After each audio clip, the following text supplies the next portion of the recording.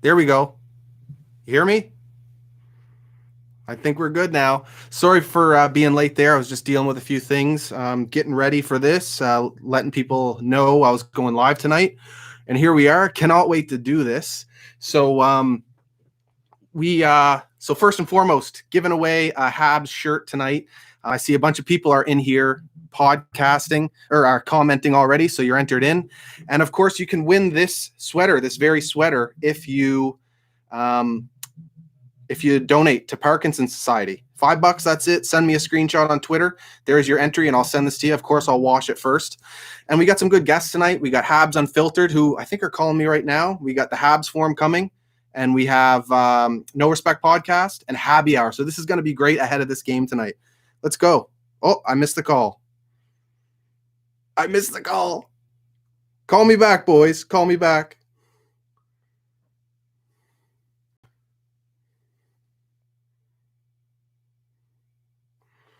How are you guys doing? Are you hyped up for this game or what?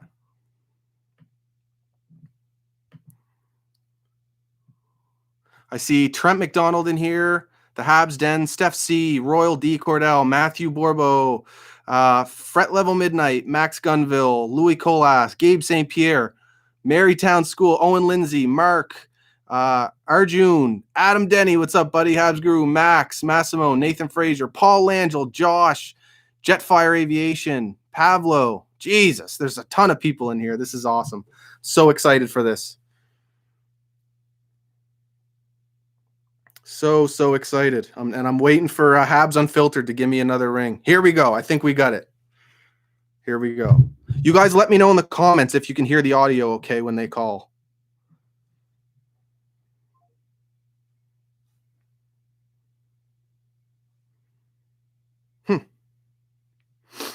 Technical difficulties here. Didn't let me pick up.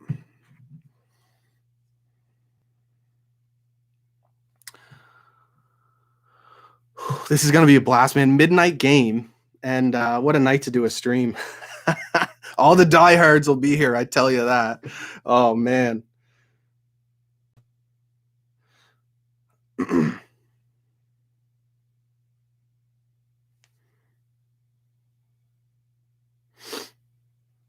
I'm just trying to get set up here with Habs Unfiltered. They're trying to give me a ring. Treg, Matt, and Blaine are trying to get a hold of me. So I'm just getting that set up here, and we're going to have a little discussion, preview the game tonight. I'm going to shoot them a text from that number they called here. Room tour, Owen Lindsay. At one point, I'm going to do one. I've been holding back, but eventually, definitely going to do it. Let's see if this works. Hello. Third time's a charm. Oh, yes. Do I got all ya? Let's see. I hear Blaine. I'm here. Is Matt there? Yeah, I'm here. Perfect. That's amazing. So we have Habs Unfiltered joining the stream. What's going on, guys? Oh, we're just living the dream, brother. Living the dream. Yeah, me too. What a coincidence, eh? There's nothing I like more than staying up till midnight for the start of a hockey game. Yeah, we got it rough out here on the East Coast with this midnight start. Well, yeah. Matt there in Ontario got lucky. He gets to start at 11. I got to be. I'm at the gym at 5:30 in the morning, so this is going to kill me. Oh wow, is that you, Treg? Yeah. So you'll hit us up with a selfie then, like somewhere around 5:45. I haven't done a selfie in a while. I've noticed that. But that's good stuff, man. So you guys excited for this game tonight or what? Another one against the Canucks. What's this, number 6 or 7 now, I think, against them? Yeah, I think it's the 7th. Yeah, pretty wild. And we got line changes coming for this one too. So kind of like a lot different than what we've seen in the past. I'm excited to see Gallagher on the wing with Kotkaniemi. Yeah, because it seems I think. Go ahead. I was going to say, I like the fact that they're trying to put out 2 scoring lines and putting the right defense. Like, not that the third line won't be able to score with Tatar and Amia, but at least the top two lines, you have legit two lines you can put out there that's going to cause issues for the other team's top line. Yeah, I agree. It's like it's been all me, balance. It's been all balance up until now. But like what you said, two top six lines. For me, I think it's going to come down to if they're actually going to keep the lines the same as what they are on paper.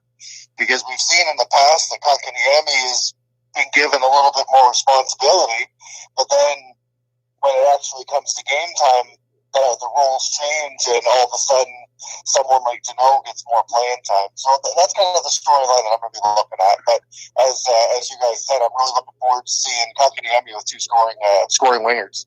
See what he can do with it. Yeah, exactly. Well, he was successful with Toffoli and Anderson, so let's see what he does with Gallagher. And I mean, he pretty much runs the second unit power play. So, my God, he's been unbelievable ever since Ducharme took over, on the power play. Oh, I mean, that second unit should be the first unit, and the way like I say, he is quarterbacking that power play, and he's just making it amazing. Yeah. Well, I wrote something on recruits all about this. So if you guys are willing to pay money to read what I wrote, or if you just want to wait a minute and listen, it's all the same. Yeah, for sure. $10. I'm a sub. I'm a sub, and congrats on that gig too. You and Veronica as well, who will be joining me later. I can't wait to hear her on there. I love the fact that you got all these different fan-run podcasts coming on these onto the stream. I think this is amazing. Yeah, honestly, man, it means a lot to me because, like, you guys were the first Habs fan podcast that I listened to, and this was before I started my YouTube channel. It was your guys's and Habby Hour, and it was, really, it was motivation to me to start my own thing, right? And from the get-go, you guys supported me out of the gate, and it meant a lot. It helped me get my feet on the ground running. So yeah, I definitely wanted to highlight all you guys tonight. Well, I'm glad you did what you did, because we want to support everybody in the community just because it's a community. Yeah, it's not a competition. Some people may see it as a competition, but all it is just a bunch of people having a fun time talking about the Montreal Canadiens. Exactly. Yeah, if you treat it as competition, I mean, no one's going to just listen to you. You know what I mean? So like true. They're going to listen to you, then they're going to listen to Habby Hour, then they're going to listen to Falling Hands, and they're going to listen to whatever, and they're going to make up their own mind based on what everyone else is saying. Because 9 times out of 10, we're all talking about the same thing. But it's just everyone's different opinions and perspectives on the situation. So yeah, exactly. I bet you there's a bunch of our different viewers who kind of skim through all of our stuff especially when there's huge hot topics going on, to kind of see where each of us land on those topics, right? Yeah, and see who's going to win the arm wrestling matches. The Claims Pub's on board, so that's got to be a thing. Yeah, for sure. I don't know if I'd want to face Treg, man. You spend way too much time in the gym, dude. I actually signed up to Good Life recently, though, so I might catch up, but I doubt it. We'll see. It's all camera angles for Treg. So, how long have you guys been doing your podcast anyway? It's been a while. What, it's 3 years now? 4. We're in our 4th season. Oh, right Jesus, on. Time flies when you're drunk. Yeah. Speaking of that, I got to crack a beer here soon. Yeah, no shit. Yeah. Yeah. Wow. So so when I was listening to you guys, it was around your first year then, because I think when I first started, heard an episode of your guys, it was shortly after the Romanov draft, and you guys were there, weren't you? Yeah. Yes. Yeah. Yes. That's when I joined the show. Oh, okay. Yeah, I joined the show in the Dallas draft. Actually, we did it from the hotel room and had an absolute blast. Yeah. Yeah, we came out. I came up with the idea. Blaine and I were working for a website, a Canadiens website at the time, or writing for them. And I came up with the idea of a podcast. Threw it over to Blaine. Blaine thought it was a great idea. We got it going. We basically did it. Him and I just went over the plains. We did it in his basement. Yeah. And then when we hit the draft, we got Matt on board because we're all in Dallas together, and then it just streamed from there. And we're probably in our second year of it on our own. We're not associated with that website anymore, so it's pretty much our own thing now. So a lot more freedom that way, hey? Yes. Yeah. That's been kind of big for me the whole time, was just the freedom of kind of doing it on my own time, doing, if I wanted to talk about something I could, or, it's nice that way. Yeah. Well, and it works good. Yeah, and Matt likes to swear. So, before they didn't like it when we swore, but now Matt has the freedom to be. Hey, I've toned it down a little bit. I've toned it down a little bit. You know what? Matt, you're an East Coaster as well. Every now and then you just kind of flip it. Oh, for sure. I do my best to not on the channel, but it just comes out, and that's why I like doing the buzzed up and baked stuff. And we got to get you guys on that for sure, because it just provides me an opportunity to kind of let loose and be more of myself than when I'm trying to be professional. 100%. Yeah. But speaking of Romanov, how it's been a blast, or an interesting path for him, but really cool to see him continuing to progress. I'm very impressed with how well he is adjusted to the NHL game already. And for me, he would be the solution for some puck movement. The Sherrod-Weber pairing, I know Ducharme has gone on about how that's their best pairing, their shutdown pairing, but they don't move the puck as well as the other two pairs. And the reason is they lack that puck mover. I mean, Weber's great at his shutdown role, Sherrod is great at his shutdown role, but you put the two together, you're looking at some very rough first passes. They still get them out, but it's not that smooth transition game that you can get from a guy like Romanov, who's I'm sure everyone has seen by now how easily, he makes it look easy, but how smooth his first pass is. People can pick that up, in stride and pick up speed, and the Canadiens' transition game improves because it's based on speed. Yeah. Yeah, I agree. It'll just be interesting to see how he handles going up the upper echelon elite, top sixers in the NHL, right?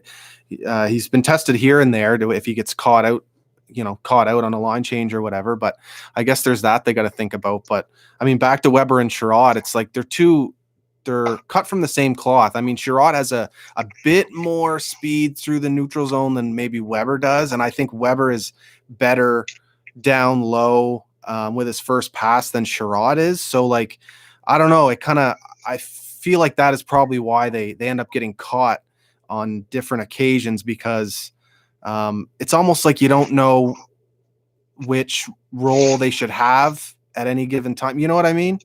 Whereas if you had Romanov, you know what his role is going to be, and you know what Weber's is going to do, right? Yeah, and as a pairing, they would be more compatible as a pairing, because each one has strengths and weaknesses that match well together. Yeah. Yeah, I feel that personally, I think the best solutions put Edmondson and Petrie as your first pairing, Romanov and Weber as your second pairing, and then Kulak and really whoever you want, Kulak and Sherrod as your third pairing.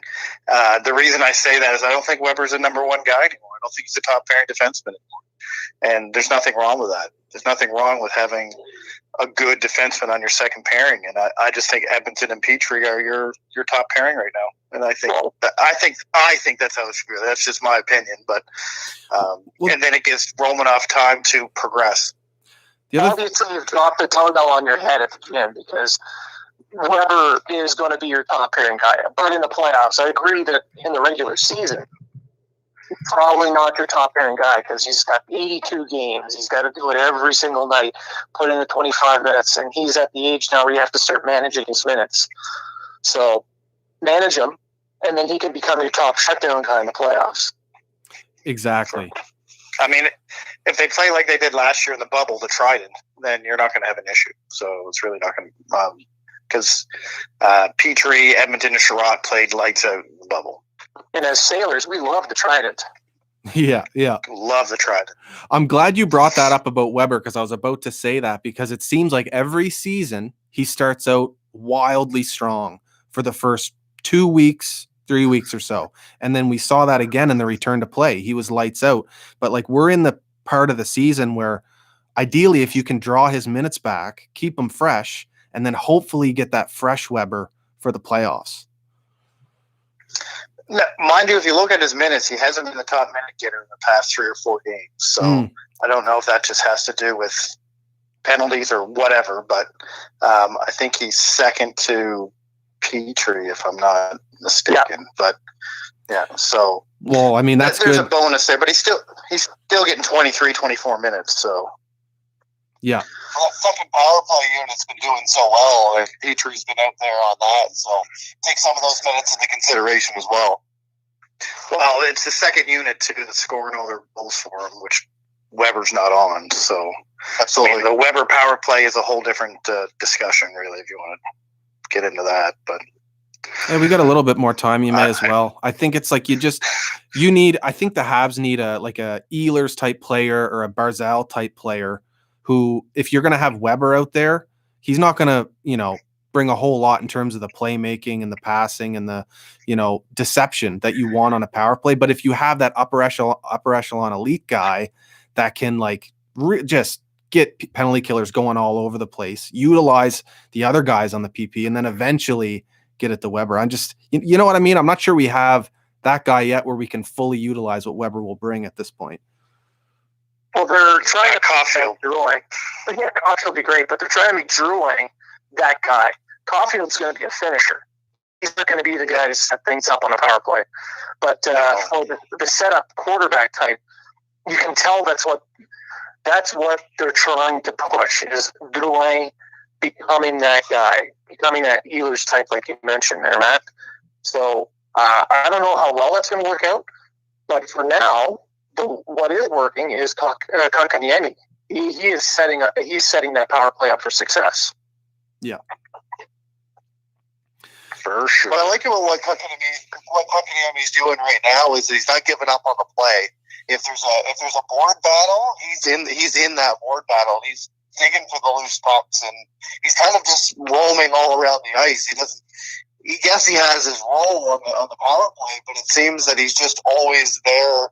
At least lately, especially under Ducharme and under this Burrows power play system, he just seems like he's always in the right place to make a play, and he's not forcing it as much as he used to be. It's true. And he's taking that second effort. Absolutely. And he's taking the shots when he has the shots, and making the pass when he has the pass, at least on the power play. And normally, basically, all he's doing is taking the puck, making the defenders come to him, and hitting the guy who's open. That's exactly what he's doing. So, I don't know. Kotkaniemi to me is going to be, I think, no, I'm not going to say an elite player, but I think he's going to be a top end 1B type center. Yeah, I agree. I think we got a good problem on our hands having, between Suzuki and KK. Who's gonna take the role and be the number one guy. It's gonna be interesting to see, even the competition within the team, to see who. And at the end of the day, hopefully we end up with a situation where we have 2 1 quality players, because it seems like that's what you need to really be a consistent threat year over year. Gee, what a horrible thing to have happen in Montreal after all these years. Oh my God, I know. Jeez, and it kind of seems like that problem is continuing, just where they're so young and that we have the inexperience factor right now. But give it a couple years, man, and it's going to be a gift what both of those guys can do. Yeah, it's the experience is the problem. If Suzuki could can get his face-off thing done with, because he's terrible at face-offs right now, and KK could be more consistent at face-offs, because some games Kotkaniemi's 70% on the face-off, the next game he's 30%. So if we can get him both around 50%, we're laughing. Because really, Montreal's biggest weakness right now is winning the draw. And that's why Danault's going out there in overtime to win the draw, but he's losing them all. So Danault's not even doing his job. So yeah, it's been an odd season for Danault, man. Hopefully he gets it back together here. It'll be interesting how he responds being on a kind of a shutdown role line with Armia. And at least he still has Tatar though on his left. He's got his guy there. But that's going to be a sneaky line if you ask me. But yeah, especially if they match up with the third line for the Canucks, because they outmatch any third line, so they would be able to take advantage of that offensively. Yeah. Oh yeah. Yeah, and speaking of that too, it's what is it? Ducharme mentioned today about possibly switching up the right wingers. It's just a totally different approach than Claude. I mean, Ducharme seems to have his left wingers handcuffed, which I think is great. I think having a pair of two guys on each line that always stay together, I think that's a smart way to look at it. And then to switch up your finishers here and there to, whoever has the most chemistry at any given time, or depending on your opponent, right? Well, that's his MO. He's always been that kind of coach where he likes the pairings. I mean, you remember when he was in Halifax as the head coach here. He did the same thing. He always had pairs for each line. And that trend is continuing. And I think that's the new way of setting up lines. It shows that you build some chemistry and then you add a different piece of a puzzle. Like, currently, he had Anderson on the line with Kotkaniemi and Toffoli, and that worked out really well. But he wants to get another line going, so he brings in a similar player. And in Montreal, the right wing side is filled with those guys that play big. So you have Anderson he's a big power forward with speed. You have Gallagher, who's a power forward in a small frame, and Armia, who can play that type of power game, but he doesn't have the offensive skills of the other two. So it's three similar types all on the right wing. So I can see why you chose to make the pairings a left wing and a center. Yeah, for sure. For sure.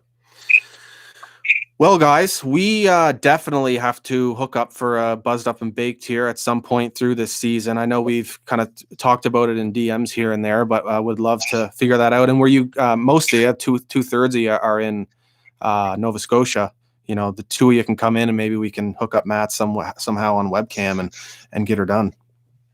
Well, feel free to slide into our DMs.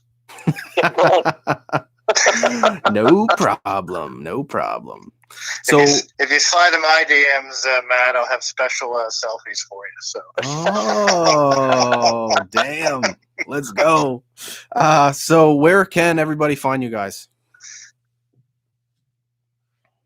At work, pretty much every day, sadly. I'm Treg33 Treg _ THW on Twitter.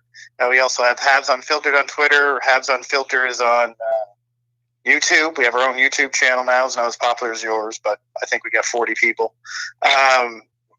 It's hard to get the subs, man. It'll come, but it's hard. Yeah.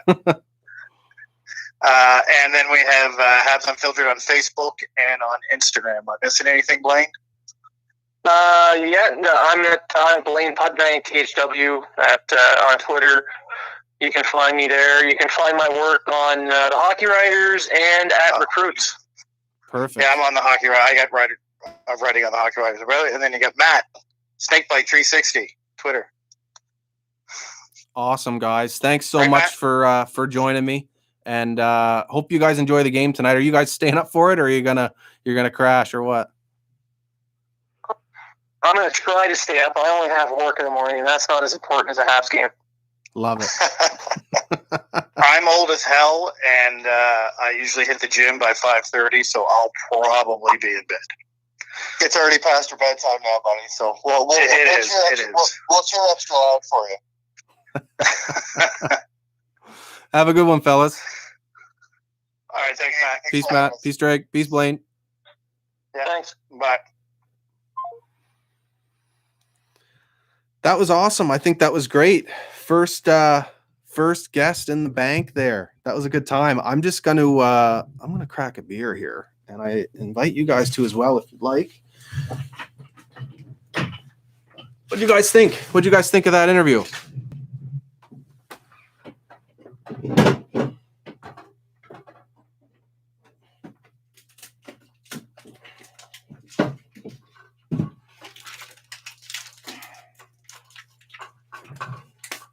Crack a beer, baby. Got the old energy drink too. You got on a night like tonight. Man.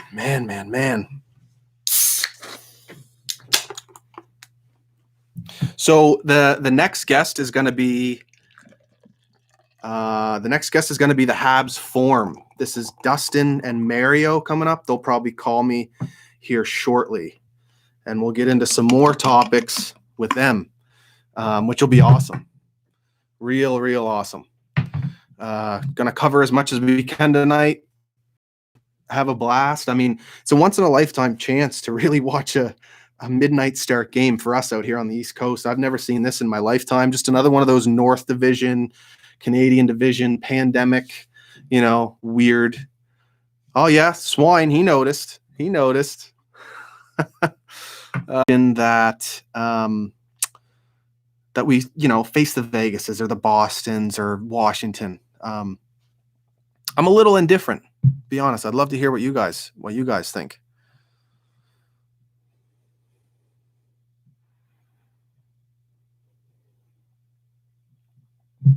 I'm just going to get a hold of the Habs Forum here and see what they're up to.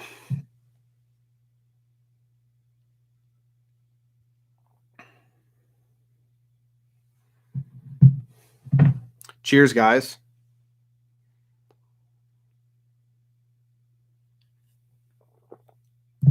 My God, I'm going to have milk mustaches all night from this Kilkenny. God. Probably should shave this mustache first, drinking this stuff.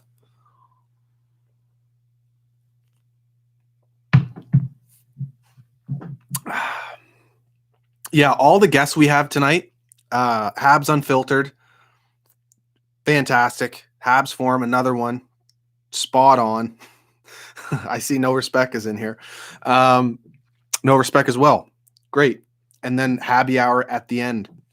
It's can't wait. I haven't talked to the Habs Forum in person or the Habby Hour, so it'll be awesome to meet those guys too.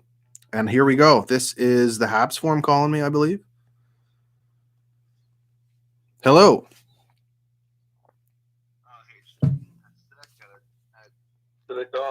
What's going on, guys? Hey, what's going on? Not much. Thanks for joining me tonight, eh? Hey, man, thanks for having us on.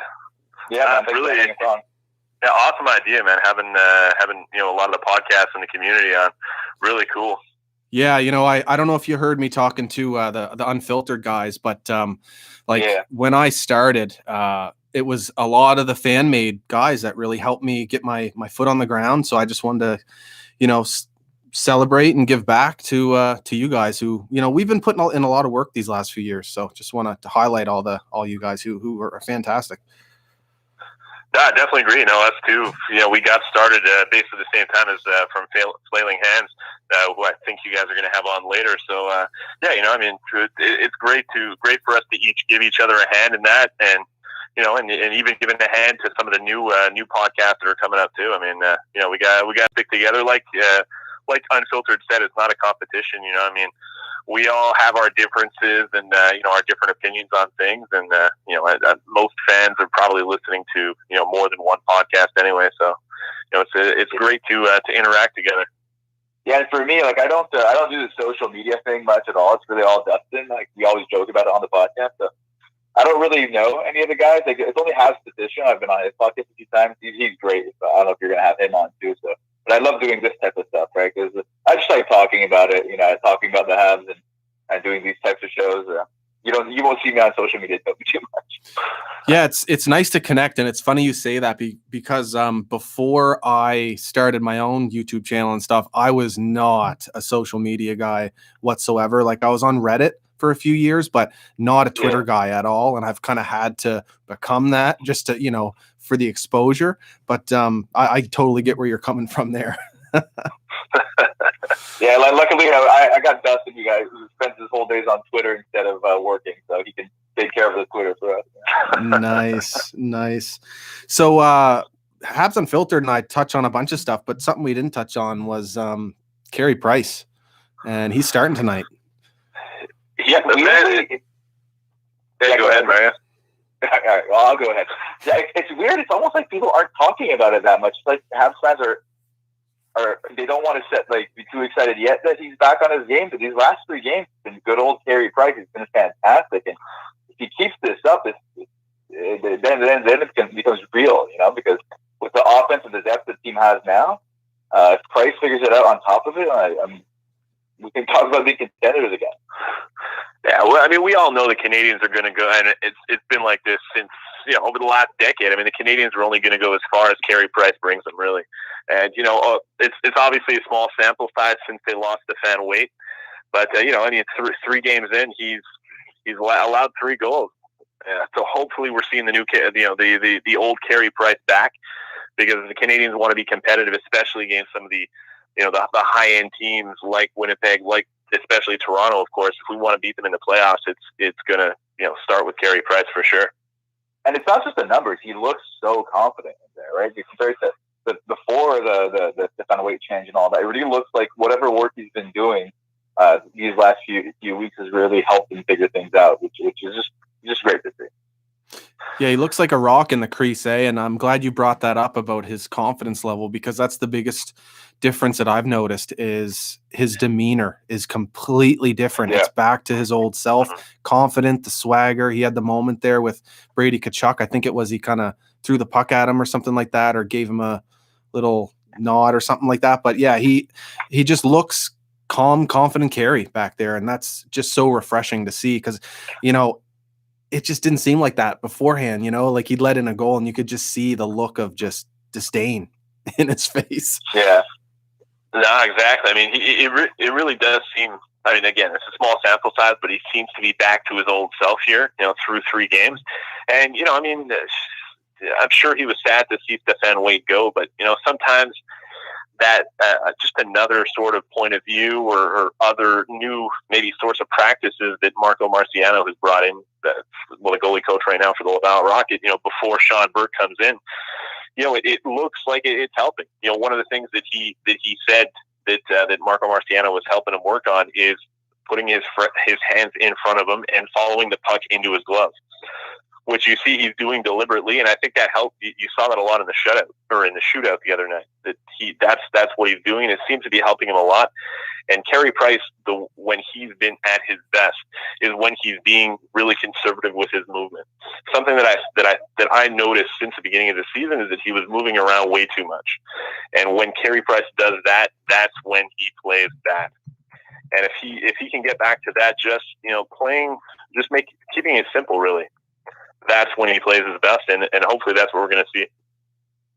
Yeah, for sure. And I don't know if you guys mentioned or saw a couple weeks back, I ranted and raved a little bit about some of the antics in practice where he seemed a little bit too silly, and maybe I'm way off base with it, but I mean, they love to release that practice content here and there. And there was a video they released, I think yesterday, and it was Suzuki coming in trying to get fancy on Carey, and he literally just like hit the stick out of Suzuki's hand and put him on his ass. That's the Carey I'm used to seeing from practice.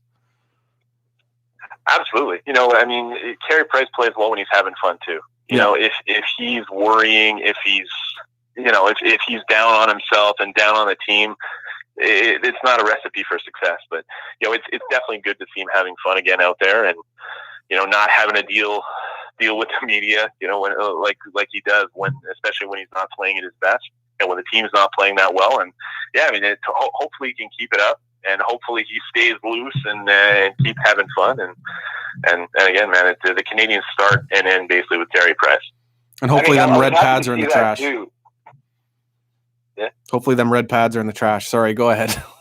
Yeah, the red pads. Actually, I was going to ask, do you believe that whole thing? Because there was a post on Reddit yesterday that put all the pictures together with all the stats, and it's just, is it just a coincidence, or do the red pads actually affect him? I mean, I'm not a goaltender, but can red pads really, do you believe the whole thing that the shooters see more of what's open and all that? Because the stats are there, it seems to actually be making a difference. I believe it. I mean, even sometimes when you see, after a goal gets scored, there was a moment there, I think the last time he wore them actually, which was actually the the last time he wore them, he had a really good performance against Ottawa. However, they did score a goal, and there was a camera angle they showed of the shooter coming in, and you could just see every hole there. And then with the partial white pads, they're not fully white, but that area in his 5-hole, it is deceptive. It looks like there's much more space there than what there really is. So it would tempt a shooter to go for 5-hole when he actually is ready for it. You know what I mean? Yeah, that was practicing with blue pads, so is it not more or less that's going to happen? I'm nervous about them blue ones. They're nice. The red ones look nice, I find. The blue ones, I think you should blue. I do. I hate the retro jerseys. I know everybody loves them, but I hate them. I don't like them either. Matt, the Canadians should not be wearing blue, in my opinion. No. Red or white. See, I don't agree. Like, first of all, at some point, I'm going to have to kind of stop liking the retro jerseys, because if they can't win, they can't win, and you've got to move on eventually. But as far as how they look, the Canadians, bleu, blanc, rouge, right? I don't care if the Leafs wear blue. We can show the Leafs that we wear it better, okay? Screw the Leafs. But, at this point, if they don't win the next game, because the players, we all know how superstitious they are, right? So they're thinking about it, they're talking about it. No matter how stupid we might think the thing a jersey would affect winning or losing, these superstitious players is going to get in their heads, and it's going to get to the point they keep losing. They're not going to want to wear them anymore. And for me, it's so trivial and picky and probably stupid, but the white number with the red outline just looks really strange to me on that jersey. Everything else about the jersey, I don't mind, but the way those numbers look just throw me right off. It's dumb, and I was going to do my best to like them. I thought I would once they were out on the ice with them, but I don't know. I just can't get used to it. But to each their own, right? I think if you saw a few wins with them wearing the jerseys, you'd like it. Yeah, it could be. Yeah. Yeah, I don't care what they wear as long as they win. So haven't worked out with the blue jerseys yet, but they're going to wear them a couple more times. Hopefully, they can rack up a few wins in them. Yeah. But just to give you an idea of Dustin's opinions with jerseys, one of his favorite jerseys he owns is the barbershop jersey. So I don't know if you should take his opinion really seriously. Damn. I remember watching them on TV. Favorite jersey ever. Really? I remember watching them on TV, and it was like static. It was back, I think, in the beginning of the HD days. And it just wasn't made for television. Probably looked a lot better live. Yeah. But what was I going to ask? Oh, I was just asking the viewers on here about the North Division and the Canadian Division. Are you guys still enjoying facing the exact same teams, or like a handful of teams every night? Are you enjoying it, or do you kind of wish in a way we'd see some of the other teams in the league? Well, I like the North Division, and I don't think it'll stay this way because of travel, but in a perfect world, I would keep the North Division. But post-COVID, teams wouldn't only play within their division, right? So I like the idea of a North Division, but still having games against other teams, but you're still in the North Division. You know what I mean? Yeah, I personally love it. Especially playing against the other Canadian teams. It's teams that we don't necessarily, the teams out west, we don't necessarily get to see them that often. So it is cool to play them. What I'd love to see, and like Mario said, we're not going to be playing the same team over and over and over again all the time. But what I'd really love to see more, and even when things go back to normal, is these 2, 3, maybe even 4 game series where you're playing the same team 2-3 times in a row, over a couple of nights. I think that really helps build a rivalry. Even when we do go back to a regular division, if we go play, Boston, why not play them 3-4 nights in a row? I think that makes it suit. I think that would be super exciting. I agree for sure. That'd be fire. And then you also get the benefit of cutting down on travel, which I'm sure the players would like. The league will cut down on costs, or teams will cut down on costs. I think that'd be fantastic. Exactly. I think everybody wins. Like you said, it saves on travel. It's going to save the money, save the team's money. And I'm sure the players would love it too, not having to travel all the time. They're out, maybe they're in Boston for a week, then next week they come back to their family. So, I think everybody wins. And I definitely think the fans win in that situation. The one thing that's weird about that, and we're seeing it this season, is how, if you look at the schedule, the last 3 games of the season are against Toronto. And now we're going such big periods of time without seeing Toronto, right? Which is almost Like, I love those 3-game series, but at the same time, it's a shame going so long in the season without seeing one of the biggest rivalries, right? So I'm sure there's a middle ground that can be found there. I do like the idea of the like maybe not 4, but like 3-game series, baseball style. It's a lot of fun. We've seen it this year. It's like mini playoffs. Yeah, I think the Leafs are one of the only teams where we really haven't faced them back to back, or one or two. One of us or the other has had a game in between against someone else. So we haven't had a actual series style play against the Leafs. Or there was the one time where we played them and won. Would have been a huge momentum boost for the team, but then we go on a 7-day break and play them a week later. Yeah, that was weird. Yeah. Yeah. Yeah. So, I'm still enjoying it too, but it's kind of weird. Like, normally I'm tuned in, and I'm still somewhat tuned into the rest of the league because of fantasy hockey, especially, and players that way. But this year it's a little different. Kind of, I have to remind myself to go check the standings of the other divisions just because I'm so dialed into what's going on in this Canadian division. No, that's a good point. Yeah. Yeah, I've barely paid attention to the other divisions at all. Like you said, I have my fantasy guys that I follow on my team, and I do like to watch the hockey guy on YouTube. Not to plug another YouTube channel while I'm on your channel. No, that's good. He's another guy who inspired me to start as well. Yeah, Shannon's a goat. He covers everyone, right? So it kind of helps me get up to date on the general. I just put it on while I'm working, you know. Yeah, and he's another guy. It comes naturally to him. He's laid back. I really enjoy what he's doing for sure. I don't know how he does it though. He follows every single team. It sounds exhausting. It would be. And like, you got people in the comments or whatever, social media, like questioning his takes on certain things, but it's like he's got so much on his plate to try and he's on it. Like, once something big happens or any news breaks, there's a video like an hour or two later. Yeah, no, for sure it's a lot of work. But I mean, like you said, I mean, basically the only reason I have been, taking a look at the other teams around the league is pretty much because of my fantasy hockey team. But yeah, aside from that, I mean, the North Division is super exciting. But yeah, mostly I've been focused on that, like I'm sure most Habs fans have been. So I wonder if the NHL likes that, though, if we're talking about like what they want to do moving forward and all that. Like, I wonder if because now it almost feels like it's like 4 different leagues, and then we're going to meet eventually in the playoffs. Right? It doesn't really feel like one league. I don't know how much the NHL actually likes that aspect of it. You know?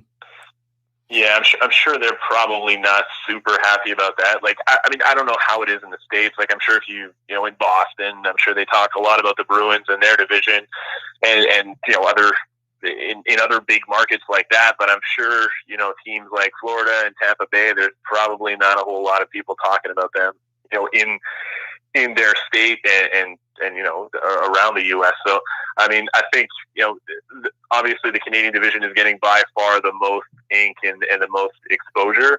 And yeah, I'm sure the NHL isn't super thrilled about that. So that's probably another reason we're on top of the travel, of course. Probably another reason that we won't see this beyond this season, unfortunately. Yeah, that's a good point, because those markets definitely would want that big stage of playing in the Bell Center or playing against the Habs, and that's how a lot of them make their money at the gate when we go down to Florida and our fans fill up their building. So yeah, for sure. So you're the Habs Forum, the Habs Forum. How long have you guys? So you started right around from Failing Hands. And how often do you release? Once a week? Yeah. During the season, once a week. But we take we've spent 3 years and we have something like 75 episodes, I think. So it's not every single week. Yeah, well, like you said, man. I mean, during the week or during the season we do an episode every week. And then sort of in the off season, it's we try to do it every maybe 2 or 3 weeks. We try to focus on the prospects, and we've had some people from the Habs community on Twitter talk about prospects and the upcoming draft and stuff like that. So we'd like to talk about that in the off season. But usually once a week, especially during the season, we do the episode. And like you said, we started about 2.5 years ago. We've been doing this now. Yeah, it's amazing. It's a lot of fun. It's like before you guys started, was it something you wanted to do for a little while and then finally bit the bullet and get it going? For years. We had so many drunken conversations talking about how we should start a podcast. Yeah. Well, I think we talked about it like at least 5 years ago, if not even more than that. But Mario at that point was living in Toronto, so we never ended up getting it going. But Mario moved back to Montreal about 2.5 years ago, and that's when we started getting it going.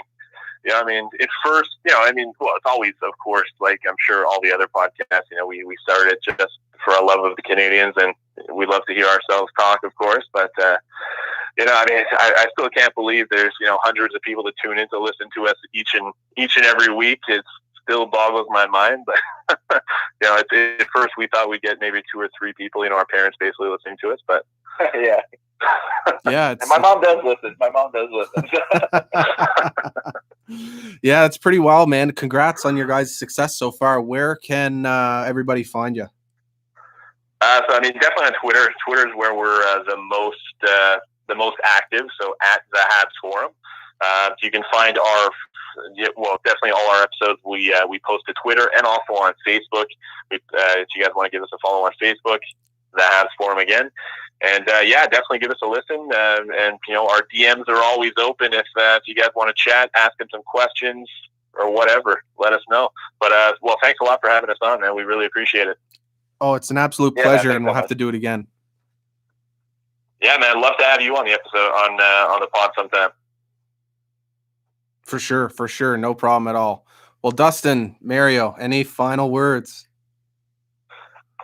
Man, just hoping for a Habs win tonight. I'm going to say Carey Price is going to keep it going. He's going to get the shutout tonight, and why not? And let's say Philip Deneau is going to score tonight. I think Gallagher gets a couple of goals from beautiful Kotkaniemi succeed. I can't wait to see these two play together. I think it's going to go really well. It's going to be exciting for sure. Can't wait to have him. See him and Gallagher together, and Toffoli, of course.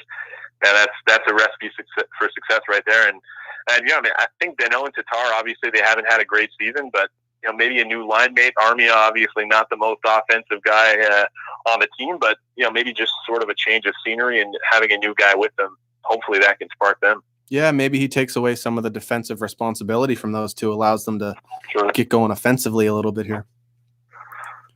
Yeah, exactly. Even if, it's probably not going to be the most offensive line, of course, but those are 3 solid guys defensively. So I think worst case, you're looking at a really solid shutdown line right there, even if they don't necessarily produce a whole lot of goals. Well, right on, guys. Dustin, Mario, thanks so much for joining me. Thanks a lot, man. Take care. Cheers, guys. That was awesome. Another awesome guest. Another awesome call. Next up, we're going to have, it's going to be No Respect. And I think they're tuning in here to this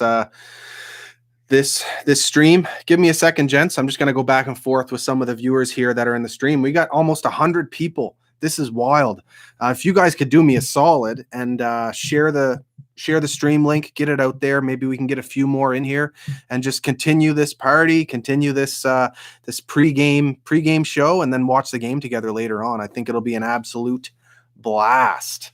You know what? Why don't I just before No Respect comes on, why don't I take a call from a viewer? Just a quick one. Just to say hi. Maybe I'll get a Go Habs Go from somebody. Just give me a sec here. Message me, DM me on Twitter, and I'll text you my cell number.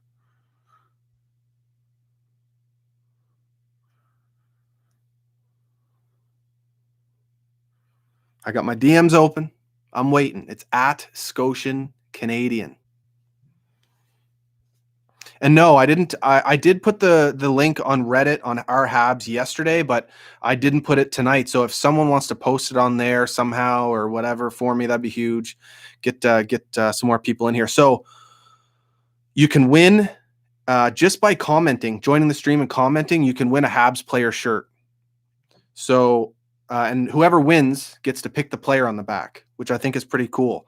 So all you guys commenting, you're in already, and you can also win this sweater if you donate just $5 to Parkinson Society. You go to parkinsoncanada.ca, make a donation, send me the screenshot, and then you're entered in to win this sweater. Of course, I'll wash it first. This is one of a kind. This is the only Scotian Canadian sweater I have. It's really comfortable. The logo's on there. It's not plastic. It's like a really nice fabric texture. It's really cool. So yeah, do that up. Parkinson's Society. Walter Gretzky had Parkinson's. He recently passed away. Rest in peace, Walter Gretzky, the hockey dad that we all know and love. And my grandfather passed of Parkinson's complications. In 1998, he was a huge Habs fan. So that's why I've chosen that charity. So if you want to do that, I'd gladly appreciate it. I'm donating $10 for every goal that Big Josh Anderson scores this season. He's got 10 on the season already. So I'm up to $100 and I love it. I hope he gets a Hattie tonight. And I just got a message on Twitter from a viewer, Brett. So I'm going to send you my number, buddy, and you give me a ring. It'll be quick because I got to get no respect on here. And then first intermission, I'll be taking calls from viewers. All first intermission, DM me. I'll send you my number. We'll have a quick chat. I think it'll be a great time in that first intermission. And don't forget, I got Rick from Talking Habs coming on for the second intermission. He's another Habs YouTuber. I guess you could call him my rival in a way, but I don't look at it like that. Rick does fantastic work, absolutely fantastic work. Different than me in a sense, but he's a stud, and I can't wait. I've never talked to him in person other than just chatting on his streams here and there. So yeah, I'm looking forward to that in the second intermission. And here is Brett calling from New Brunswick, I think. We'll have to wait and see. Yo. What's going on, buddy? Not much, man. Thanks for tuning in and thanks for joining. Yeah, it's been a great time. Yeah, for sure. You hyped for this game tonight? I'm working nights, so this is perfect for me. I get paid to watch hockey, buddy. Yeah. That's awesome. So yeah. How long you been tuning into the channel? Probably a good year now, yeah. Since the start of last year. Dude, that's awesome. Started the same as you guys, watching like the hockey guy and stuff. Yeah, I really appreciate that, man. I'm glad you found your way to my stuff. Yeah. No, yeah. What do you guys got great takes? Oh, thanks, man. What are you looking forward to both tonight with maybe the line changes, price, the D pair? I think starting to give the kids a chance. I think Romanoff, these next two games could be a big one for him. Maybe get that shot in the top four. Good call out. Yeah. It's impressive what he's done as such a young kid, first year in the NHL. Oh, yeah, big time. Yeah, he's a good skater, and I think my favorite part about Romanov, offensively anyway, he doesn't panic when he's in the offensive zone along that blue line, and that's impressive for such a young kid. Oh, yeah. The poise on him. Yeah. Oh, for sure. Well, man, I got to get no respect on here, but I really appreciate you calling in, and feel free to DM me again during the first intermission if you want to jump back on. Yeah, we'll do, man. Can I get a go Habs go? Go Habs go, buddy. Right on. Thanks for calling, man. All right, thanks. Okay. Cheers.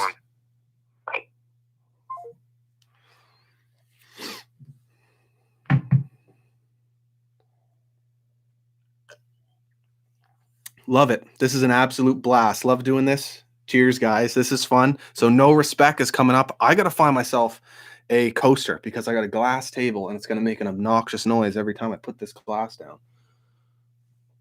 Let's see here. Just use some paper because this desk is a mess. Absolute mess.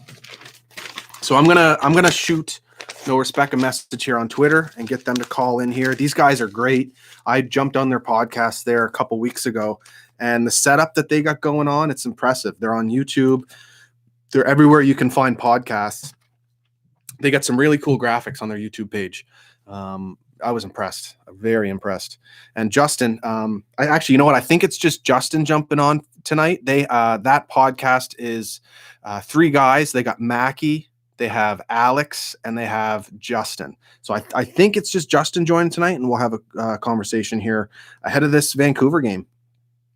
I'm just going to shoot him a DM and get this going. Or, buddy, you can just call me if you're in the stream.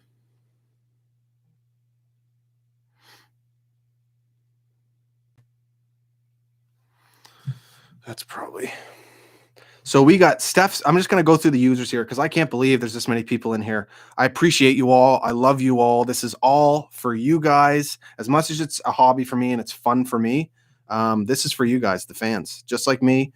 Steph C, Goalie Girls Rule, Brent Patterson, Greg Cochion, Luca Raminelli, Joshua Smart, Paul Langell, Trent McDonald, Jetfire Aviation, Andrew Marchand. What's up, buddy? He donated $100 to Parkinson Society today. Like, absolute stud. We got Nolan Hockey Podcast, Tanner Kendrick. He's been a long time viewer. Ian Patterson as well. Just awesome, guys. Thanks so much for joining. Here's No Respect. Yo, what's going on, man? Yo, what is up, man? Not much. It's good to chat again. Yeah, man. I'm a little surprised. Managed to get Mackie and Alex out of bed. No way. Us on the Yep. Hello. We got everyone. We got everyone from the No Respect podcast. Oh yeah, how's it going, buddy? Not bad, not bad. What are you guys up to? Got a hot tea here in my jammies, ready to watch the game.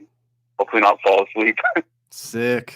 Yeah, it's crazy, man. Like I've never seen a start time like this before. And it's going to be I'm all for late games, but this is crazy late. I had a tough time last game.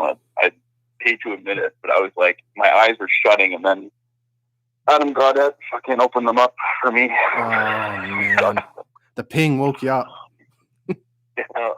Too much gap on Ben Sherrod and Adam Gaudette on that goal. Way too much. That's what woke me up. Yeah, man, that was brutal. Fucking Carey just cannot get a shutout. I swear he would lead the NHL all time in shutouts, but instead he has a million 1-goal performances. Yeah. Yeah, I remember Alex was talking about that on the podcast. Like there was that Calgary game. I think he was playing lights out, and then there was that squeaker. I can't remember from the point on Calgary, that game that he was playing so great. And it just seems like I don't know if it's like it's situational, puck luck, whatever it may be. But yeah, like you said, like he just can't get that shutout. I feel like he would have so many more if those like last minute breakdowns didn't happen on the Habs. So hopefully that clears up this season or at least in the future. It's definitely his pad choice, I think. Like the color of his pad really, I think, affected the game a lot. Yeah. Oh man, we haven't seen them in a few days. Thank Christ, and I hope they're fucking gone forever. Yeah, man. I mean, he got those god awful blueberry colored pads. Like those are, to me, those are really ugly. I don't know about you guys. I don't know if he's worn blue in his career. Maybe once, like in his first season. I just don't recall. No, I can't remember at all. Yeah, that was a shocker, man. I was hyped when he wore the partial white ones there, and then the very next practice to see him stroll out in fucking royal blue. Yeah, yeah, pretty crazy. Man. He's all for the Patrick Waugh tributes this year, though. It's interesting. Yeah, at least. But I mean, you need to get the wins, though. That's the main thing. That's what we're counting on, right? Yeah. I mean. Stanley Cup. Patrick Waugh, last goalie to win a Stanley Cup for the Habs. Yeah, it's got to be something. I'll take it. Something with that. So when did you guys start up? I think it was 2016. Yeah, it was actually right after the PK Subban Shea Weber trade. Yeah, I think our first episode was talking about that, and we've been around for a while, kind of on and off, and we've had different formats. Like at first we were only on iTunes, then we started doing like Twitch streams for our podcast. Now we're pretty much on everything, YouTube, Spotify, everywhere. So it's been a roller coaster. It's been kind of inconsistent, but trying to get more consistent as the years go by. Yeah, and I mean, one thing that I wanted to mention, Matt, because we spoke a little bit about it when you came on the podcast, but like you were a big inspiration in terms of like the consistency, and as you could see right now, you've got like this whole community that's watching you at fucking 10 p.m. Sorry, I don't know if I'm allowed to swear. Do it up. A little bit of a No Respect brand here. Do it up. So, but what I was going to tell you is that, as people that, we all have jobs, we're all trying to, do, we all have this huge passion, which is the Montreal Canadiens. And not going to lie, like watching you go in and out all the time on YouTube, like basically covering my YouTube homepage with the amount of content that you put out. It was one of those things that, we knew that to step up our game, like we have to look at a guy like you. And so like for that, I just want to say, thanks for being an inspiration for us, because you're really a guy that we looked up to in terms of like being somebody that's so consistent in his passion and, just putting yourself out there. And we know that it's not easy. So, God bless. Just wanted to say that. Yeah, man, that, Mackie, that means a lot, man. Like, cause it is, I try not to talk about it too often, but it's a fucking grind, man. It really is. No, I know. Yeah. So to hear that coming from you guys really means a lot. And just to know that, I've been able to inspire people. It's kind of weird, right? Cause I've been doing it for 3 years. I was in the same boat as the Habs Forum guys who were just on. I asked them, was this something you wanted to do for a while and then finally you bit the bullet? Because that's what it was like for me. Like for a couple different years or for a few different years, I was like, I was kicking myself in the ass. I actually have a note that I still have somewhere that, and pardon my French here, that I wrote, "Get to work, pussy. You're capable of much more." Yeah. And then finally I just said, fuck it. I set up this office and started it. So yeah, it means a lot for you giving that compliment to me, man. I appreciate it. And I love what you guys are doing. I don't know if you must have went through a rebranding, because the graphics you guys have right now on your Twitter, on all your content. It's like, I love it. The pixelated images, they're absolutely fantastic. Yeah. Thanks, man. Yeah. We kind of put our heads together and just tried to bang something else that actually looked kind of consistent all over, and that's what came out. Yeah, well, Justin's being super modest, because he's the guy that has like all those skills. Like I basically was like, hey, can you like maybe tweak this? And he's like, really, you're gonna start fucking doing this to us right now? So, but Justin's just like, he's got the stats on our overlay that he did, because he's a programmer in real life.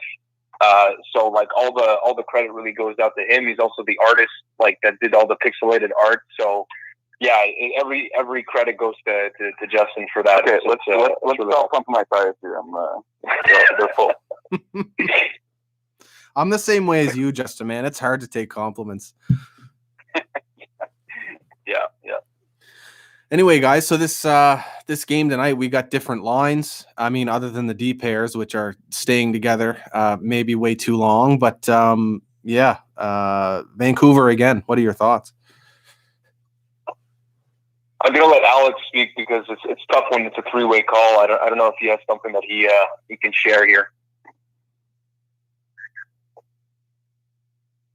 That's a no. Did he fall asleep? I think that's a no. Did we lose Alex? We quite a lot.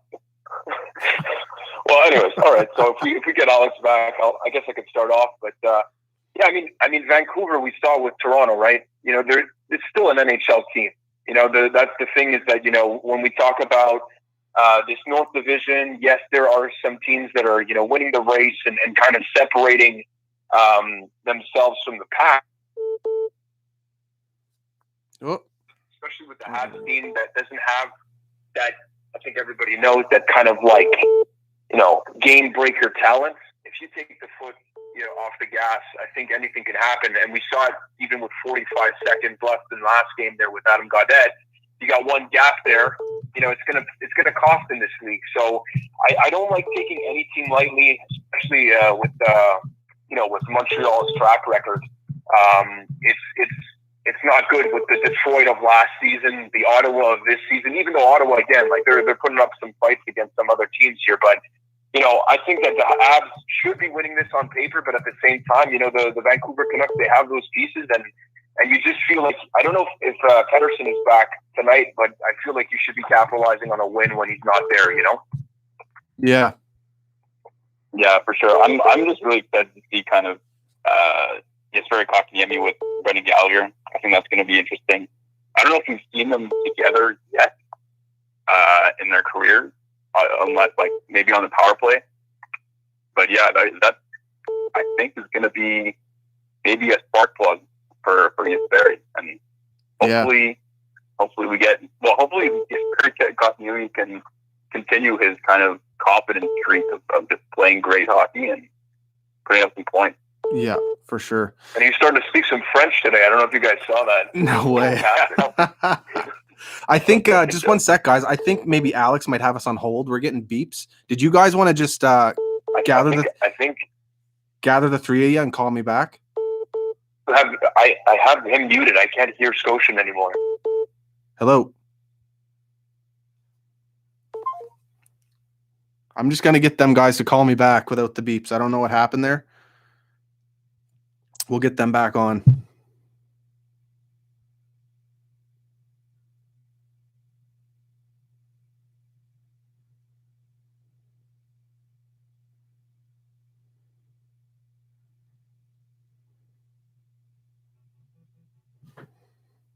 Sorry about that, gents.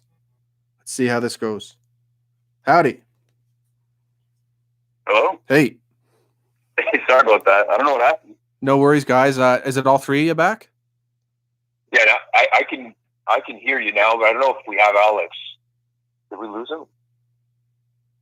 It's okay. I got still no Alex. But yeah, I could hear you guys the whole time, so we're all good. There was just some beep in there. Okay. Cool. Okay. Yeah, Kotkaniemi and Gallagher, I don't think they have been together in their whole careers yet. I mean, in KK's whole career anyway. I'm sure they've, spent a bit of time on the ice together, but it's going to be interesting seeing, Gallagher, doing what he always does, opening the space, getting in the dirty areas, and hopefully that opens up that extra space for KK. And then, of course, Toffoli on the other side. He's just so smart out there and can do everything. And it's going to be good to see finally Gallagher unstapled from Danault, because it seems like the past 2 years, I mean, I love Danault. Like, I don't want to, I hate when people shit talk him. Like, obviously he's having some trouble offensively this year, but I still think he's a great player. I'm with you. He's still doing more defensively than he's getting credit for with these two young centers in the top six or top nine. Yeah, for sure. And I just think that maybe Gallagher's been playing great, and it's just more credit to Ducharme putting the players that are playing great together to kind of generate some offense that wasn't necessarily producing last game. Yeah, that was exactly what you were talking about last time when you came on the podcast, Matt, was the fact that you're going to see Ducharme kind of ride the hot hand, which is great.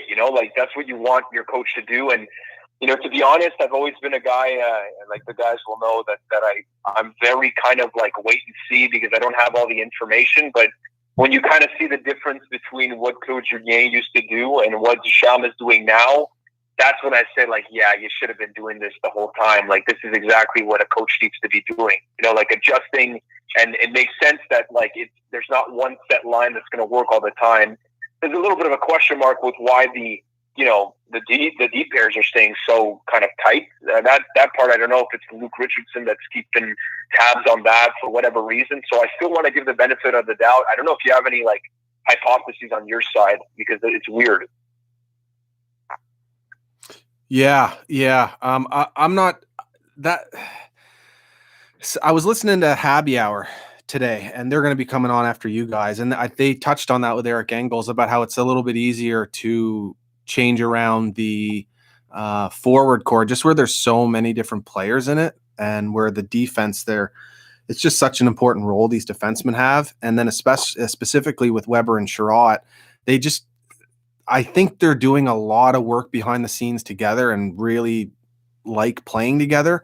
That I don't know if it's because Weber, as the captain, has a bit more say. Maybe he just wants it to stay together a little bit longer. Or I definitely think there's going to be some changes there eventually. But it's nice to see that the forward group is changing around for sure. And you mentioned that maybe it's something they should have been doing the whole time, like under Claude Julien. And it's nice to see that change under Ducharme, which I totally agree. But the one thing I would add is that I unfortunately, Claude's second tenure here with the Habs, it's going to be hard to look back on as a success, especially as a fan.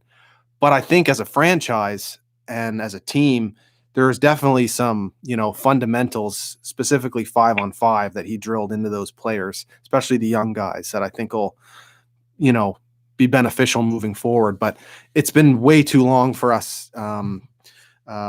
We've been in need of a young, modern type coach for so long. So to get Ducharme in there, and then on top of that, Alex Burrows, who looks like a firecracker out there in practice, like, I can't be more thrilled. I couldn't agree more, though. Like, I think even that when we looked at the coaches for the Canada team, like, Claude Julien was the D coach for that group. And I think in a future kind of role, unless he kind of like changes up the way that he leads a full group, I wouldn't be surprised. I think the ideal thing, and nothing against Luke Richardson, but for the fundamentals, like you said, like taking care of your end to make sure that you get that puck to get to the offensive zone. And then you have a guy like Ducharme kind of leading your group, and with an Alex Burrows leading your group in the offensive zone afterwards. That would make for a great kind of recipe of like taking care of the 200-foot space that the ice is, So that's the 200-foot game that you're looking for a team to, play. So I think that Claude, like you said, the fundamentals of this group are so kind of engraved. It's going to be great to see if they can get to that next level. And hopefully it comes in with the guys like Nick Suzuki, Kakanyemi, and we can see them flourish into these guys that are expressing themselves alongside with Jonathan Drouin, right? We spoke a little bit about how this might unlock another level for this guy that we've been waiting for as Habs fans. So hopefully that's like, what can happen for this team to really get it together, especially for a playoff push this year. Yeah, and also not to mention I love Alex Burrows, how he was like a huge Habs fan growing up and even playing in the league. I saw an interview or a quote today of him talking about how his teammates in Vancouver used to rely on him for watching the Habs games before his actual NHL games in Vancouver, which is just great to see. It's really awesome. Whenever you hear about like an upper management or a coach or someone that was just a diehard, or a player that's a diehard Habs fan, I love it. Yeah, that was super cool. Like, that was one of the coolest quotes I think I've seen from a player, coach, or whatnot, what have you, in a long, long time. For him to admit that he was a Canucks player watching the Habs, like as a pretty much a diehard fan, that's actually like that's hilarious. Yeah, and I feel like you never hear that about current players. Like, I guess they just don't talk about it, but it must be weird, like having a player rooting for another team in the same league. I guess it's a different conference and stuff, but still. I mean, he played for Ottawa too, though, right? So yeah, that's right. A bit dicey. Yeah, he was pretty intense playing against us too when he was with the Sens. So he'd love to have that intensity behind our bench now and in our team now. And it's usually the case when guys from like hometown, they always used to turn it up. Like Jason Pominville, I can't remember how many fucking goals this guy scored every time he used to play against his hometown. Like, it's just, there's so many examples of guys that just elevate their game. Corey Crawford, I think. Oh, another one. Come on, like, just stop. Here's a good one. But like fucking JG Pajot. Oh my god, dude, this guy turned into Connor McDavid every time he comes to Montreal. Like, god damn it. Jesus Christ, man. It's nuts. Yeah, it's so true. Just speaking of JG Pajot right quick, like, what a good pickup for the Isles, man. I can't believe the Sens gave him up. Like, and when they did, I was like, thank Christ, he is out of our division. Yeah, for sure. It's a big contract, but definitely a good player. Like, that's going to help the Isles out for sure. Yeah. Right on, fellas. Well, where can everyone find you guys? Pretty much, we're most active on Twitter, and it's just No Respect Podcast. Respect spelled RESPEK, no C, no T, throwing a K there. And our podcast on Spotify, Apple, Google, and on YouTube with video too. So. And one last thing that I wanted to mention is that we're also on TikTok. So our TikTok game is absolute shit. So if you guys want to take a look at that, you can. But no, Are Are you guys on OnlyFans yet, or? It's coming up. It's coming up soon. Back half. I think the playoffs. That's when we're going to open it up. But anyway, no, first. Yeah, 100% with this COVID. But Scotian, once again, man, I just want to say thank you. Super honored to be part of this lineup. All of the other podcasts that are coming on with you, we have tremendous respect for everyone, and I think the guys from the Habs Forum also said it. We don't view this at all as like a competition. We're all Habs fans, like trying to just kind of give our input, and everybody's going to try to look for great Habs content, and it's great to be a part of this group. So a huge thank you once again, and to everybody that's watching. If you guys want to check us out, if you don't, all good, but go Habs go from us at the No Respect Podcast. Thank you guys so much for taking the time tonight. I really appreciate it. And thanks for having me on there a couple weeks ago. It was a blast, and hopefully we can do that again soon as well. Yeah. Anytime, seriously. Thank you again, Matt. Cheers, guys. Yeah, go Habs go. Go Habs go. Woo! Oh, this is so much fun. Another fantastic guest there. And I love highlighting these guys because they do such good work. They really do. Like it's great to see. I absolutely love it. And I saw some questions come through there. I'm seeing a lot of our Habs guys in here. So cheers, guys. You're my people. I've been with you for years. I see Frostbitten. I saw Destroyer Maker. I think he made a donation to Parkinson Society or Parkinson Canada, where you can win this shirt. Your screenshot of your donation is an entry to win this one and only sweater that I will wash, of course, unless you don't want me to. I mean, if that's your thing, I don't mind. It's kind of fucking weird, but that's cool. So next up is going to be Habby Hour, and I'm super pumped to talk to these guys. They've been doing their pod for years as well. It's absolutely fantastic.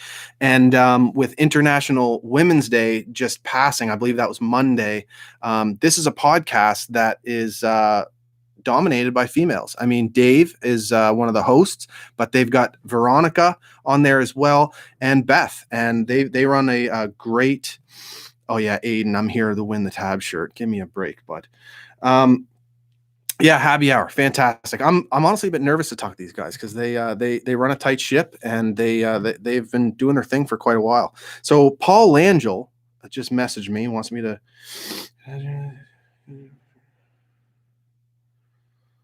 Okay, Paul Langell has a Jonathan Drouin XL player T-shirt. If we want to give that away tonight. So I guess we're giving away 2 T-shirts tonight, which is huge. That's awesome. Thank you, Paul Langell. So we're going to have 1 shirt given away. All you had to do was comment in this. It's going to be crazy for me adding up all the people that have commented here to do a draw, but I'm going to do it. And so we're going to give away 1 Habs T-shirt of a player. The winner gets to pick the player. And then I'll do another draw, and it'll be for a Jonathan Drouin. You like that accent I'm throwing in there? I'm getting that from Mackie a little bit after talking to him. We'll give that away too. Why not? May as well, hey? May as well. Thank you, Paul. That's very generous of you and kind of you. I really, really appreciate that. Oh, and I see Jeremy Tripp just joined. Good buddy of mine, Cooking Bacon Shirtless podcast, comedy podcast. It's absolutely fantastic. Pop culture comedy. It's it can go off the rails a little bit here and there, but it's fun. And so if you want to check those guys out as well, Cooking Bacon Shirtless, it's not sports or anything like that. But if you're looking to have a laugh with some Scotians, check them out as well. Let's see here. Sweaters, here you go. Donation. I'm going to take a quick call from a viewer here. Let's see. Mr. Everything on Twitter. He messaged me. He wants to give a ring. So I'm going to send him my number. It's going to be quick because I got to get Habby Hour on here.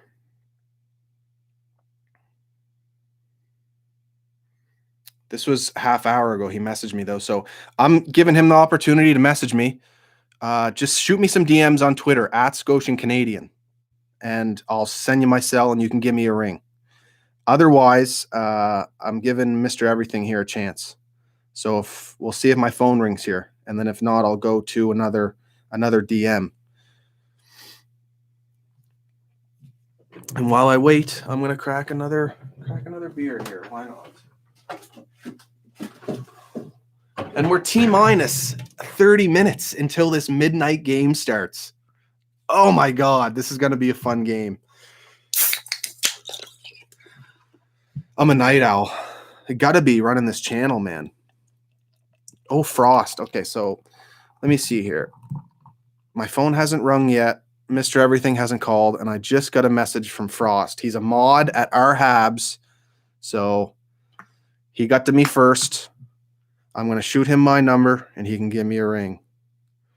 Because our Habs, I don't know if everyone here has been there. It's reddit.com/r/Habs. It's a community of people, diehards, that they know their stuff, and it's long-form discussion. And it's an absolute amazing community of people. You know, you get people that dig their heels in, and that's good if, you know, they debate their opinions, and that's what it's all about. There's a lot of respect in that community. I was there for a few years before I started my channel, and yeah, so I think this might be Frost calling me. We'll have to wait and see, because I sent my number to a couple people here. Yo. This is the Scotian Canadian. Yes, it is. What's going on? I'm good. How are you? Good. Is this Frost? Yes, sir. That's awesome, buddy. It's cool to hear your voice after what, like 6 years, 7 years? I mean, well, no, if you remember, I don't know, maybe you weren't at the subreddit at the time. There was that whole lake jumping situation. Bro, I gave you some shit on that. Yeah, I bet you did. A lot of people did. for people who don't know, this is I hate telling the story because people got intense about it. But this is what was this? Well, I guess this was like December or something like that. The season when we had started with Michel Therrien, and then he had gotten fired. I had said in a game thread that there's no way that we're firing Therrien mid-season. We're going to do it in the off season. And if he does, you could screenshot this. If he does, I'm going to jump into Lake Superior and I'm going to donate some money to the Montreal Children's Hospital. And at the time, I was treated it kind of like a joke, because I really thought it's not going to. I really genuinely thought it wasn't going to happen. But happy Valentine's Day. We fired Terry and we hired Claude. So then I got in a bunch of shit because I really didn't want to jump in the lake. But the thing is. But I did and eventually end up donating to the Children's Hospital, of course. Once I realized that I wasn't going to, jump in the lake anytime soon, I said, all right, well, I at least got to donate to the Children's Hospital, because that'd be fucked up. Yeah. But then the sub held you to it, man, and they wouldn't let you live it down. No, they busted my balls on that one. Dude, I was proud of that. I almost felt bad for busting your balls. Some people did it in good fun, and some people, I got some DMs that were not very nice, I'll tell you that much. Oof, that sucks. Yeah. That's fine. You know what? Especially being a mod on Reddit, right? Like, I've gotten a lot of shit. So the things that people say, they don't really hurt me too much. At the time, it did, but I was younger then. I don't know if people know, but when I started modding, I was like 15. When I started modding that subreddit, so back then it would kind of get to me. And built it up to. We just hit 50,000, didn't we? We did hit 50,000. That was incredible. Yeah, I'm really. It blows my mind every time, because it feels like we hit a milestone. Like maybe once or twice every season, like that.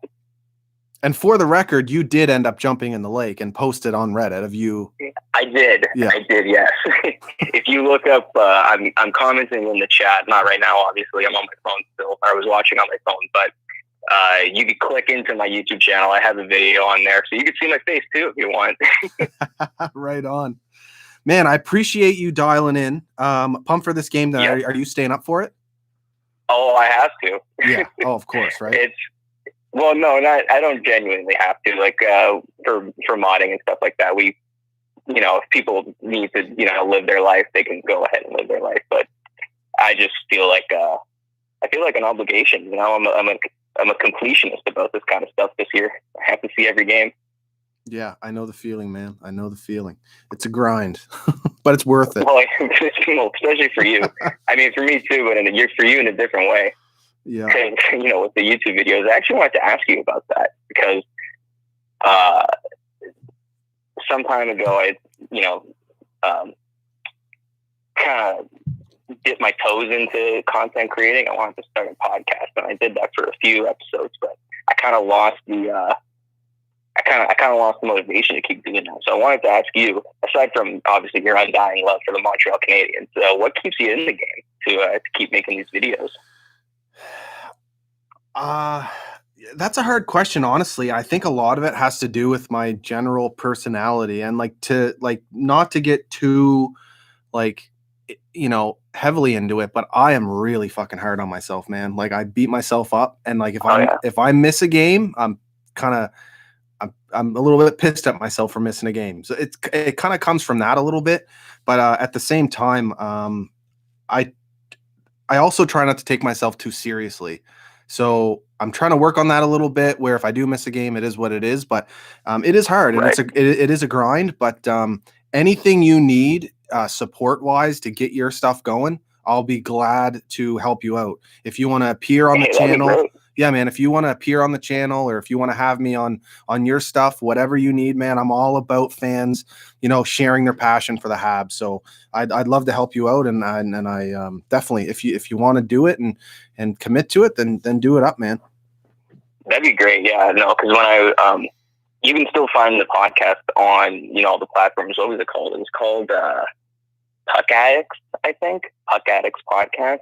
Either way, the friends that I had on there, the show with me, they always kind of bust my balls and say, hey man, this would be a great topic. We're talking in Discord. We're having this great conversation. Actually, last night we were talking about guys who we thought should be in the Hall of Fame, like current players or guys that are recently retired. And they said, hey, remember the podcast? And I said, yeah, I do remember the podcast. I also remember how nobody was ever available to record a show. Yeah, dude, that's the hardest thing. Initially, I wanted to do it with multiple people, but I couldn't get people to commit. So that's why I ended up doing it by myself. And it's been a little bit easier doing it by myself, honestly. But yeah, I bet, yeah. Now, I don't mean to cut you short here, man. I'm pumped that you called in, and it was awesome to see your username show up in the chat here. It's great. So can't wait to get into this game tonight. I'm going to get Habby Hour on here next, but thanks a ton for joining. Yeah, hey, thank you for having me. I was just scrolling on Reddit, checking things out, and I said, whoa, he's doing a live stream, so I'm just happy that I could pop in and say hi, and thanks for letting me call in. Yeah, for sure, dude. It was cool to put a voice to the username, and hopefully we can get Blaze on here at some point. Him and I have gone back and forth for years, but I got a lot of respect for him. It'd be cool to chat with him sometime too. Hell yeah. Cool, man. Well, I'll let you go. I don't want to leave those the other guys hanging, so take care. For sure. Cheers, buddy. Have a good one. Go Habs, go. Hell yeah.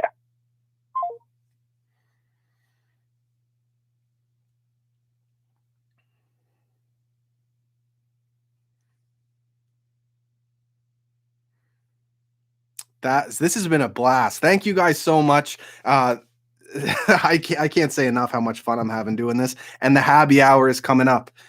I'm going to tell them, feel free to give me a ring. Feel free to call.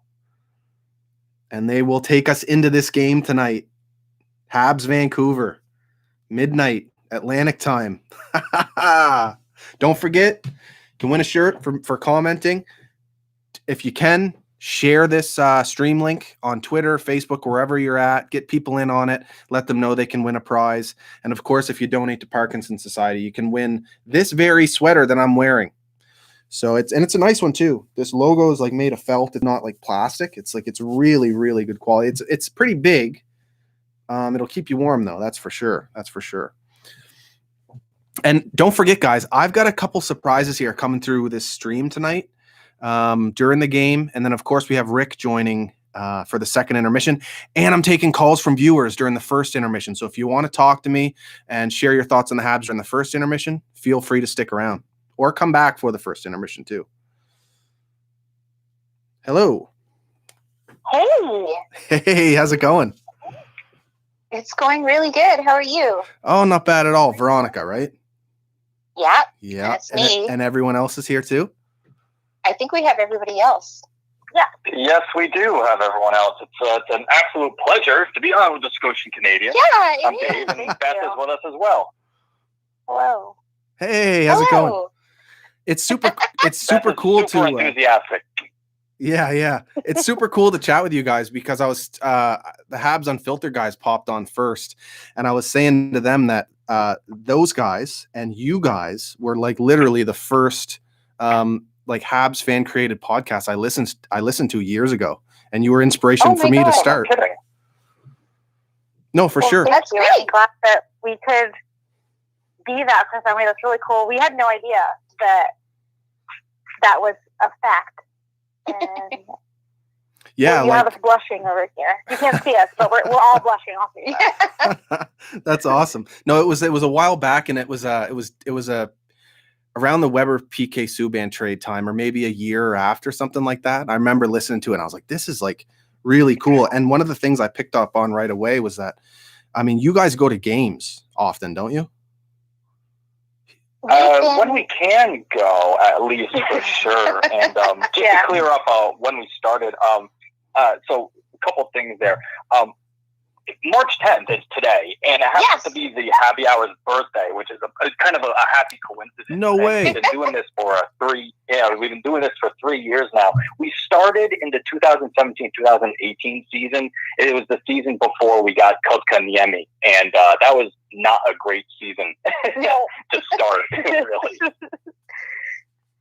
It wasn't a great time to start a Habs positivity podcast, but we did it anyway because we were so sick and tired of everything that we were listening and reading, and just, you know, not everything is bad. I mean, there are lost seasons, but I mean, it's so sort of toxic to just be mired in all of the negativity, and so we were trying to shine like our other original OG co-host Ashley said, just to kind of shine a light into the darkness. And so that's how we started. That's right. That's amazing. Yeah, and sorry to cut you off. I was just going to say that's the same kind of thing with me. I was like, I can't, like, you tune onto the TV and whatever Mark Bergevin did, it was shit right out of the gate. Yeah. And it was hard. And I felt like myself, I was tired of listening to it. So I was like, there's got to be other people out there that are tired of this. And that's how I found you guys. Yeah. And that's why. Well, we're glad to hear that. Yeah, I feel like that's why we started it, because we wanted to sort of be that thing that we wanted to hear that didn't exist. Yeah. Yeah. Sure. Yeah.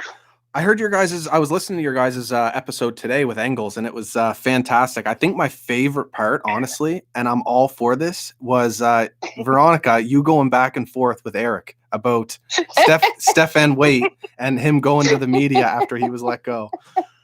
I loved it. And I think that it seems like, I know you've had him on in the past as well, so it seems like you guys have developed kind of a good professional relationship. You haven't? Wow, no, so that's huge. Eric was a first-time guy, yeah. And it was a really great episode overall. I was really, really happy with how candid he was, like even outside of the Stefan Waite stuff. Talking about the whole segment that he mentioned about the media's relationship with the team before and during COVID, I thought was super great to listen to, because we never hear a media guy talk about it like that openly. So I was so happy that he was that honest with us, and it was a really, I didn't know what to expect with Eric coming on, because we don't agree all the time with stuff, but that's one of the reasons why we had him on too. Veronica and Eric wanted to butt heads, and we let it happen, and we got a lot of really good content out of it. It was really cool to listen to. I had a very terse DM from Eric last week after I tweeted out my tweet about the media and all of that. And so he was just like, "Excuse me," and I was like, "Excuse you." And then I said, "You should come on the podcast," and that's how that happened. And then he did. Yeah. So like, that's amazing. Me as well. Like Eric and I, when I first started my stuff, butted heads big time.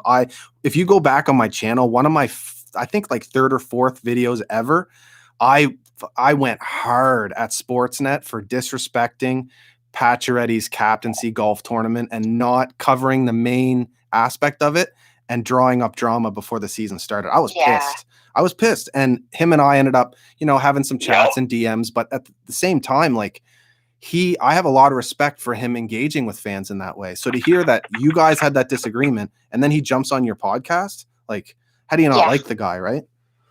Yeah. No, he's a stand-up guy, and he does cover the team very fairly. And the tweet that I sent out on that particular night had nothing to do with him and more to do with radio personalities. And so he sort of called my attention to the distinction between the guys who are covering the team, like they are on the Habs beat and they're covering the team on a daily basis, and people who are on the radio and, like he said, sort of paid to, stir up controversy, antagonize, and create conversation. Yeah. I'm with you, by the way. I understand where Stefan was coming from or why he'd want to go out and chat, but there were a few different things he said that he probably should have kept closer to the sleeve. So I'm with you on that one for sure. Now, I felt like I was alone there. You weren't, but he didn't give up either. He wanted to. He stuck to his point there for sure. Now, I got a few different people here. You guys are super popular. You're getting tagged a bunch in the chat, and someone was looking to hear from Beth's, and I absolutely loved your analogy today about the Lego pieces, putting the forward group together.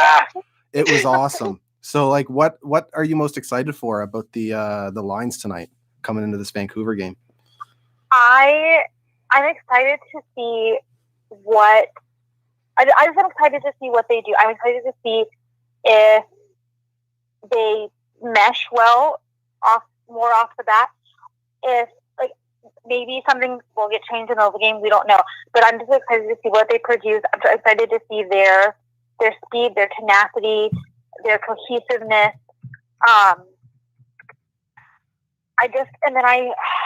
I can't remember which one it was, but there was, I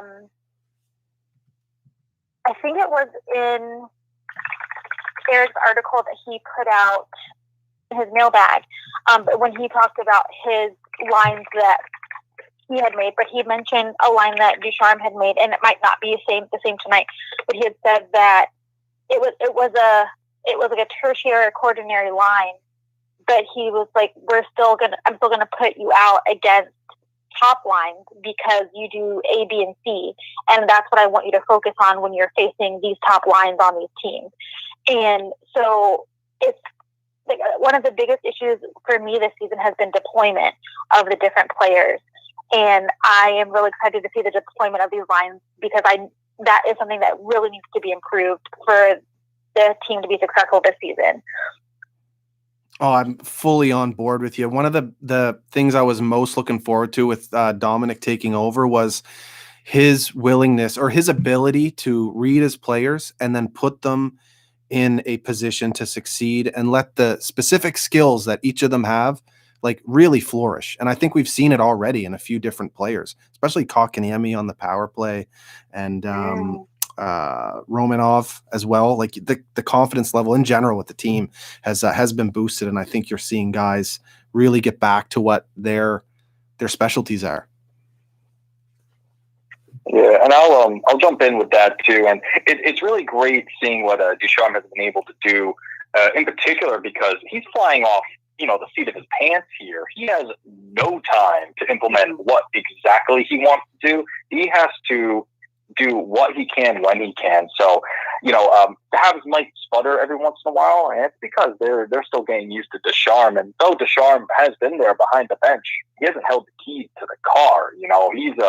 He's putting it all together, and it's going to be piecemeal. Because one of the things that I'm looking forward to is, man, are they ever going to shake up the D lines? And first it's the offense, get that going. Then it's the power play, get that going. And hopefully, sometime soon, maybe we'll see some changes on the D. But it's a process, right? Oh, big time. I think mostly what I'd like to see from that D core is the same sort of which I know it's really difficult with D pairs and a D core, but the same sort of willingness to adjust mid game. Like, I don't think there's anything wrong with Weber and Romanov being out there together for whatever the situation is during the game, and then say late in the game, that's when Weber pairs up with Ben Sherratt to close out a lead or whatnot. I mean, they struggled with it the other night, but yeah, something's got to be done. But it's cool to see the changes happen. One major mistake did it, but what can you do? Yeah. And who do you think that was, David? Oh yeah, Erica tore me a new one for that one the other night. Thank you. Sherratt was the guy that I saw was out of position. Eric mentioned that the neutral zone breakdown was the primary thing that led to that goal. But at the same time, oh my God, who was the shooter? Gaudette, right? Yeah. Yes. Yeah. All credit to him. An absolute snipe of a shot. You know, the guy had a world class chance and he took it and he didn't make a mistake. And unfortunately, the Habs paid for it. It's funny because as fans, and particularly on Twitter, we try to pick the villain on the losing play, and it's really encouraging to me. It's really I enjoy seeing that the coaching staff and the team never treats it that way. They never treat it the same way as we as fans, with our passion and anger and everything else, the way that we see a play happen. It's just, if shit happens, it happened. We got a point. It's all good. We're going to make it back tonight. But as far as, with Ducharme breaking up the D pairings and eventually everything like that, he has to take his time. Like, he's certainly taken liberties already, just a few games in, with all of the forward lines. But with the D pairings, this is something like you have to be like really loath to mess with. And to mess with it at this stage, you might try to play with it a little bit in practice, but it's kind of like the D lines are kind of sacred, right? He, at least, Mete has now been a healthy scratch for I don't know how long, but like, to mess up the top pairings or the top four, that to me, it just seems like anathema. Yeah, I agree with you. It's like the foundation. I think they want to get the rest of it fixed first before they go messing around with, that decor, right? Because things could really go awry if you're experimenting with your forwards, and then at the same time you're experimenting with your defense, especially when what everyone is calling for is Romanov to go up with Weber. And then maybe he deserves a shot, but at the same time, he's such a young kid. And the last thing you want is for him to get exposed while the forwards are trying to, figure it out as well. And as for the end play there, I should say, Eric, he did give it to you a bit there, Dave, with that play. And I see where Eric's coming from, and maybe you could blame it a little bit on Deneau, kind of losing his man and Gaudette maybe, and then like you mentioned, Sherratt didn't read it quick enough. I'm not sure I really agree. Josh Anderson. Yeah, and Josh Anderson kind of floating in the neutral zone. I went back and watched the goal again, and I'm like, I see where he's coming from, but I think the main point that Eric made, which is so true, is that it all happens in like a split second. Yeah. So how can you really blame one specific guy, right? It doesn't take much to get drawn at a position and then a guy's free. And it was just the other thing too, you have to give credit to the shooter. And I couldn't remember if I did in my post-game video. So I also went back and was like, please, I really hope I gave credit to Gaudette. And I did, thankfully. But it's true. Like some of the shooters in the NHL are just fantastic. And when they get a clean look like that, they're going to bury it. And I don't know if you listened to TSN 690, but Dan Robertson was actually talking about that final, the goal that tied it on, what night is this? Thursday? What are we? Wednesday? Monday night. Yeah. The goal that tied it with Gaudette's goal. He's just like, at this level, you make one mistake and it's game over every time. So that's how high the stakes are right now. Yeah. Yeah, for sure. And that you saying that just reminded me about how upset I was with one of the losses against the Senators, we've played these teams so much, but there was one specific game where we played them and they were literally handing us the puck in our offensive zone. Yeah. And we could not finish plays. It might have been Claude's last game. Maybe it was like, how can our opponent mess up so often and we're not burying our chances on it? That was definitely one of the most frustrating losses of the season. Anyway, that's old news. David can share some thoughts on that. You still there, Dave? Are they there? Are you guys there? Oh, where are they? Maybe not. Hey, call me back. Get them back on, and then give me a ring back. Okay. Okay. I want to make sure we get the absolute best out of this weekend, so I don't want to shaft the other two viewers of or the other two podcasters from Habby Hour. So we'll get them back on. It's probably just has something to do with we're using phone calls and conference calls through, cell phone technology. That's probably what it is. So they'll call back in a moment and we'll get them back on here. They're going to lead us right into this Vancouver game. So what I'm going to do is I'm going to put the game on this TV here, and then I'll just slide my camera over so you can't see it because I'll get kicked off YouTube. The YouTube dicks will come after me, and we don't want that. We're going to keep this stream going a little longer than that, but we're going to sit here and watch the entire game together, and I cannot wait to do it. So here's Habby Hour coming back. Here we go. Are we back? Okay, we should all be here now. There we go. Yep, I'm here. Sweet. Sorry, we lost you. No idea what happened. No. Yeah, don't know what happened.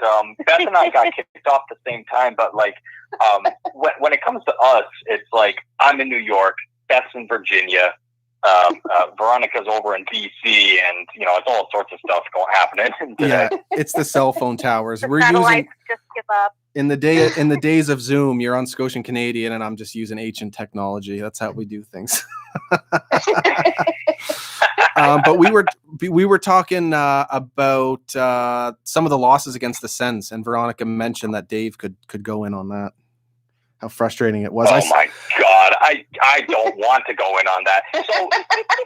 So Matt, what you mentioned before, the game that sealed Claude's fate, that first period of that game, I think was some of the worst hockey I've seen in my life in the NHL. It was just abysmal. Like, do you remember how bad they looked? Oh, it was so bad in their own zone.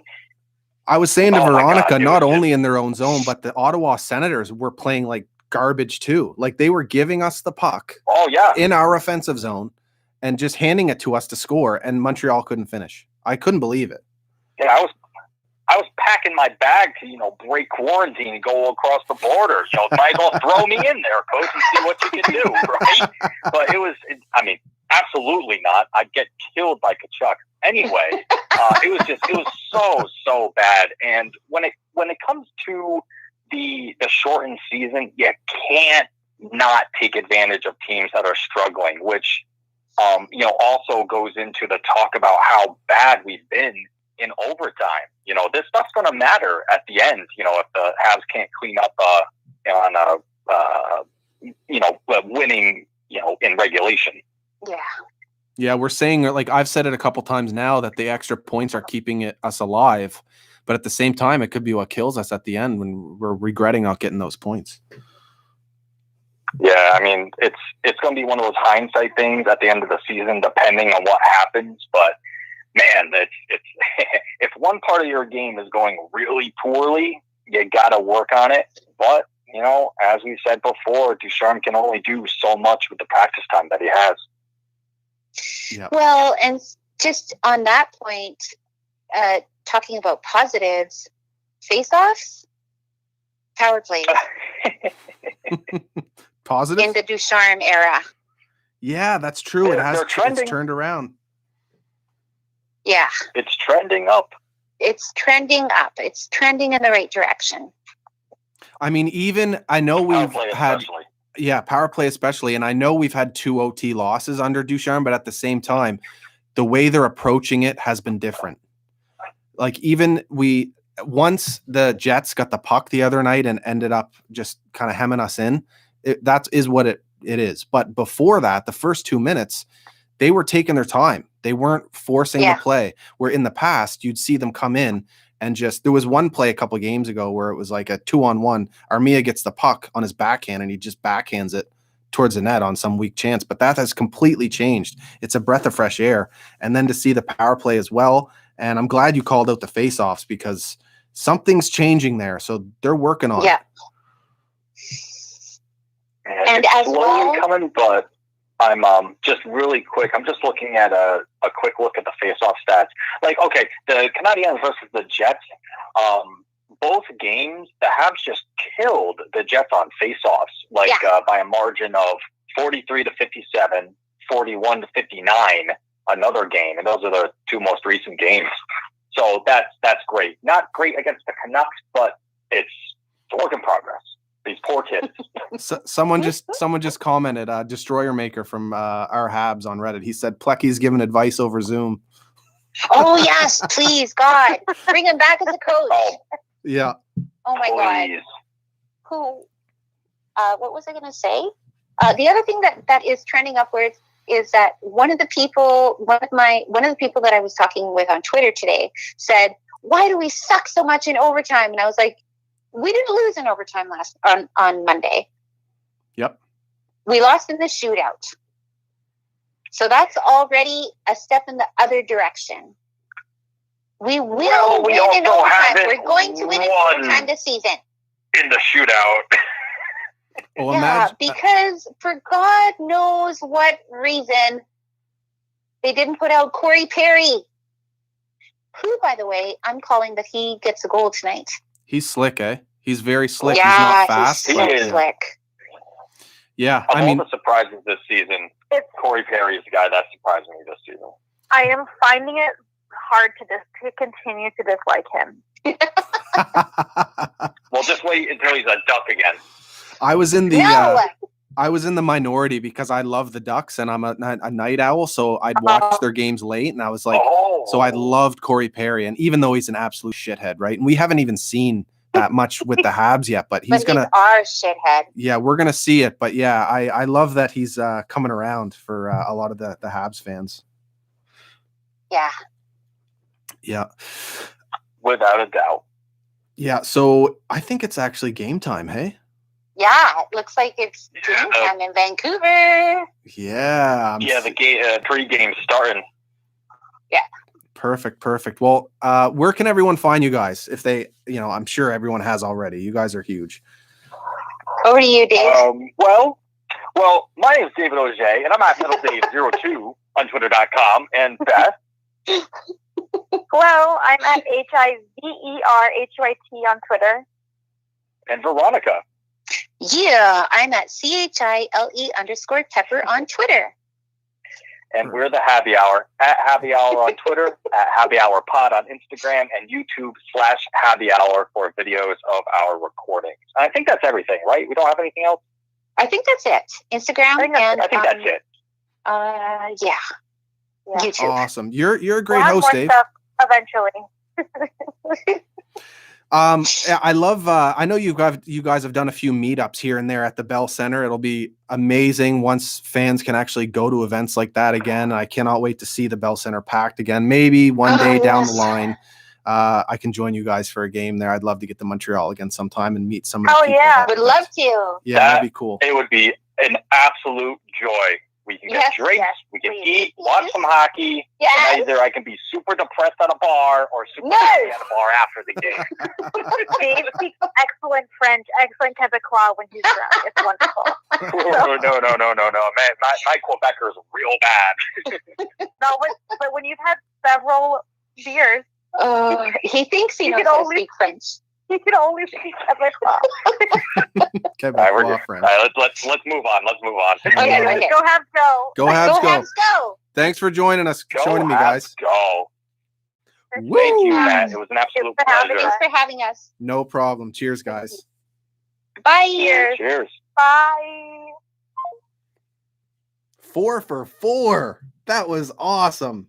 That whole pregame was awesome, and it flew by. Literally, I can't believe we've been doing this for 2 hours. It's incredible. So what I'm going to do here, I'm going to take down my makeshift tripod. Here's a look into what I look at when I'm doing my videos. Just like, come on now. You think it looks professional, what I show you, but if I showed you what was back here, questionable, that's for sure. So what I'm going to do is slide this way. Okay, I'll bring that down just a little bit. See, I got my Ducks Cup banner over there. Just get the TV out of the frame, and I'm going to get this game going on the TV.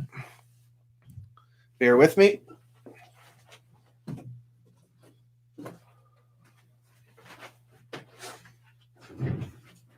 I'm still here, gents. I'm just getting this game going.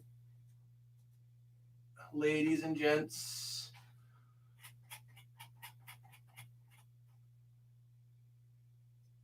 Where are we at? TSN.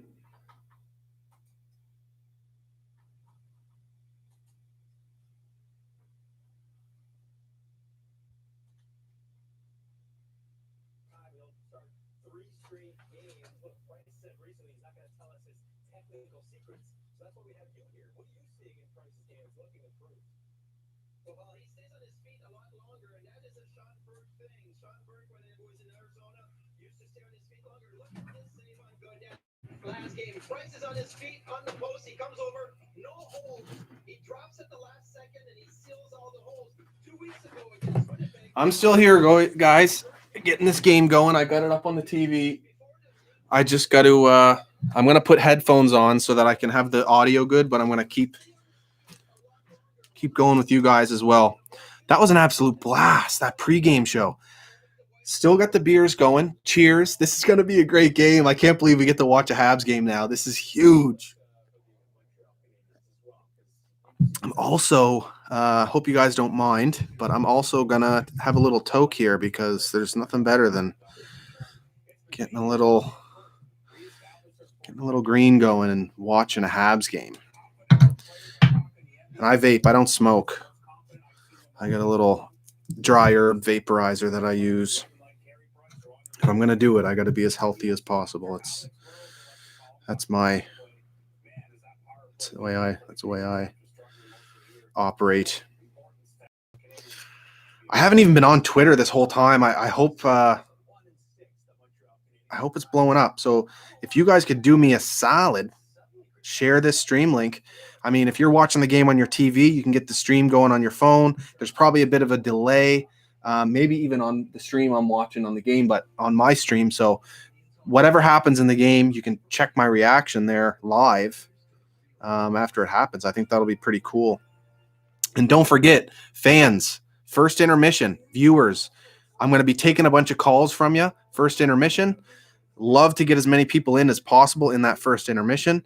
So, yeah, once we get that going, I'll get you to send me some DMs on Twitter. I'll send you my cell number. You can call me, and we'll shoot the shit.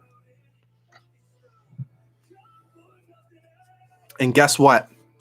Little surprise. This is a late game stream, and I cannot believe I have this many viewers for a stream that's this late. But Saturday night, we're doing another one, and we have some more guests lined up. It's going to be huge. It's at a much more reasonable time.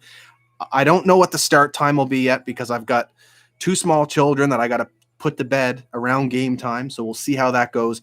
So it'll either start around game time or I might start it up in the first intermission straight off with a guest. And yeah, so from Failing Hands were unable to join me tonight because some time constraints and they had to record. But it's another fantastic Habs made podcast. And I love those guys. They've been supporting me for years now. So yeah, they'll be joining me for that first intermission. And yeah, it'll be great. I'm sure it will be because they have some great takes. They're passionate, just like all of us, just like all the other guests we've had on so far. And I'm pumped. I really am for that one as well. And the big thing for me is I'm trying to raise money for Parkinson's Society here. I know I've said it a few different times, but Walt Gretzky passed. He had Parkinson's disease. It's a vicious disease, man. A neurological disease, somewhat similar to ALS, another just vicious disease. So if you want to donate for Parkinson's research, I volunteered for Parkinson Canada in the past in their super walks that they do in Halifax. And I'm going to give this shirt. All you got to do is donate $5 to Parkinson Canada. Send me the screenshot, and that's your entry. And you can win this shirt, this very sweater. And yeah. That, and we're giving away t-shirts tonight. So just commenting on the stream, you win a t-shirt. I think that's pretty, or you have a chance to win a t-shirt. I think that's pretty dope. Oh, we got puck drop. We got puck drop, baby. I'm just going to get this headphone in, and here we go. Craig Button. I love when Craig Button's on.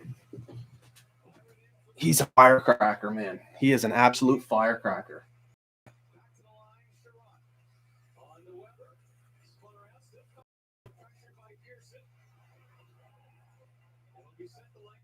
I thought it was interesting to see how tightly played that Canucks Habs game was the other night, because it was not like that to start the season. And I love the Canucks normally because they're in the West. Who cares what they're doing out there?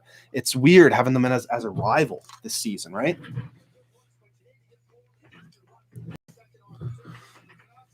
I'm not going anywhere. Just get my headphones going.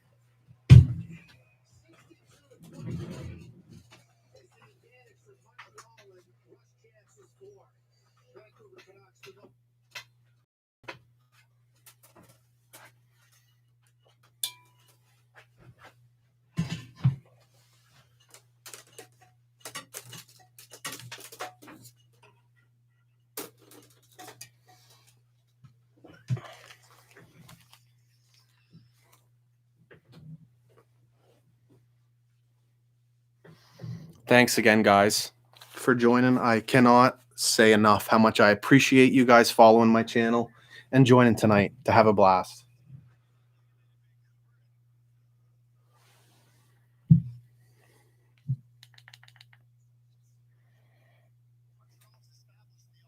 I love seeing Dom behind the bench. I love it. Oh, I've been waiting for it for years. Just wish he didn't have to wear a mask. I'm all for masks, by the way. They work. But this pandemic's got to end.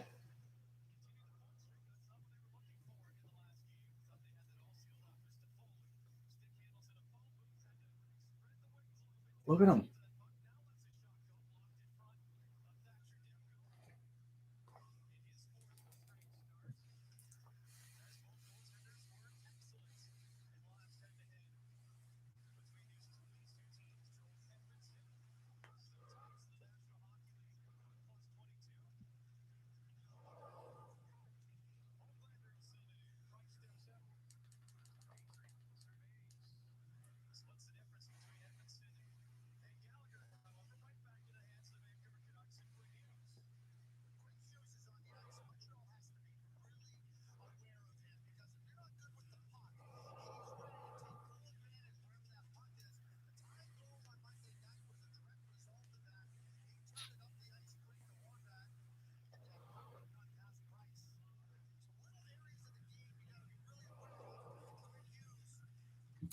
What do you guys think of the TSN crew for Habs games?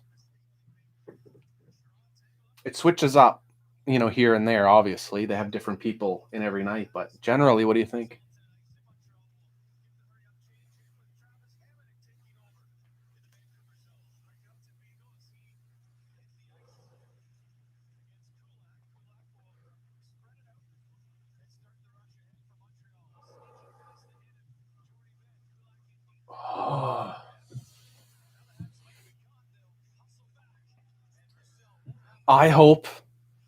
I really hope the Habs, the team themselves, slept in, had a nice long sleep today, because this is a late game for them. They're in a completely different time zone. They're playing late as fuck. So, and they clearly lost an edge there in the last 5-10 minutes of the last game. So I hope they're ready to go, especially towards the end.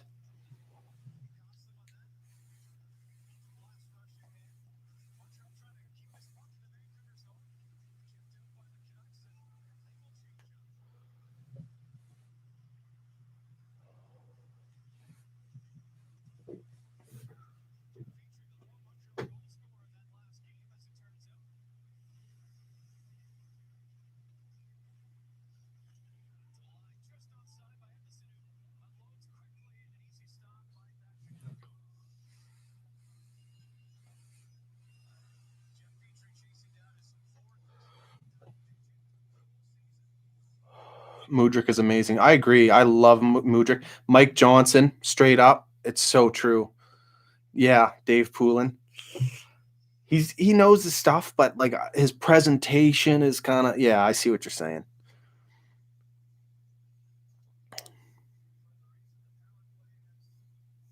Yeah, Mudryk and Johnson. That is the pair for sure. I do like Dan Robertson though, Nova Scotian guy. I love when he fills in. He's a radio guy and he does this thing on the radio and he kills it. He used to cover the Mooseheads in Halifax for Eastlink. He's a stud as well.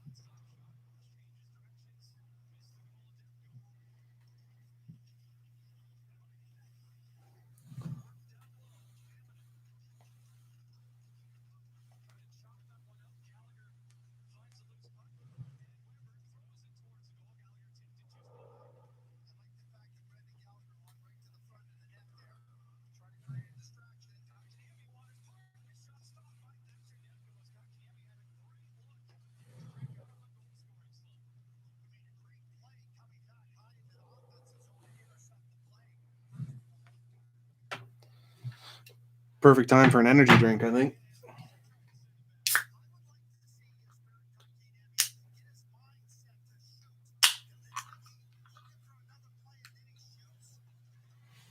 I agree, Craig. KK's got to shoot the puck. No doubt. He's got to shoot the puck. That's probably better sitting there.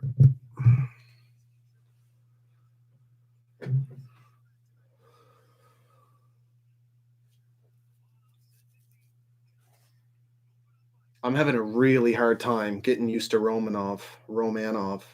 I don't know if it's the Scotian accent. Romanov, it just doesn't roll off the tongue for me.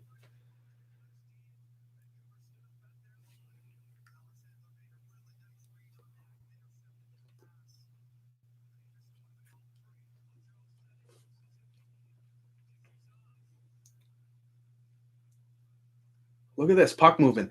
The fucking best thing, the most noticeable thing for me here, Montreal actually has a cycle game now, 5-on-5. It's not just rush only, one and done, shoot the puck as soon as you get it. They're actually cycling the puck. Alex Burrows is going to make a huge impact on that too, considering he played with the Sedins. Like,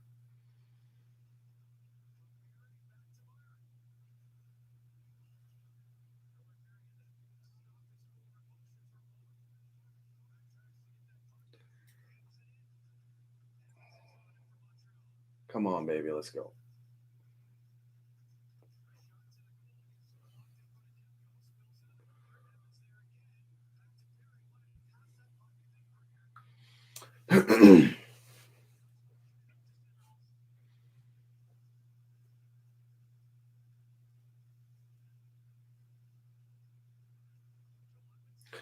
Joel Edmondson, man, he is I can't believe it. Like I knew he'd be a rock defensively, but his decision making out there and his poise with the puck, the fact that we locked him up for 4 years going into his prime, that's going to be an underrated signing moving forward.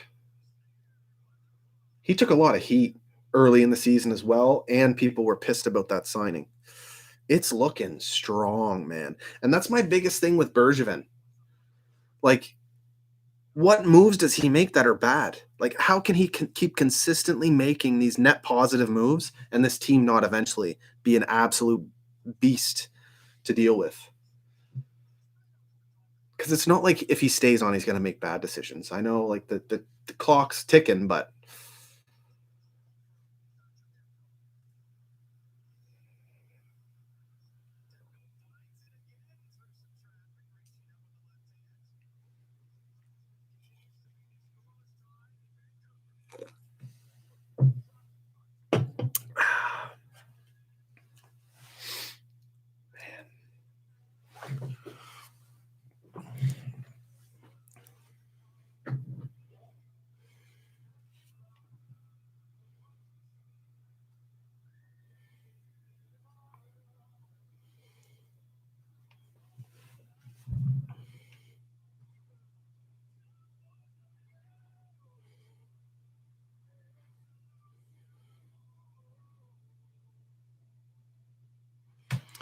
so We got a commercial break.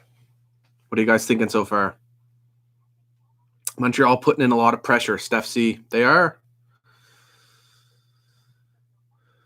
Plus, it's not that hard to pronounce someone's name correctly. Oh, I missed your first comment. I apologize. That means a lot to me. I swear to you, like, pronouncing people's names correctly is a huge pet peeve of mine, and I do my best to do it. And I know in my head, like, normally I adjust very quickly when I get the proper pronunciation, but it's so weird, and I'm doing my best to work on it. And when I notice, I correct it. But man, I don't know what it is about the Foreman Romanov, and it's weird because he was in the World Juniors for 2 years, and in general, that's the pronunciation everyone was using in North America was Romanov. So I can't. I'm doing my best though. I apologize. Alex Burrows, love to see it. And he's recently retired, so these guys relate to him. He's a hard worker. He's played with legends. I'm sure he's an awesome guy, funny guy. It's going to be real fun to see Kevin BX's takes on Alex Burrows every hockey night in Canada, because BX is going to have a ton of stories about him.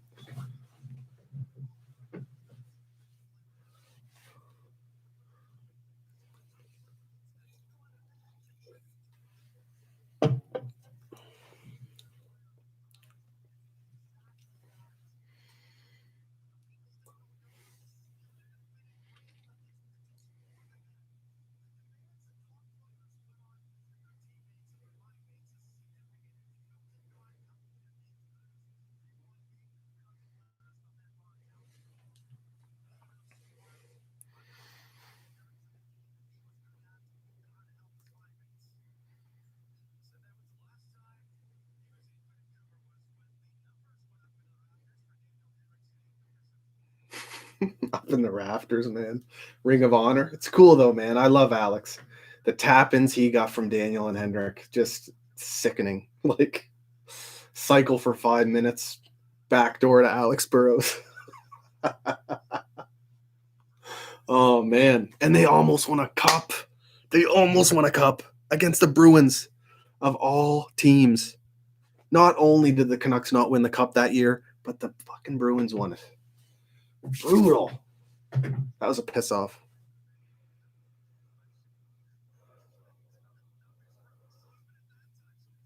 9-0 shots for the Habs right now. They're pressing, but they have to be able to keep this up. What do we got here?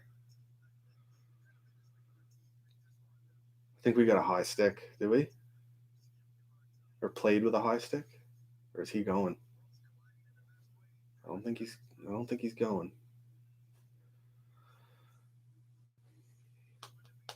We'll see. They would have said something by now. Oh, no, yeah, he just played it with a high stick.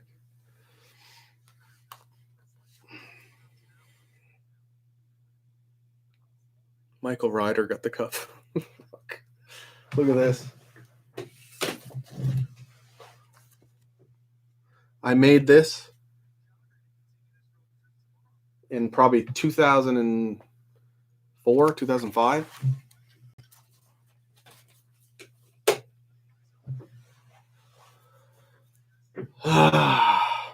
Shit. KK. Boarding.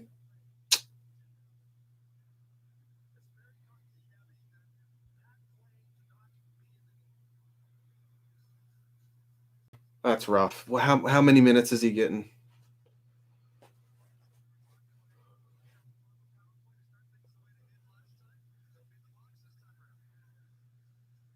Oh, that's a bad hit. It's a bad hit. Yeah, you can't say anything else. It's a bad hit. Hamonic did turn, but KK's got to expect him. He's going to turn there and protect the puck, so he can't make that hit. Not suspendable, obviously, but he cannot make that hit.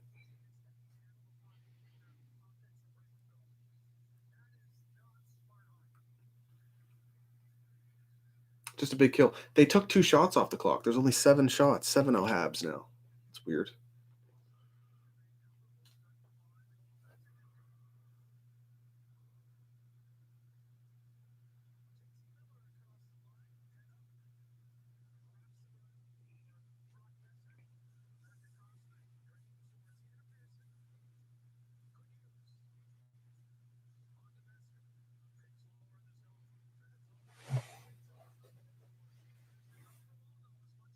Good clear. Good clear.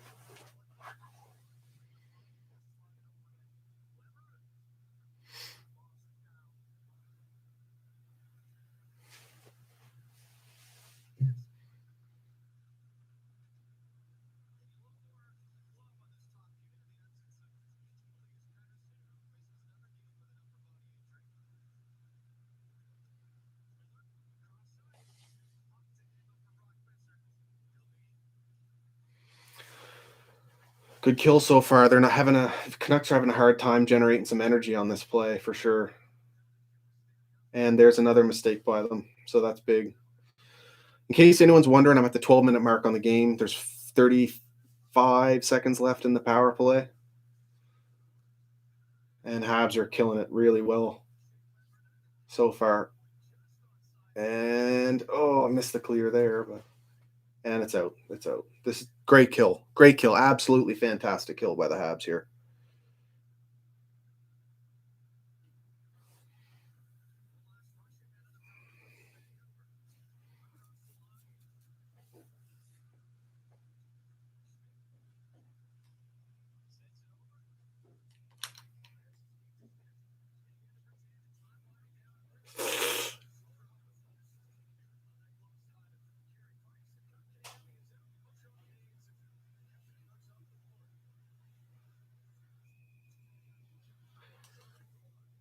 Get a whistle. Collect yourself. Here we go.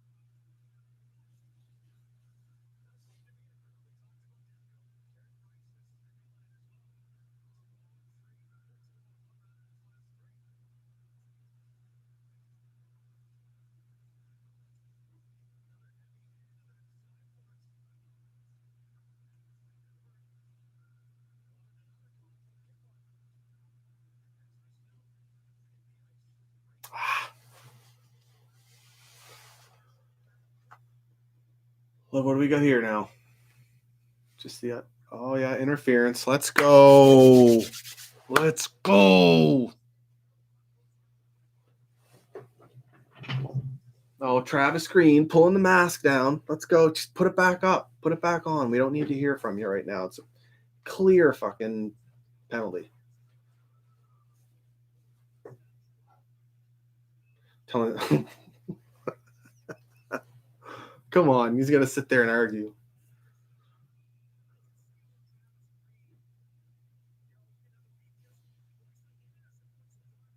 It was, maybe a little questionable. Here we go. But we got a power play. Edler in the bench too.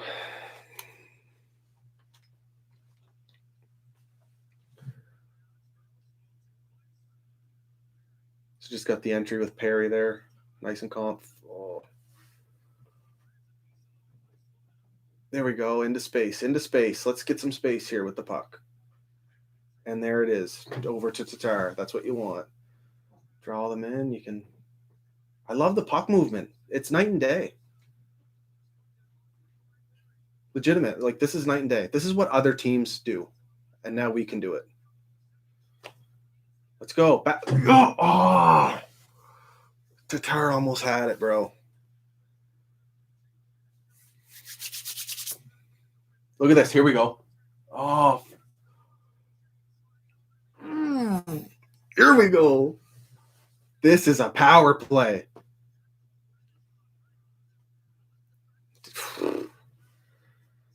Demko here. He's been on an absolute heater. He's been on a heater. This is his 5th game now. He's on a heater.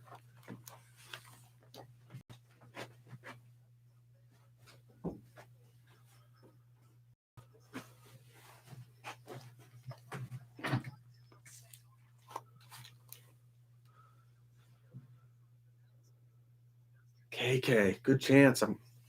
He got the shot off quick too.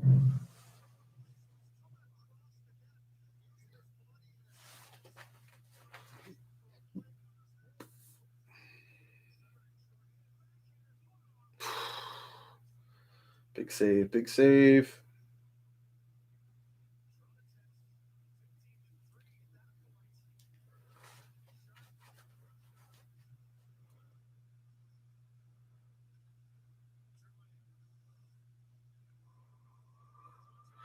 Second unit here, doing it up.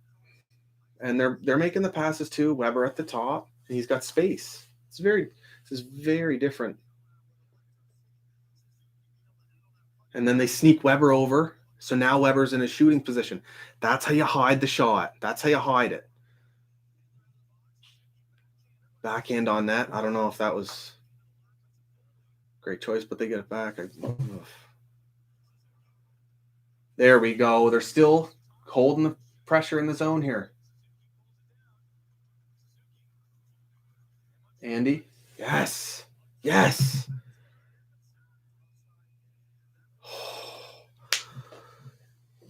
The momentum alone from that power play.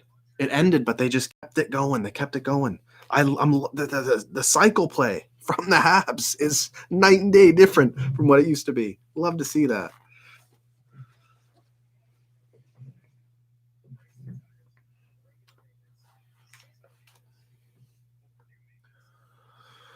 Habs so far, I'm liking how they're playing. We're spending a lot of time in the Canucks zone here. And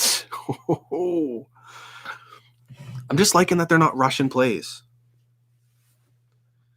Someone's calling me here. Let's see what we got. Hello? Hey. Who's this? Is this Matt? Yeah, bud. Oh, it's Yeah, Aiden. What's going on, man? Oh, God. Oh, yeah. This is my bud, Aiden, from High Button, and I can only imagine. You watching the game? Yeah, it's hilarious that the Habs are playing at midnight. I don't think the Leafs would ever be on there because they're a real hockey team. But yeah. Here we go. Aiden, Leafs fan. This is what I got to deal with. I join up with High Button. I got Leafs guys chirping me all the time. I do want to say the studio's looking good. I like the picture of Maple Leaf great Thomas Plekanec there. That's probably my favorite one. Other than that, the rest of it can go. Yeah, I don't know how you're going to go on with this whole refs versus Montreal thing after that interference call on Edler. That was questionable. I should have known, man. I should have known that was coming. I should have kept my mouth shut. Yeah, that was a real tough call, and that's a hockey play in my opinion. No, I'm with you. But what can you do? They're it's inconsistent. That's all I'm gonna say. Yeah, that's the National Hockey League there for sure. I was kind of hoping the Price is going to be rocking the blue pads tonight. I can't lie, I was a little disappointed by that. I'll stick with the whites all day. I'll stick with the whites. Yeah, he looks shaky. I don't know, 2 shots he's faced. He hasn't looked all that good. But and I guess that's what it's like not to have a number 1 goaltender in that. I wouldn't know. Oh yeah, Freddie Anderson, the guy that Leafs fans can't stand right now, right? Didn't you put out a tweet hyping Freddie up today? I think you did. I did. I love Freddie. Yeah, I love Freddie. But I mean, your fan base doesn't seem to like him. Hey, how's 0-3 the last 3 games, right? On a little skid. That's okay. We still got a cushion at the top of the division. Oh yeah, we're coming for you, bud. The Jets are too. We gotta watch out. No, well, you guys, I'm worried about Winnipeg.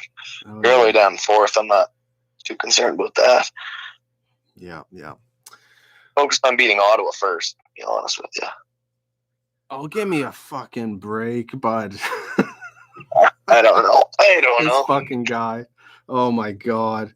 Yeah. Have fun with your rotating set of forwards here, and you're gonna lose Andy. All right, Jack Campbell looks good. Jesus, Hodge looks good. Oh, you're telling me he's ready to start 50, start 60? I don't know. He doesn't need to start 60. No goalie needs to start 60 anymore. New age of NHL. Hutch is golden. Hutch can play 30 in a season, no problem. Campbell can take 50. We're good. No, we got a solid toxic. I don't know what you're going to talk about the forward group there. We're solid. You would love to have a guy with, like Wayne Simmons. Wayne Simmons. That's who you're going with? Listen, that guy, he's out with an injury. He's been lethal for us for sure. Yeah. Okay, guys. Well, I can't deal with this anymore. I can't. This is crazy. But if you want to hear more of this High Button Talk Show, Aiden's actually a great guy, young journo, and we're every Thursday night. High Button Talk Show, and High Button in general is fantastic. Yeah, that's right. Well, every week I get to have fun. So far, I don't want to jinx anything, but every time we've been at the top of the division, every show we recorded, so it's good. Oh yeah, of course, yeah. For sure, but great stream though. All seriousness, great stream. Been watching for a couple of hours here. I'm gonna go to bed because my team only does prime time. But yeah, great stream. There we go. Yeah. You want to hear more of us go back and forth? High Button Talk Show tomorrow night. We'll talk to you. We'll see you tomorrow, buddy. All right. Can't wait. Tomorrow. Cheers, man. Thanks for joining. Yeah, no problem.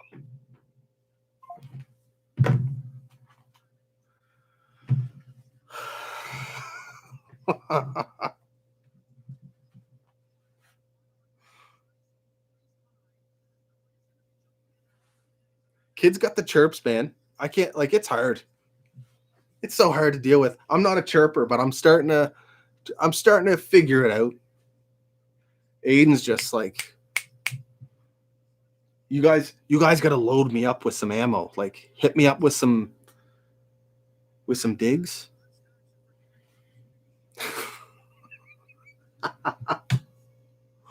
Oh man, Carey's shaky looking tonight. Come on now, come on, Aiden. He was right though about that penalty. I got to give him that. That was kind of a weak call. But we're all dealing with that shit, man.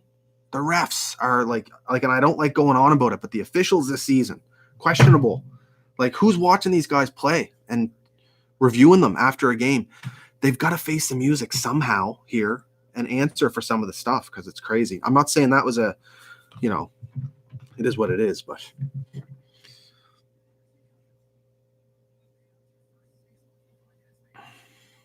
yeah, we get them against us. We'll take a weak one. That's no doubt. Josh, you got it. King Kotka, 9 Monroe, Greg Cochione, Rocco, Josh Portlands, Steph's still here, Ian Patterson, Ben. Guys, you're awesome. Thank you so much for joining. And we're gonna watch this whole game. Fuck it. Like, who cares? It's late, but we're committed. Stephen Huntington, Brad McGilvery, 9 Monroe. There's just so many comments. I'm trying to read them, but I want to give you guys credit just for being in here and participating in the discussion. Fret Level Midnight still here. Dylan DeVries, Dave Tabby. I like toasters. I like toasters too, man. Like, imagine life without them. Christian Garant. Luna Darling, another committed viewer here to the Scotian Canadian channel. Steve Huntington. Louis Philippe Cloutier. Huge. Swin Horde. No Respect is still hanging out. That's great. I love it. Cheers, guys. And again, High Button Podcast. Me, Aiden, Tyler Coleman. We got Leafs fans. We got Habs fans. We got Oilers fans in the room. Belly, genius running the show. He's killing it, man. And, he's nothing but good things to say. He's got a great brand, and I'm humbled to be joining that team of guys. We're all strong, and we offer something different. So definitely check them out at High Button Talk Show or at High Button Sports and on YouTube. That's where we'll be at. 5 minutes left, man. We got another tight one, and we're out shooting the shit out of them. And another just tight game.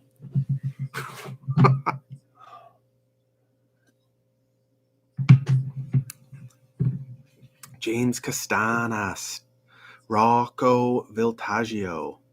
Thanks, bud. This Leafs fan is absolutely deluded. I imagine chirping on a 3-game losing streak. What sort of juggernaut goes on 3?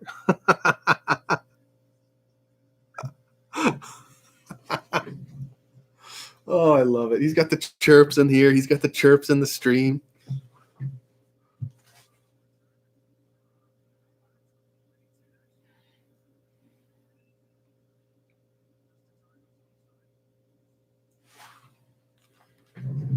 Aiden thought I was talking shit about Carey's red pads. Look what's happened. Look what's happened, man. There's something to it.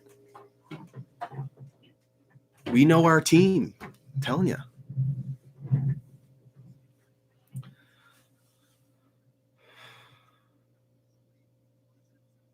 Got to think Demko is dialed in here. Oh, fight. Oh, Sherratt and Miller. Oh, shit. Let's go, Sherratt. He needs a fight win. Oh. Did Ben get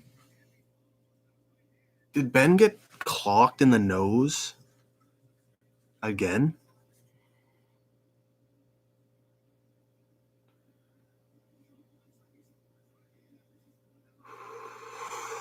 Sherratt looks injured. Yep. Uh-oh. Victor Mete, you're up, bud. Very random couple guys to fight. I mean, I see Sherratt, but I mean, Sherratt landed some good ones.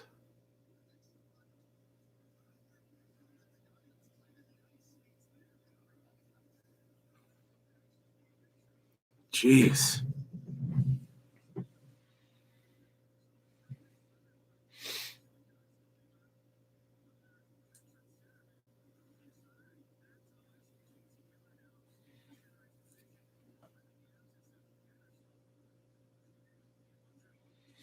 Good forecheck here.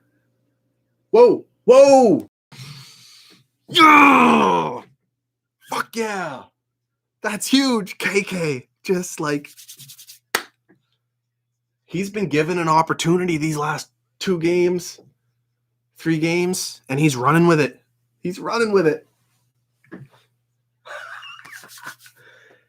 Galley in the corner. And what a tough giveaway, but wow. Toffoli, heads up, coming in and pressuring them 2-on-1 behind the net, and he sees KK there. Look at the finish, though. Accuracy over speed. Wow. Yes. 1-0, baby.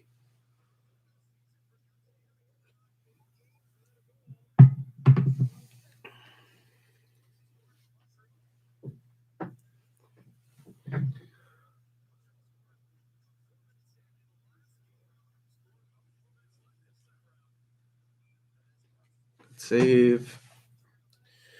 Good save. Don't forget, first intermission, viewers, you're calling in. I'm going to try and fit in as many as I can in the first intermission, but feel free to join in. Parkinson, Canada.ca, make a donation, tweet me, and with the screenshot, you can win this very sweater. Commenting on the stream in a draw for a Habs t-shirt too. So, fuck yeah, what a goal, man. Oh.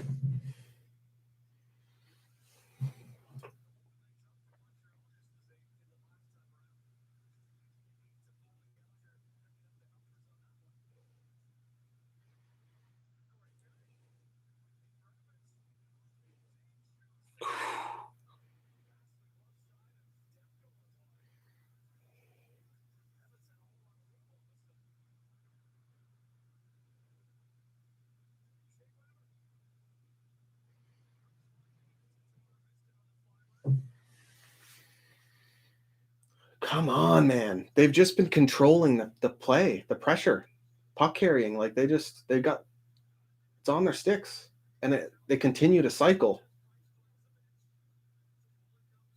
Here we go. And this is the Dano Armia line, that new line. Come on. You got Weber for the shot. Yes. Kulak and Weber paired up though. Take note of that. And we drew a penalty. I mean, obviously, Sherrod's out, so someone's going to play with Weber, but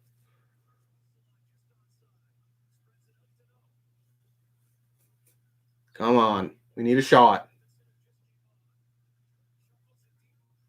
6-on-5. Just take the shot there.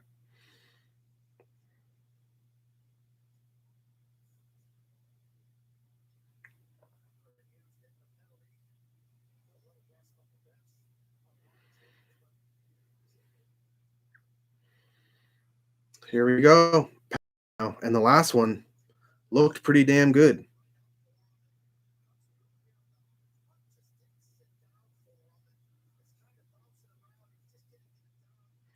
Come on.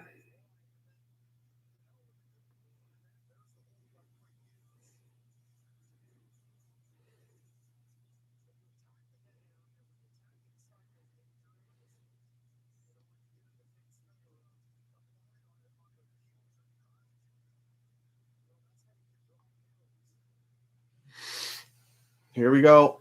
Start it up.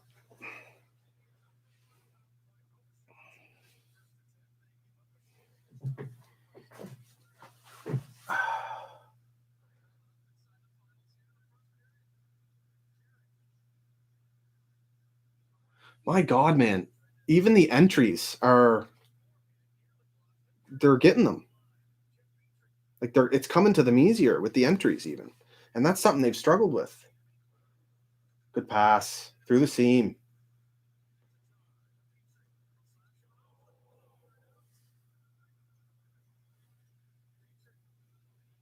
Petrie is incredible. Absolutely incredible. Yeah. Look, KK, again, in a spot to thrive. He's able to get that shot off there because they have to respect Petrie's shot as well. Great puck movement. Fuck, man. Smoked the post.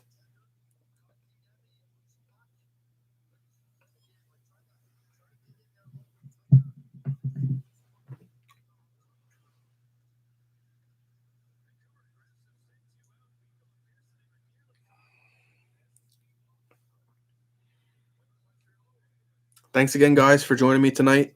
Really appreciate it. It's been a blast so far. It's going to continue to be taking calls in the first intermission from viewers. So at SCOTIANCANADIEN on Twitter, shoot me a DM and I'll send you my cell one at a time here.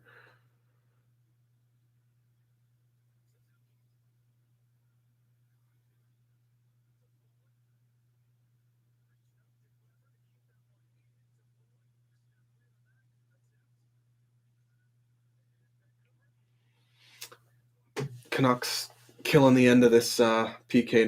Not too bad. Shutting it down. But we have a chance for one more rush here.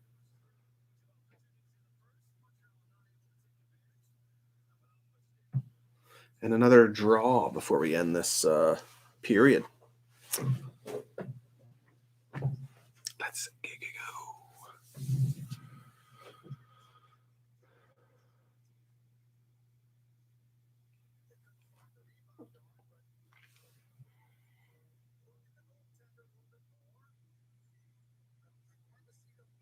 Dunno, man.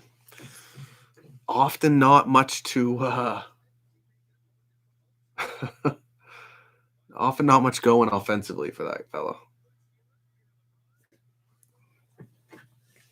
Here we go, gents. Ladies and gentlemen.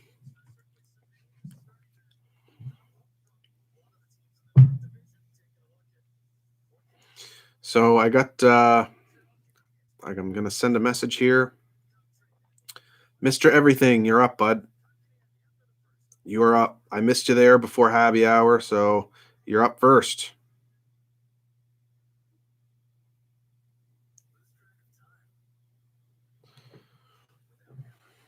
You're up, bud. Give me a ring. the series is getting intense. Gabe St. Pierre, I agree, man. It is, because I mean, Vancouver is actually coming around, and it's good to see. It really is. Let me get this crap out of my ear. Here we go. Did I get that? Yep. Hello. Hello. How's it going? Good. How are you? Not bad, man. You enjoying the stream? Hell yeah. Right Hell on. yeah. How about this game? It's good. It's going good. Fucking power play looks pretty good. Yeah, man, for sure. Like night and day difference, eh? Night and day difference, eh? Oh yeah. No, I'm liking it. I got a good feeling about tonight. Game, I'm feeling good. Yeah. Right on, buddy. Right on. Who's what do you think of Price tonight? Well, he's looking pretty good. I mean, pretty good. Hasn't let one in yet, so can't complain, hey? Can't complain. Right on. Well, buddy, I'm glad you sorry, go ahead. I had to call in and let you know. Oh, sorry. No, you go ahead. I had to call in and let you know. You just popped up on my recommended at the beginning of the season, and I've been tuned in since, man. I love it. Love the content. Dude, that's sick. That's awesome to hear. I really appreciate that, man. I'm gonna keep doing as much as I can. So I appreciate your support. Man, I saw you mentioned earlier, you know, the guy can get tough sometimes. Just sit up, man. I love it. Awesome, dude. Cheers, man. Thanks for joining in. Yeah, cheers. Have a good night. Right on. Right the fuck on. That was dope. Let me just... Whoa. Who's ringing me now? Aha, here we go. Hello. Hey, buddy. How are you? Good, man. What's going on? Nothing. I just had to call you tonight because, man, boys are flying tonight. They are flying. This is Adam. Adam Denny, my longtime buddy. Grew up together in Halifax, and he's an awesome guy. He's got he's doing some broadcasting work locally. Tell them about it, Adam. I'm doing the color commentary for the Junior B Blazers, and I actually have my own podcast out. Yeah. It's called Beyond the Booth. Beyond the Booth, local Nova Scotian hockey. You can follow me at BTB, all uppercase, West and lowercase, and Denny, Denney. The D is uppercase, all small. Good stuff, buddy. Good stuff. Habs are looking good tonight, eh? Oh yeah, I just got like the last 2 minutes of the period, but from what I heard you saying, man, like putting Galley with Kotkaniemi. Are you kidding me right now? I know. It's been looking good, man. Well, I got to get to some other viewers though, so I'll give you a shout tomorrow, okay, bud? Yeah, and I'll tell you, it's got one last thing. It's gonna be a heavy win for the Habs tonight. I can feel it. This is a Bruins fan, folks, telling us they're gonna win, so I love it. Cheers, Adam. All right, buddy. Peace. Have a good one, man. Go Habs, go. Go Habs, go, buddy. All right. Bye. Bye. Okay, DMs here. Let's see.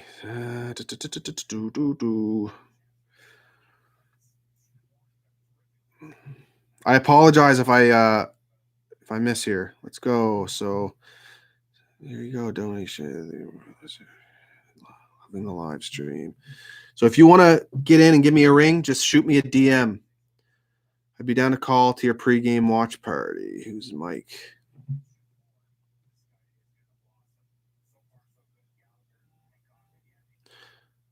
Where's that? I'm not sure if he's still in here. Mike, if you're still in here, shoot me another DM. Also love the first intermission.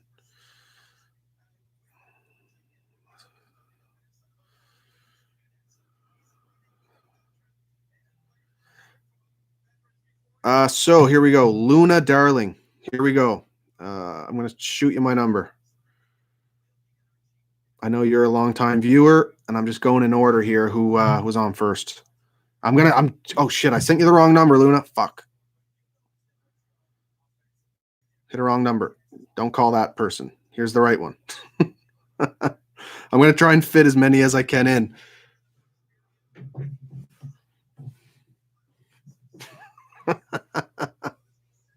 Don't call some random person. I guess I'm technically random, but I feel like we all know each other at this point. We've been chatting for so long and whatever. Go Habs, go, by the way. Yes. There we go. There's Luna. Hello. Hey. Hi, go Habs, go. Yeah. How are you? Thanks for being a long-time viewer, hey? Well, to be fair, I'm not really a long-time viewer. I literally just found you like maybe 4 or 5 months ago.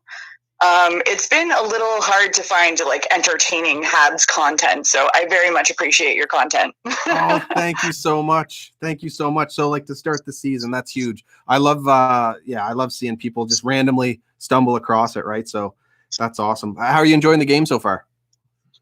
So far, so good. I mean, to be honest, I feel like it's been a little bit of a safe play for both of the teams. I mean, Habs are definitely pushing it more than they usually have been this season, so that's really awesome to see. But it's been a little safe on both sides, I'd say. Yeah, I totally agree. And like, definitely pushing it early, but you got to wonder how long they can keep that up, right? You see teams often, put a lot into it early, and then they don't have the gas in the tank at the end, especially where it's such a late game too, eh? Well, that's the thing is that you got to play all 60 minutes, right? So, and the Habs have not been super great at that. So played 59 and a half the other night. Yeah. Yeah, pretty wild. Well, I should get to some more people, but thanks so much for calling in and watching my stuff. For sure, bud. I'll see you in the chat. Awesome, thanks. Go Habs. Let's go. Oh, this is super cool getting to interact with you guys. I'm loving this. That was awesome. Greg Cochione. I think I just saw your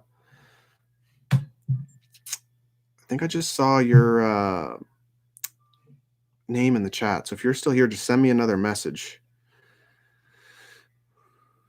Okay. Change on the deed. Okay, no, that's not a person to call. Sorry, I'm trying to get through these. Oh yeah, Greg's here. So here, I'm going to send you my number, Greg.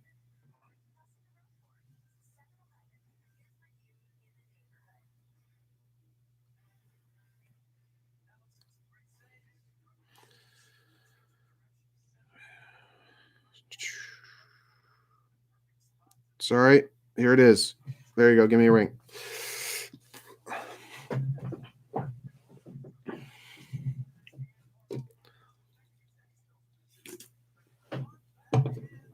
Da, da, da.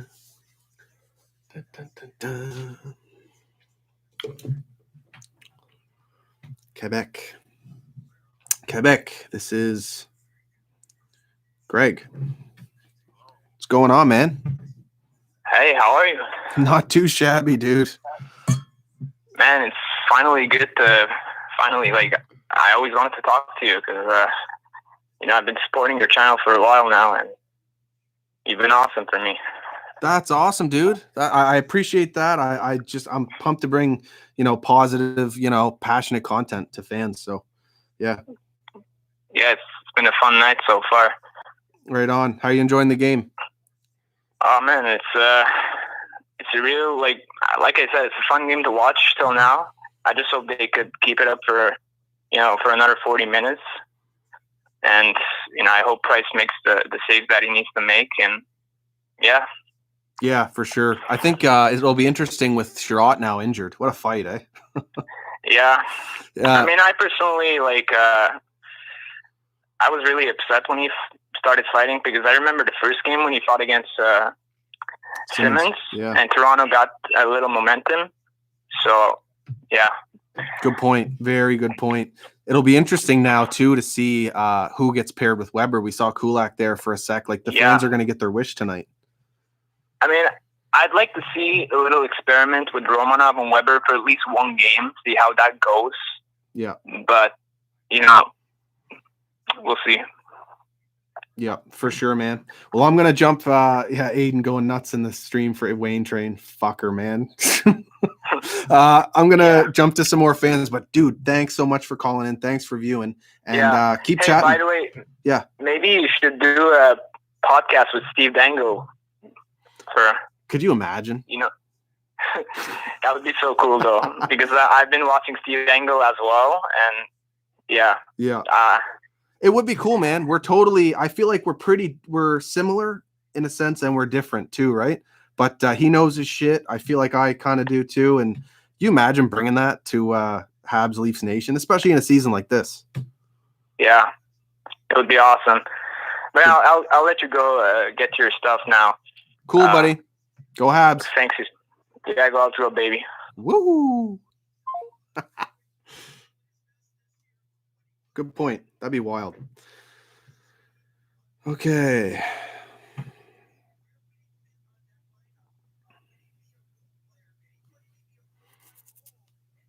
If you could make Luna, Brett, I'll try to get back to you, but just where you called in earlier, I just want to make sure I don't miss people here. It's kind of hard to keep track in the Twitter chat. I apologize if I miss you or don't get to you. I seriously do. Gonna do this again on Saturday though. Okay. I don't know when the stream will start. Might be to start the game. It might be first intermission. I got some small kids at home, so I've got to deal with that first. But I'll try to get it going, and then we'll do more of the same. I got From Failing Hands coming on. Great guys, another fan-made podcast. So for the first intermission, and we'll take fan calls too. So. I think we got Andrew calling in here. Okay, and then I got another one lined up here. Perfect. So that's there. Andrew, you're up. I sent you my number, buddy.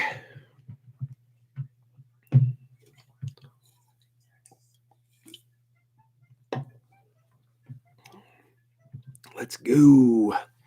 Wonder how much time we got. I know they just did their segment. We're on commercials here now. Here we go. Andrew Marchand, longtime viewer from the early days. What's up, buddy? Matt, I am fired up tonight. Are you? Fired up. We need to fire the coach. We need to fire the GM.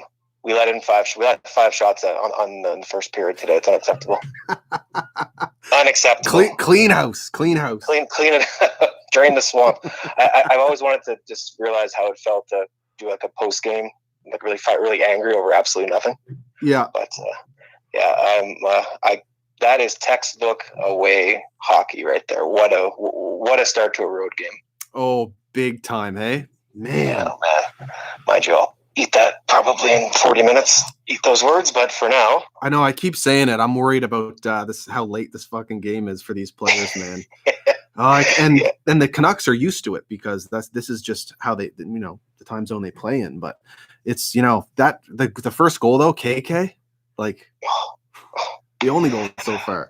But yeah, it feels good. It's 6 games in. Ducharme's every game you're seeing something different. So patience to all the fans and the people who have had patience. Just look at what's starting to get pulled together here. I mean, yeah, the chemistry is starting to show. Like in the cycles, that the power play, they actually can get sustained pressure now. And I was always fucking envious of what other teams could do. Like even Ottawa was fucking skating circles around us on the power play. And we're out here struggling. And to see what they're doing tonight, it's like finally we're a team that can enter the zone, move the puck. It's less about fucking hoping to get a goal and more about knowing that we're going to have at least a few chances to get one.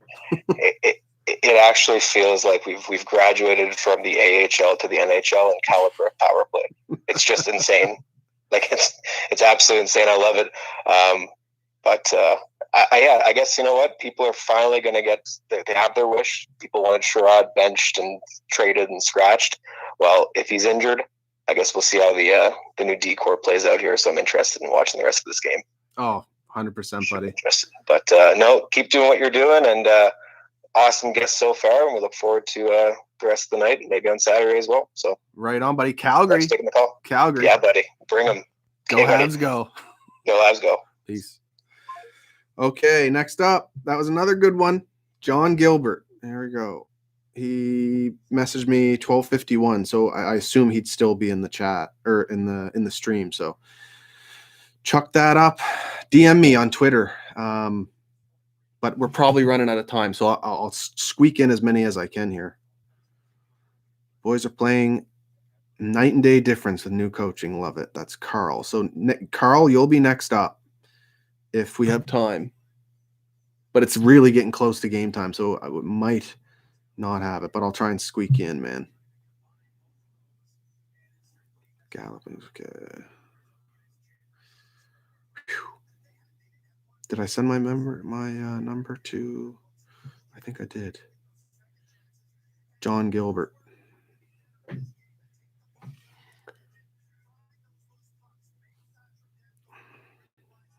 Newfoundland. Here we go. Here we go. Yo.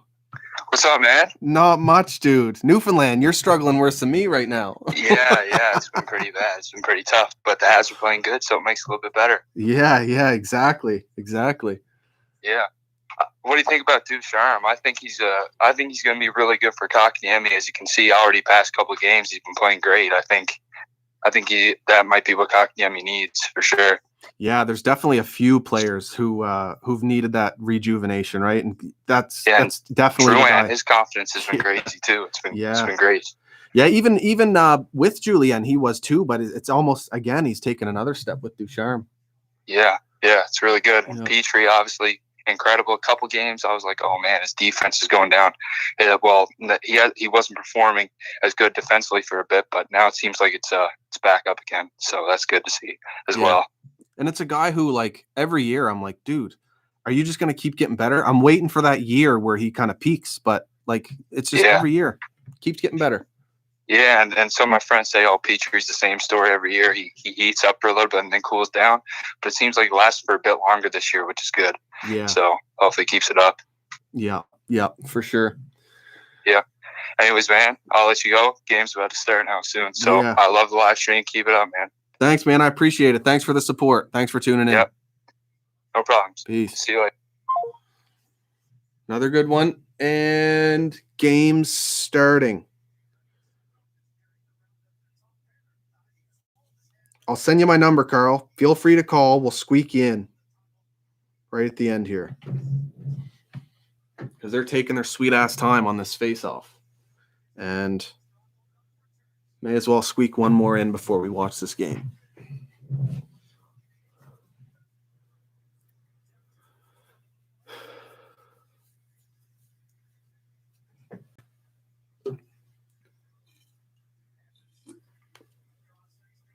Don't forget, Rick from Talking Habs in the second intermission. Great guy. Looking forward to chatting with him. This must be Carl. What's going on, Carl? Go Habs, go. Go Habs, go. You enjoying the stream, enjoying the game, or what? Yeah, it's nice to watch. Like how you have realistic solutions to things instead of trading everybody every time something goes mad wrong. Yeah, exactly. I try to stay as level-headed as I can. Sometimes it's hard. Towards the end of the Julien reign there, it was pretty hard, but what can you do? Just before they got the new coaching change there, it was getting a little tough to take. But yeah. Where are you calling from? From Thompson, Manitoba. Oh, that's dope, man. That's so sick. Yeah. How are things out there? Not too bad. Winter's finally ending. Yeah. Light at the end of the tunnel. It's a blessing, dude. Yeah, for sure. Well, I'm going to get back to this Habs game, and thanks a ton for the support, dude. Thanks for calling in. I'm glad I could squeak you in there. Yeah, no problem. Go Habs, go. Go Habs, go.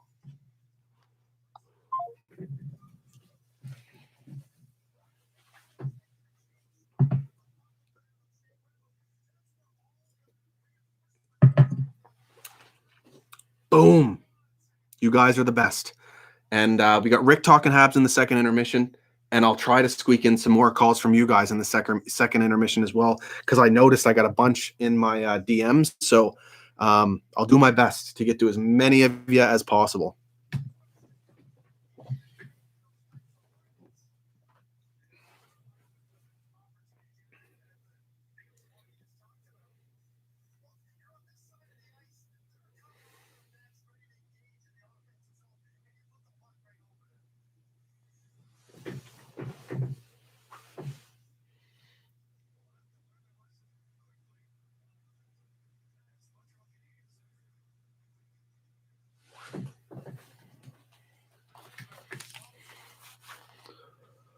Oh,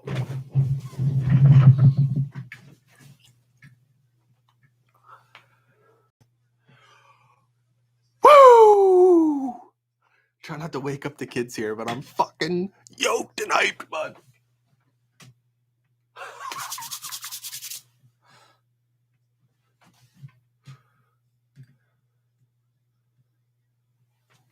Slick. Oh, and Byron sold that shot too, man. Byron sells the shot. Perry doesn't rush it. He goes to the opposite side. Oh, weren't we talking about that with Habby Hour? How slick Corey Perry is. What an addition. Let's go.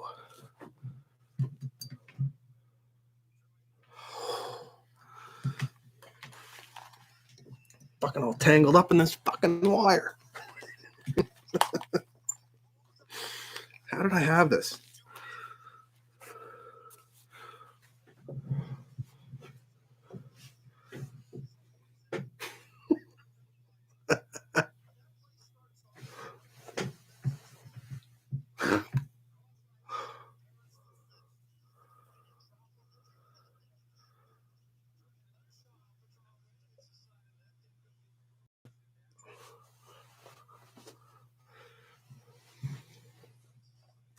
Man, what a goal.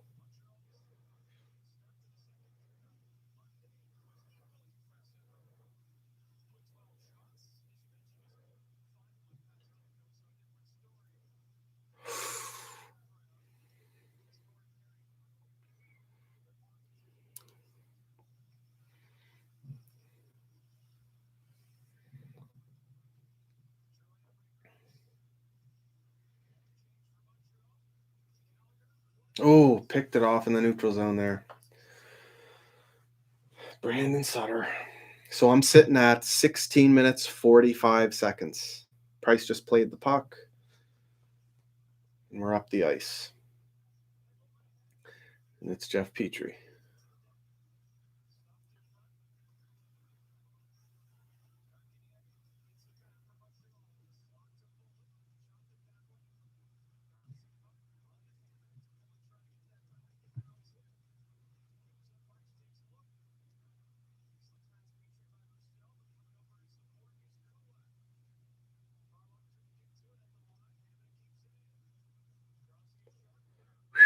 Oh, man. Here we go. We're going to need that penalty kill again.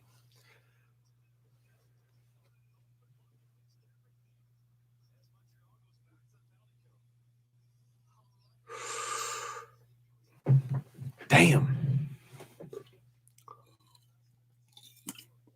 I got to finish this energy drink so I'm not fucking up till 4.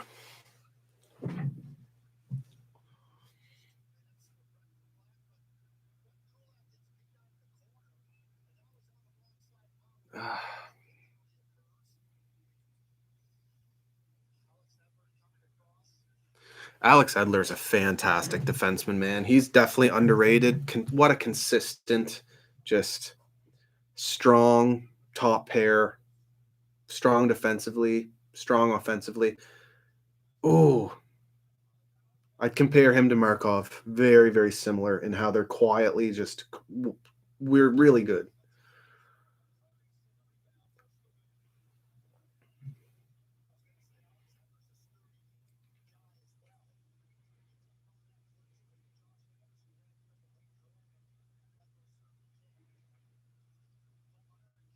This is a big power play for Vancouver. Like, they want to get back in this game here. And this is a really good opportunity to do it in the second period, early in the second period. Oh, fucking Brock Besser, man. What can you do? It's power play.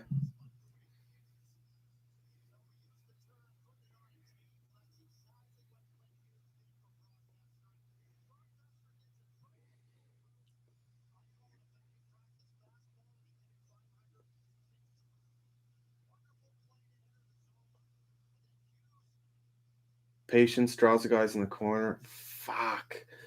Carey Price has no chance on that. Only way Carey makes that save is if he's a little more aggressive in the net, because then you cut off the space that Besser has up top. But I mean, how do you adjust that fast, right? Beats him right over the shoulder. That's a perfect shot where you just got to give credit where it's due. Man.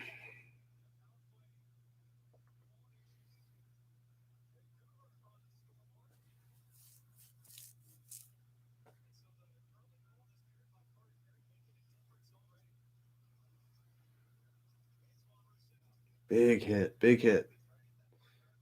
In the corner from Edmondson.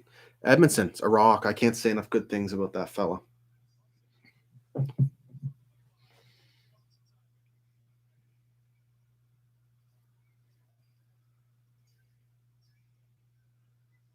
J.T.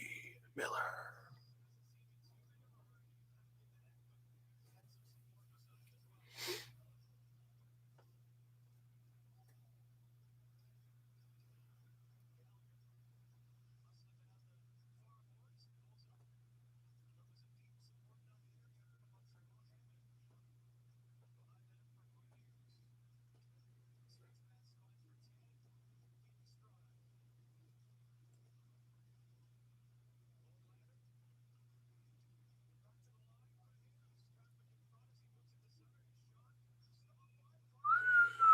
Price saw that one through traffic, didn't he?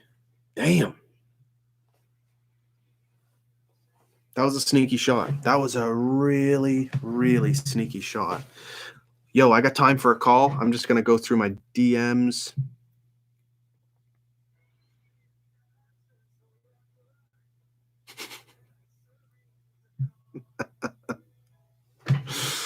I shouldn't tell you guys this, but Aiden's going to leave you guys alone. He's going to bed. He just texted me he wants to win the shirt because his dog needs a new peep. This motherfucker, man. Okay. Who's up? Really enjoying your content. Oh, yeah. Here we go. Galloping. Oh, geez. That's a rough username. Okay. Yeah. I'm going to message you, buddy. Let's see what happens here. Dennis. There we go. That's better. Dennis, you're up, man.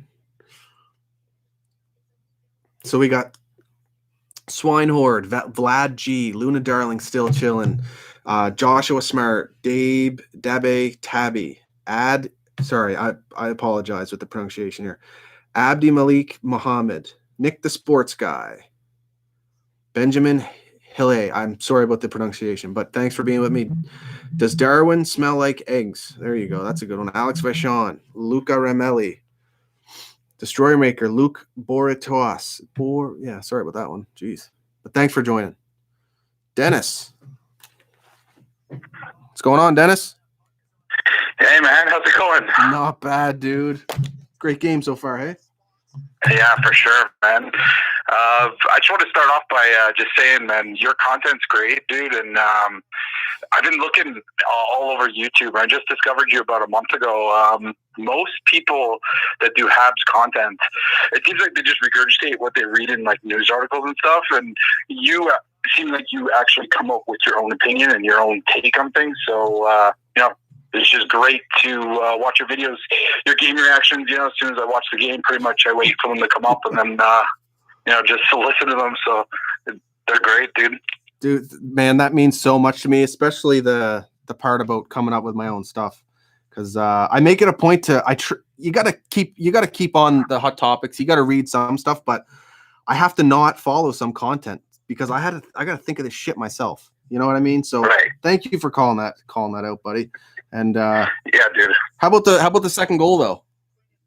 Yeah, it's nothing really you can do. I don't think, man. I just think, first of all, that penalty was really bad. Like, I feel like the stick didn't even really hit him in the face, but whatever. They're wonky, the refs, anyways. But yeah, man, there's nothing you could really do with that shot. Like, he's gonna get that in, I think. Yeah. Oh yeah, for sure. This is gonna be a tight one. It's you know what? As fun as it was to dominate Vancouver, I actually prefer a tight game. Yeah, for sure. Like, I mean, with Vancouver, I think we're always going to have their number. So I think, like, we're always going to have the better of it, like we do in this game so far. But yeah, dude, like, I'm loving hockey this year. I don't know, it's something different. I guess it's just COVID stuff, but I'm having a great time just watching every game. You know, it seems like every second day we got a game, so it's great. Yeah, it's fucking awesome, dude. Thanks for calling in. Thanks for all the support, dude, and I hope you enjoy the rest of what I'm putting out for sure. Yeah, man, sure. I'll be tuning into all the videos, and I'll stop by on Saturday too for the live stream. Sick. That's awesome, man. Go Habs, go. Go Habs, go, buddy. Cheers, Dennis. Have a good one. You too. Fucking awesome, man. Fucking awesome.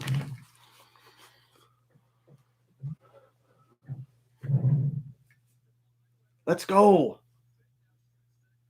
Jesus, Weber broke a stick. Did we? Yes, we drew one. Let's go. Let's get that power play back on the ice. Come on.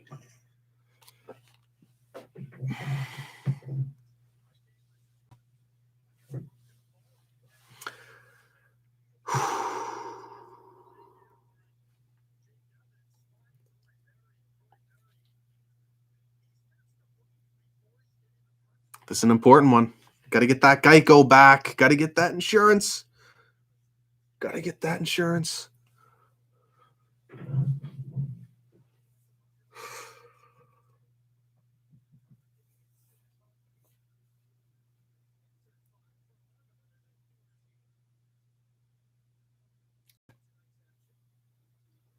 Dude, I love it. Again, it's just we have a formation. They're comfortable with the puck. There's quick passes when they need. Oh my God. I keep losing my headphones too. Sorry. There we go, Weber. Oh.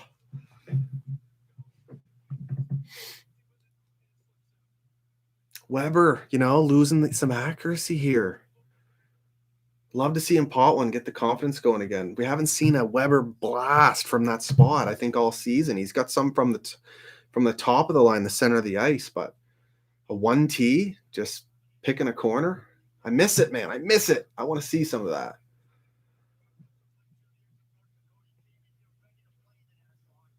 That's good, though. So they had the Weber unit out first. Now this is the KK unit. So we should be able to get some sustained pressure here, hopefully, with Petrie and KK out there. Tough entrance so far there, but what can you do?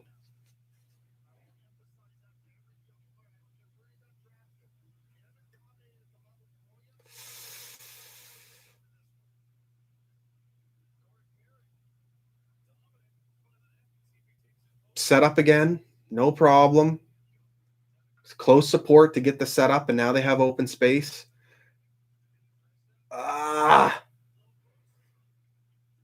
Look at that. Tape to space pass. Just put it in an area where someone can retrieve it. And then boom, we got a setup here again. KK half wall. Oh, man. There's a shot. And he fucking fanned on it. But KK again to space. He gets it out though. Clear. Oh, that was close, man. That was close.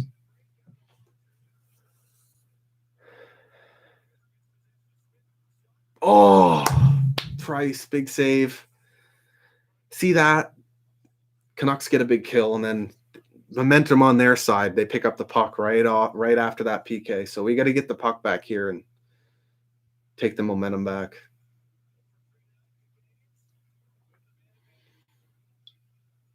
And we're up the ice 2-on-1. Oh!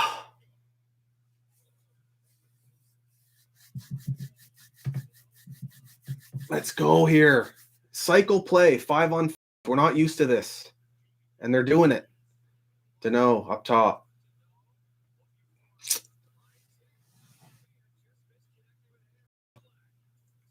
Great choice. Great choice. Just get the puck back. They get that up to the point? Yes, Kulak.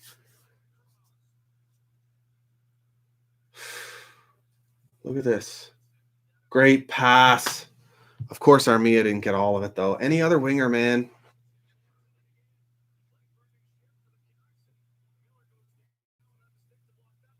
Oh, fuck.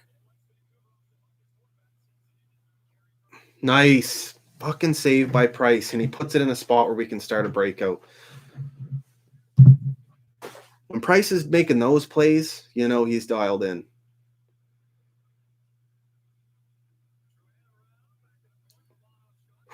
Gets it through. Romanov gets it through.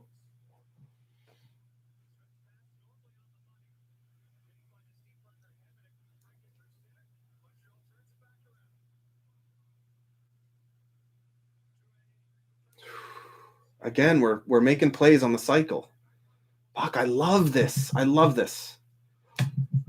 Oh! Did you say Weber? Weber was denied? Yeah. Oh! So close. Fuck. God damn. God damn.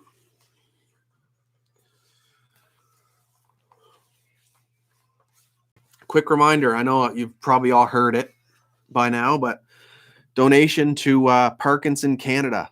You go to parkinsoncanada.ca, make a donation, $5 or anything for that matter, and just send me the screenshot, and I'll be giving this sweater away, my only Scotian Canadian sweater. I'll give it away to one lucky person. Your entry is the screenshot. Man, what a game. It's a tight one, but I love the way we're playing. Love the way we're playing. Yeah, geez. Ducharme's system starts to get in. Rocky hockey. Good game. Yes, of course it is. Paul Angel, let's go. Another longtime viewer. Steph C, Habs aren't scared to get scored on anymore. Yes. Yes. So true. So fucking true.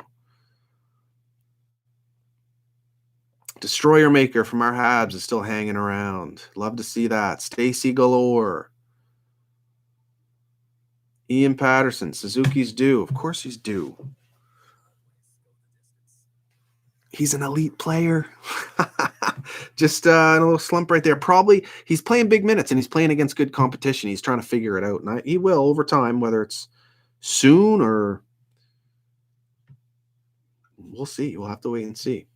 Weber missed by so damn much. I hate to say it, but yeah, the accuracy is even the power on it. It's there, but I don't know, man. We'll see. He's still a goal scoring defenseman. He's gonna pot them. No doubt. No doubt. But I'm actually liking how they're hiding his shot and getting him to move around.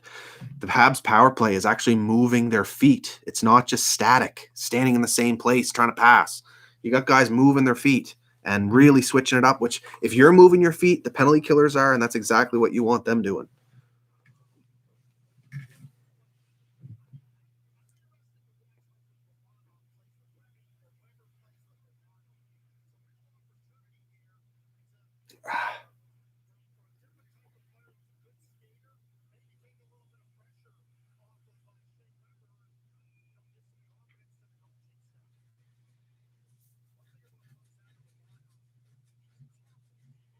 Craig Button loves Romanov, doesn't he? Fucking loves him. And I don't blame him.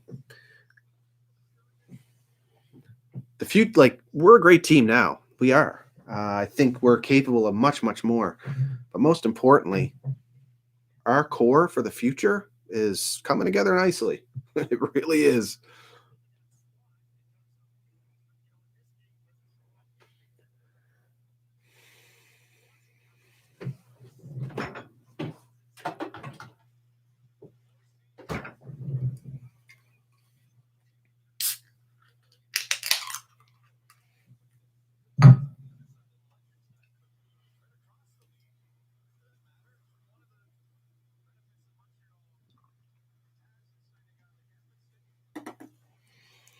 Cheers, guys.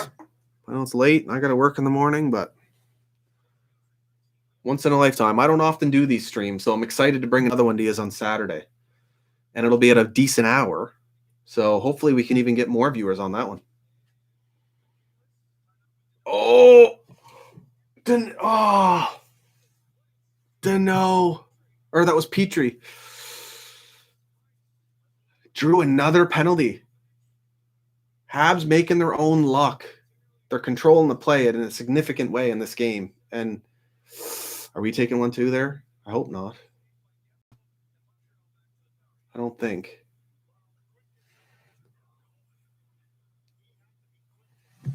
What a save by Demko there is right. Holy shit. Petrie on the edges, man. He can really create. Yep.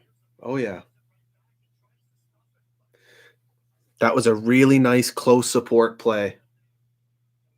They're all really supporting each other in the offensive zone.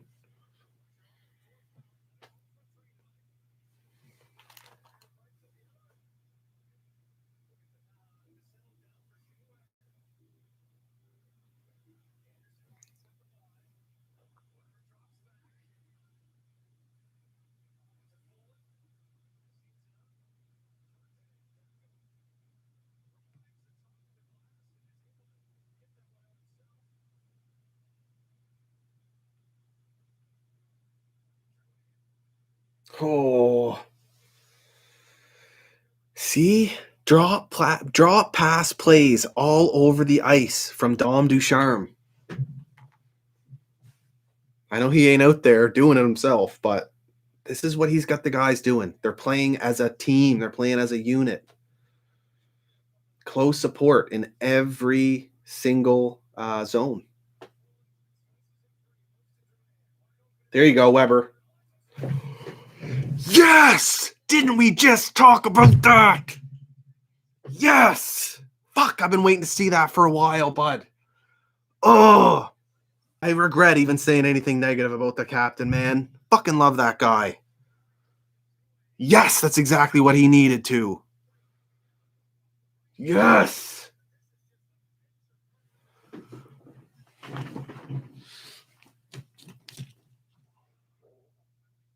Oh, that patented fucking laser. It's in slow motion. It's a fucking laser. Yes!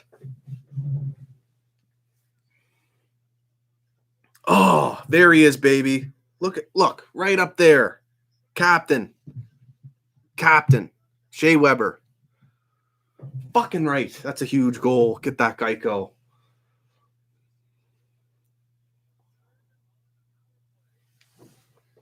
Yes.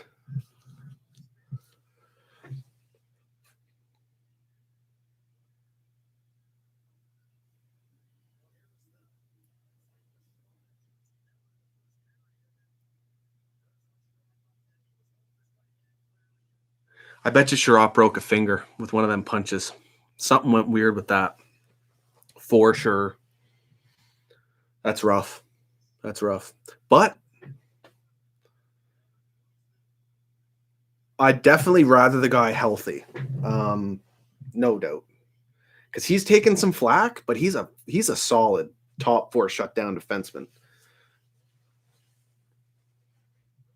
And like the rest of the team, he could start to thrive too, like he was before.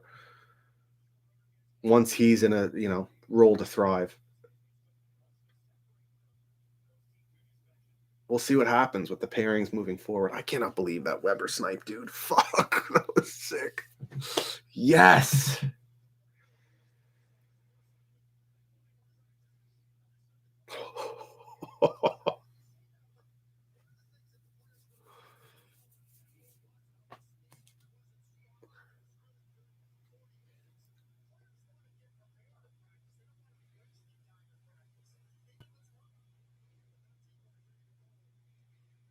So I'm sitting at the 4 minutes and 30-second mark. Ooh, good defensive play there. Romanov, man.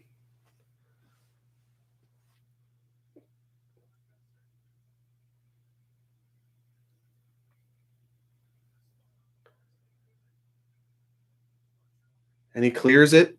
No icing. Huge. Romanov just, I think that's who cleared it. There we go. KK, baby. Take your time. Good pass. Oh, fuck. Here we go. Here you go. Fuck. There's Galley in his office. Ah.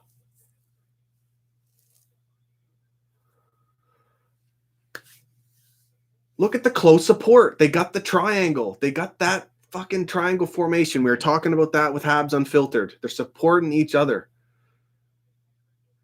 Triangles all over the ice. You quickly draw in. Support the puck carrier until you have the time and space.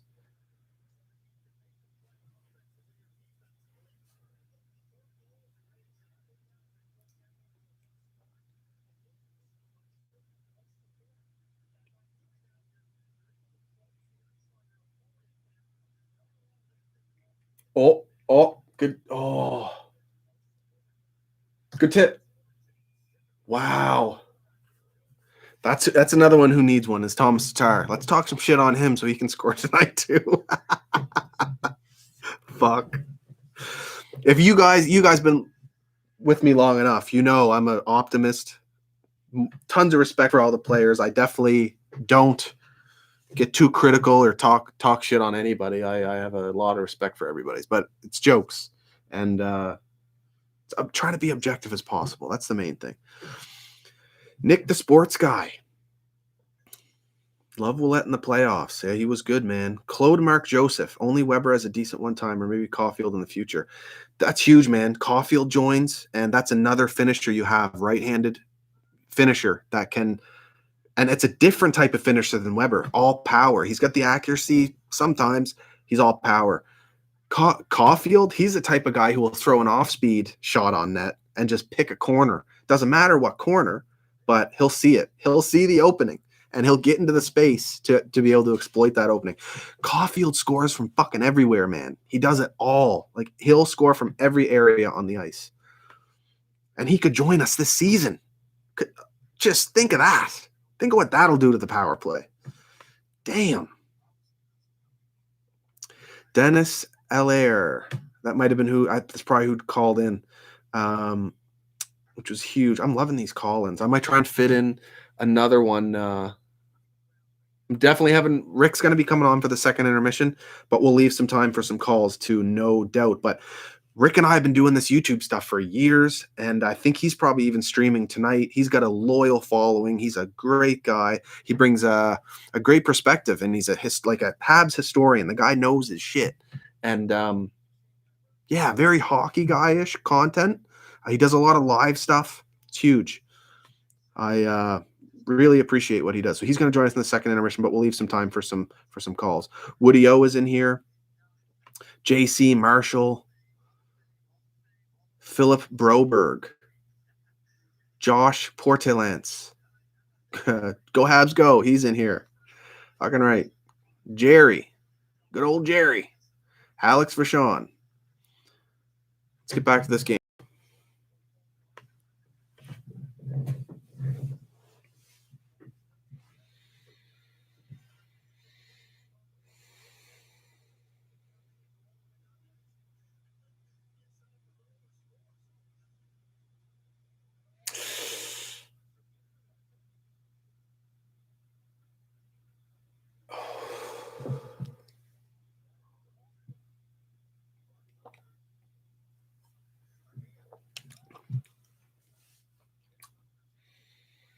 Habs in the offensive zone again, just hemming the Canucks in here. Great 5-on-5 play, and it's not just 5-on-5 play that gets you shots.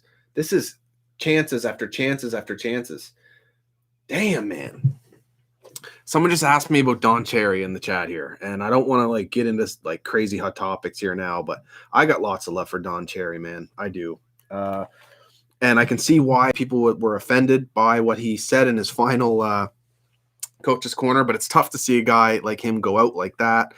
I don't think what he said was as bad, as bad as what a lot of people kind of said.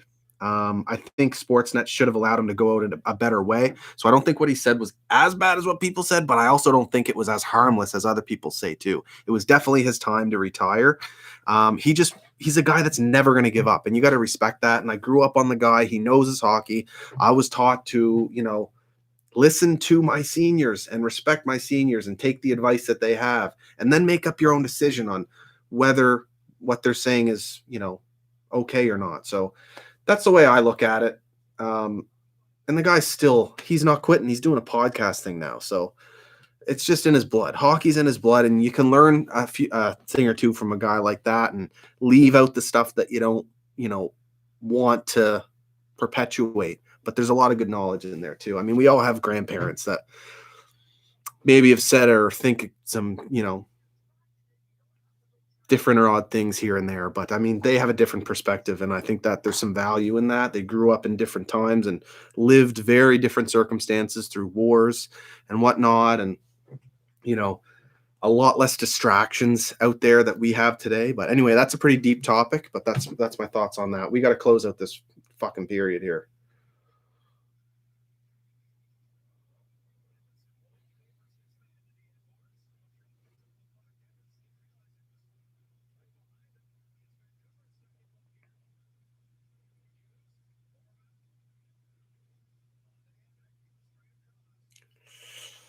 Canucks gonna try and close out this period with some momentum here.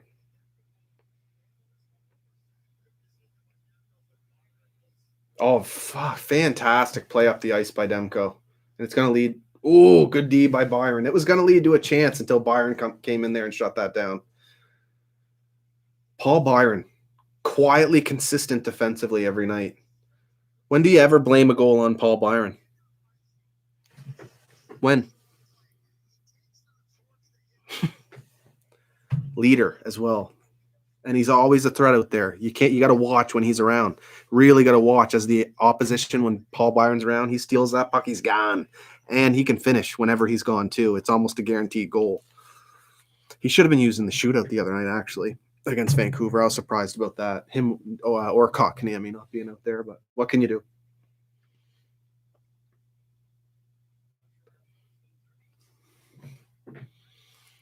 They're jamming.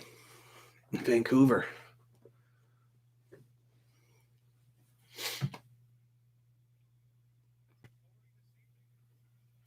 I wonder if Leafs fans are still taking away our losses against Vancouver to justify whatever they're trying to justify. Fuck, we're rent-free in their heads, man. Like, I got Leafs fans chasing me on Twitter and shit over nothing. I predicted the Leafs to dominate in the regular season this year. The one thing I was technically not even wrong about yet was that the Habs would be battling them for first, but there's going to be fluctuations in these standings because it's all divisional games. We know what it feels like to be at the top by a mile, and it didn't take us long to tick, down to fourth. Same thing could happen, no doubt, to any of us. And that's the big thing about Calgary and Vancouver chasing us. Thank God. We've got tons of games in hand on them, but we're going to catch those games up soon. We got to win them because it's going to be a battle, especially Daryl Sutter in Calgary now. So we're going to bring on Rick from Talking Habs. I assume this is him calling me now, so that's perfect. Rick? Matt, how's it going, buddy? Fucking right, man. Good to talk to you. How's it going? Oh, great. And what I said to you earlier about the not shitting the bed, thank God they didn't do that. Oh, I know. Jesus. It's making this stream just even that much better just because they're winning. I'm sure you know what that feels like, streaming literally every game, how much more fun it is when they're winning. Oh, yeah, especially after the streak we've been going through lately. Yeah, this is a lot better. And you know what? On top of that, it's a good game, and we're not just rolling over Vancouver. You know what I mean? Yeah. Oh, yeah, totally. Like I was saying to someone, I think it was Dennis maybe who called in last. It's not. It was fun to dominate them early in the season and have some fun and celebrate some goals. But at the same time, as a hockey fan, these tight games are so much more entertaining. It's stressful, and that's you like hockey for that part. Yeah, it keeps you on your toes, keeps you alive, and keeps you awake for these late games, too. It helps to keep you awake, I find. Oh, yeah, for sure. So, everyone, this is Rick from Talking Habs on YouTube. Great guy. So, something, Rick, we didn't touch on a whole lot with pretty much any of the rest of the guests was not just the North Division, but the specific teams in the North Division. How would you feel about, like, going, let's say, from the bottom of the standings up right quick and give your thoughts, and maybe I'll jump on with you about the teams in our division. Oh, okay. Sure. Like, in what way? Like, analyzing how they're doing and stuff? Yeah. So like, like the Senators, we know where they're going to finish. But I mean, they're admirably putting up fights in a lot of games, and yeah, they're a lot better than I think we would have thought this season. They're still going to finish on the bottom, but you're seeing what they're going to look like in the next 2-3 years. You know? Yeah. Oh, yeah. I mean, they're loaded with that young talent, and it's going to be, and we don't get to escape them either because we go right back to them into the Atlantic. So, and they're always a nasty rival for us. Yeah. Not only that, we got 4 games in a row in April. No, 4 games in a row against them. So, oh yeah, those will be wars. Yeah, if we haven't solved that problem playing against them, yeah, it's going to be hopefully not embarrassing. You know. With how the Habs are playing tonight against Vancouver, I don't know. But I guess they'd be up next. I think they're 6th in the standings. It's kind of nice to see them kind of turning their season around a bit here too, especially with Pettersson out. They're putting up they're on a 3-game winning streak now, maybe 4. I think you're right. I know they won the 2 against the Leafs, then they played us, they beat us. I don't know about before, but it's at least 3 games. Yeah, they're playing a lot better. First period, not so much, but second period, they made a game of it, you know? Yeah, for sure. And it's definitely Habs' edge in this one. But anyway, I got some love for Vancouver. So it's nice to see, like, Bo Horvat, continuing to get better, and Demko coming around, like he's taking that job from Holtby big time. Yeah, Demko. I mean, if it's not for Demko in this game, this is what, 6-1? Yeah. Can't argue with that. And then 5th, I guess that would be Calgary. And we got a game coming up against them Saturday. You said tomorrow. Oh, yeah, tomorrow. Fuck, I keep forgetting that. This whole fucking midnight game has me all fucked up being out on the Atlantic. I know what you mean. Yeah, I know what you mean. because, like, if I look at my score app tonight, there's no game. But if I look at tomorrow, there's 2, and I keep missing that Calgary one. Anyway. So tomorrow night. Yeah, we got Calgary tomorrow. But, the way they're playing, I don't know I don't know what to expect tomorrow because they're kind of sucky right now.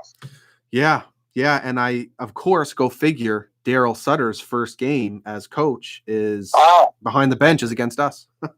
True. Yeah, that could go bad. Although they like the Habs, they lost their first, so with Ducharme, so maybe we'll get lucky on that. Yeah, it's going to be a tough game though with the way Sutter coaches teams, right? Like you got, Kachuk's going to be an absolute prick. Obviously, but Lucic as well. I'd be watching out when you're in the corners because Lucic is going to be looking to do some damage tomorrow, especially against the Montreal Canadiens. Especially against the Canadiens. The only thing that, you got to say, maybe we can get him off his game by pissing him off. You piss him off and he just goes ape shit and he can't play very well. Yeah, taking penalties. I didn't hear that. Now, may as well touch on the Habs and then we'll go on to the rest because they're in 4th right now and loving what we're seeing tonight. I mean, what do you think about them under Dom Ducharme now? Oh, you can see the improvement. And Burrows, too, with the power play. The power play is looking really good. Like, there's some energy there. I'm liking tonight. They're playing with some urgency. It's a good pace. I think they're going to get better. I'm just wondering what they're going to do with the defense. Is there going to be some changes? I'm interested in what you said just before I clicked off your live stream to go into this one about some behind-the-scenes stuff that we don't know about, right, with Shea Weber and stuff. So I wonder, are they going to change the pairings at all? Maybe now with the injury, right? Sherrod seems like he's got a broken hand. broken hand, broken finger, broken wrist, something's going on there. So you got to think that's 4 to 6 weeks. And then, yeah, the fans are going to get what they were wishing for, and hopefully it works out. I mean, you're never going to wish ill will on a player, but I think the change was coming anyway. And I'd prefer to have Sherrod in the lineup, obviously, but yeah, it'll be interesting to see how it goes. So we're definitely going to get the changes. And And Price, how about Price? Oh, I'm just glad. You know what? It's funny. It's nice to watch him play, and that worry. Remember, like when he's going bad, every time there's a shot on, like you cringe almost. That's gone now. You can see he's not necessarily the spectacular Price, although that's saving overtime. Oh my God! But you know, the confidence in him on my end, watching him, is back. You know what I mean? Yeah. Oh, I totally agree with you, because it was such a strange feeling, like Jake Allen coming in, and I was honestly more comfortable with Jake Allen in net because I did have that feeling with Price. He didn't look confident in himself, so I didn't have the confidence in him. If I'm feeling that way, you know, the team in front of him was feeling that way, even though they probably didn't want to feel that way. But it's his demeanor has changed. He's just calm, and it's bleeding throughout the rest of the team. Yeah, it's showing. It's like he went back to like the basics and simplified things, and it's got him back on track. He's starting. I can't say anything spectacular tonight, but man, that save in overtime, I screamed, "Oh, go!" And like, how do you stop that? Amazing.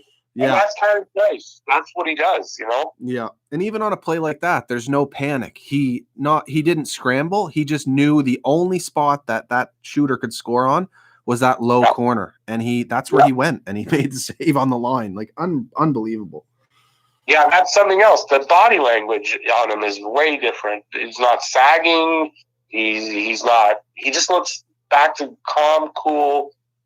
Carey Price. Yeah, that's scary for everyone else in the division. So who's in third right now? It's is it Edmonton or Winnipeg? I think Edmonton. Edmonton? As of this morning. I don't know if anything changed with games tonight. I don't know what games there were, honestly, but it was Edmonton in third. They switched last night. Yeah, I think we got Edmonton, Ottawa right now. Can someone put the score in the comments section here? Because I've been not paying attention to the rest of hockey tonight either. But Edmonton's killing it. I heard 7-0 at one point. Holy shit, man. I wish we could pump Ottawa like that, man. Fuck. Oh, God, wouldn't it be nice? Wouldn't have to worry. Imagine we got to worry about those games with Ottawa.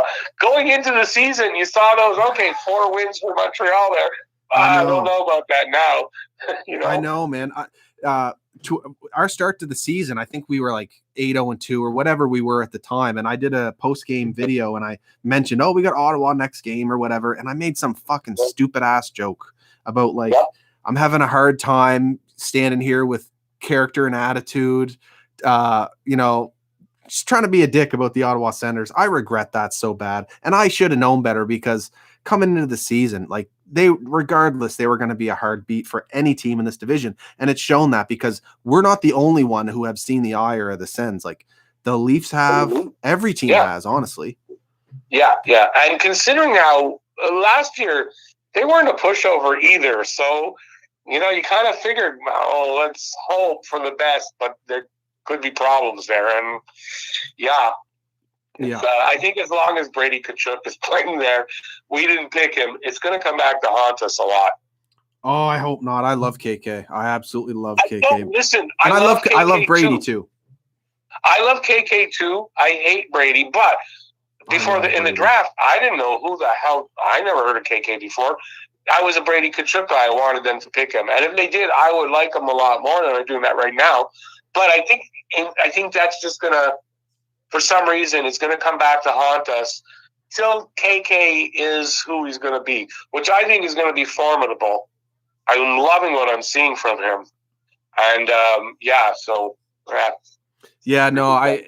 regardless, you're right, because again, he's in our division. He's the way he plays. Imagine Brady Tkachuk at 27, 28 years old. It's going to fucking suck. But as long as Kotkaniemi is a true top 6 center, I think we're set, because it's the most reliable position. But back to the Oilers. What do you think of them? I mean, McDavid, we know what he is. Draisaitl, the same. But I don't know. I'm having a hard time getting a read on them. Well, I think it's typical of the Oilers the last how many years. They don't have enough built around these two guys. Yeah. You know, kind of like the way we thought, well, that I did anyways, going into this season, Toronto was going to be. Yeah. And it turns out the Oilers are still like that. And it goes to show you, right? One guy, even two great players like McDavid and Draisaitl, not enough to win. Just with that, right? You need a team around you. Yeah, no doubt. Yeah, and I think they're going to win games based on what McDavid and Draisaitl do every night. It is what it is. But for me, the goaltending in that for that team, I'm not sure they'll be able to hang on. We've seen that a bit so far. But how about the Winnipeg Jets? Because I picked the Jets to finish pretty low, and they're surprised me. You know what? They're solid up front. Hellebuck, one of the best in the league right now, obviously. And the defense is a little suspect, but they get the job done.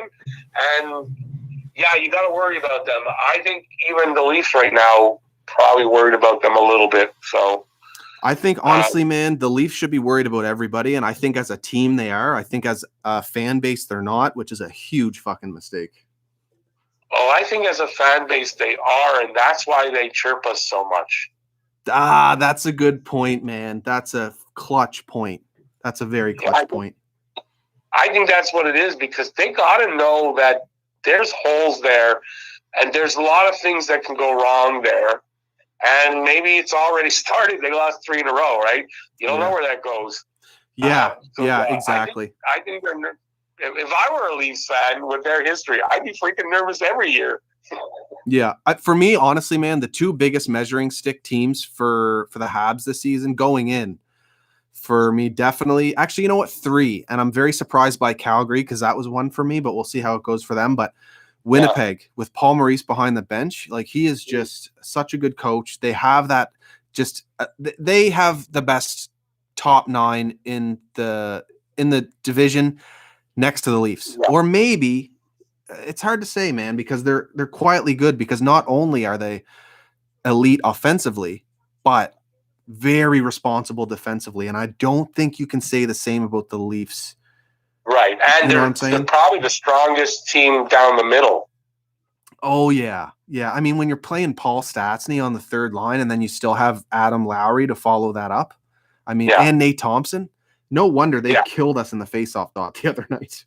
I mean, and you know, the odd thing is that they're not that higher, like they're not that much better than us in the faceoff circle statistically, yet, they took it to us for sure. Yeah. Now, trying to think what else. Oh yeah, their decor. I mean, I didn't respect the decor as much as I should, and I think it definitely drops off in their bottom pair. Like you saw what Nathan Beaulieu's performance the other night, and granted, he's he's out, for a few weeks. Oh, is he? Jeez. Yeah, upper body, one of them, LBI or EBI. Wow.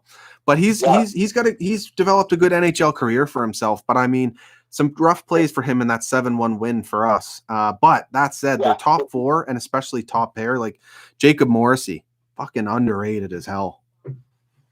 Yeah. Even Pionk, I wouldn't have thought. Like he's putting up some points too, and but they don't have any depth there. That's their Achilles heel. But their forwards are. Yeah, it's a big test when you play against Winnipeg for sure. Yeah, I'm looking forward to getting back to some games against them. And the Leafs only played them once so far until last night when they lost. Right. And they have another, I think, 8 games against them in the next few weeks. Yeah.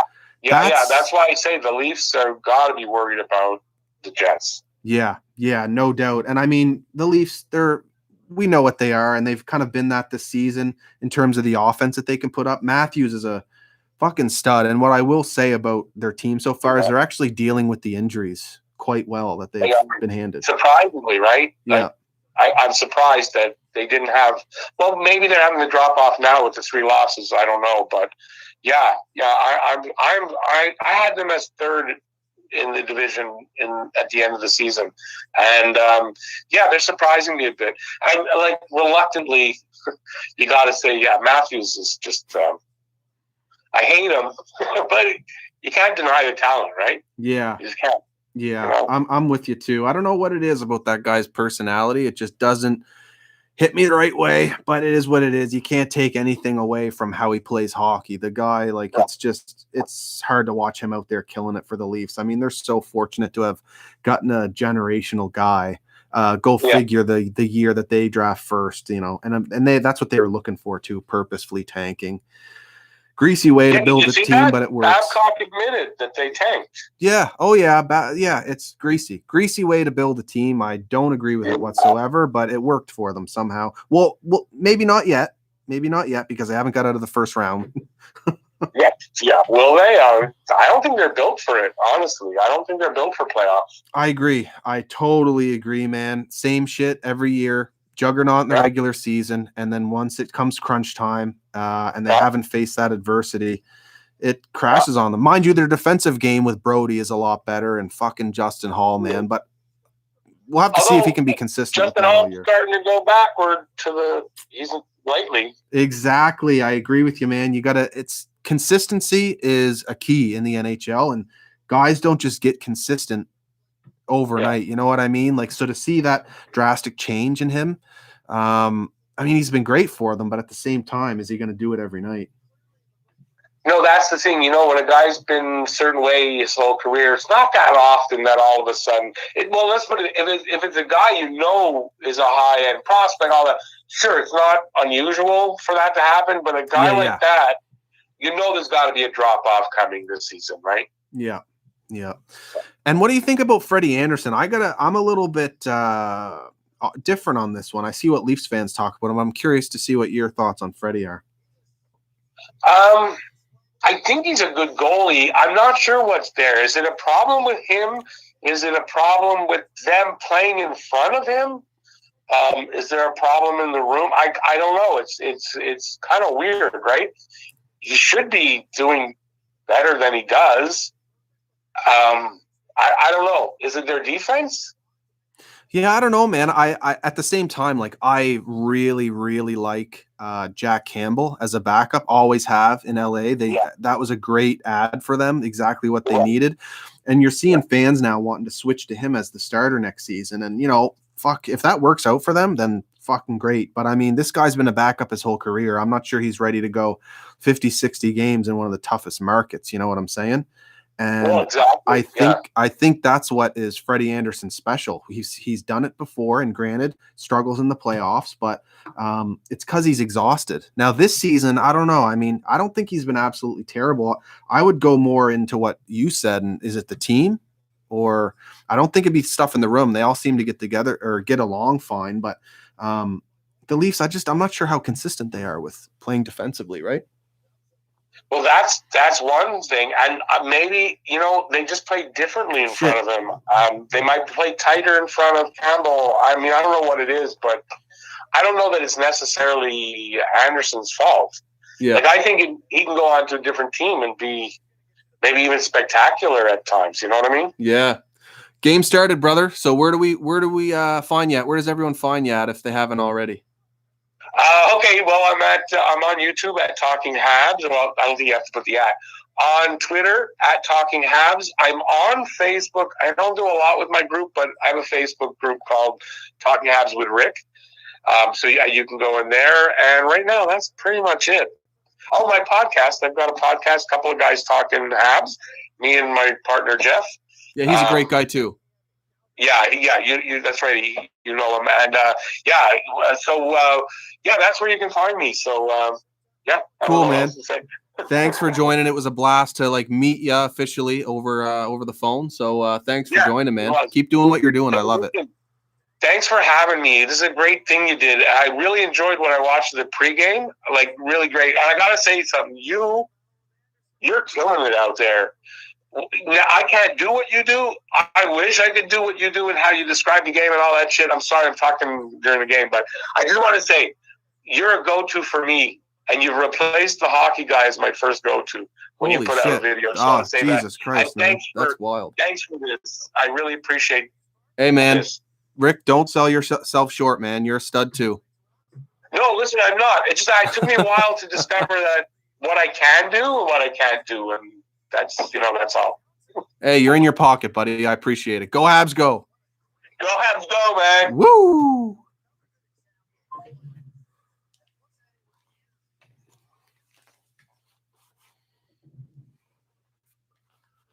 If you're looking for Rick, just follow him on Twitter and you'll find all his stuff for sure. At Talking Habs. Thanks for that was a clutch reminder about this game starting. I saw that in the chat. I'm like, fuck, these dudes are missing the game. I was like, oh shit.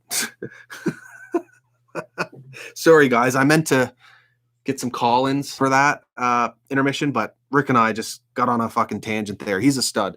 But we'll do some calls in the commercial breaks.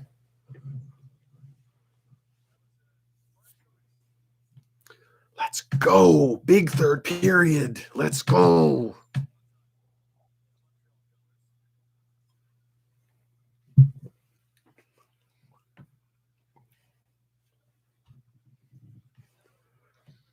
Man, I keep hitting something here.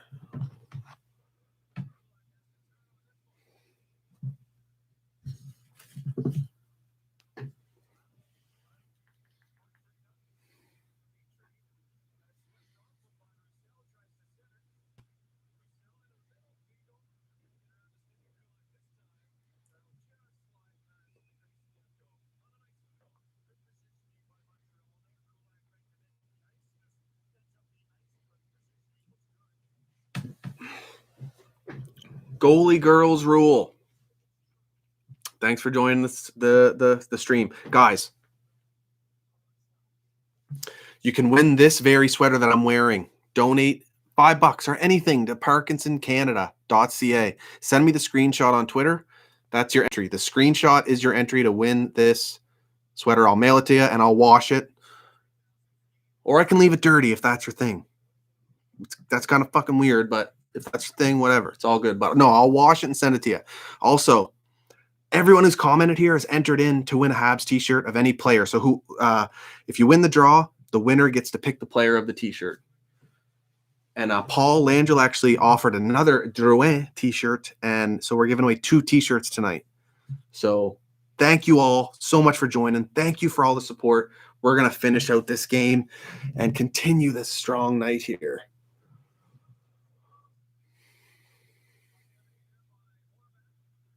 How about Quinn Hughes, eh? He doesn't leave much to be desired defensively, but the offense that he brings, once they're in the zone cycling, vision, passing, skating, the speed, like agility, he's got it all. Oh, here we go. Come on.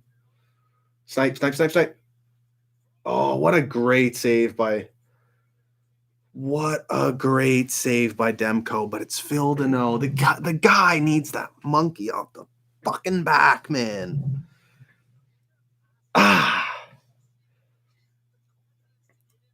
I like Deneau being aggressive and shooting. I don't mind it. He doesn't have a look there. Tatar was not open there. Yeah. Man, he a little too close into the net before shooting. He wanted that pass alive, but it wasn't there. You shoot that half a second sooner, a little more is open for you.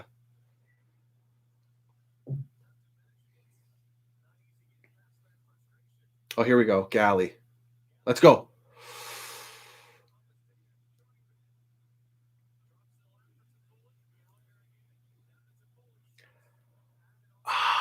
Toffoli just missed.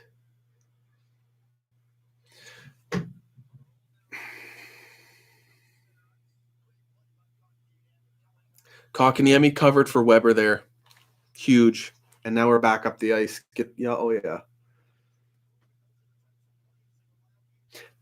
Those are the types of plays that show me that Kotkaniemi is a NHL center, no doubt. And he's doing these things at 20 years old, one of the youngest players in the NHL, and he knows his position.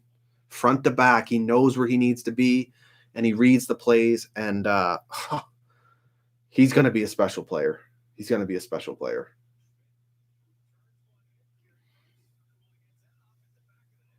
My God, guys, don't let Carey down here. Someone who I haven't talked about a lot tonight, and oh yeah, here we go.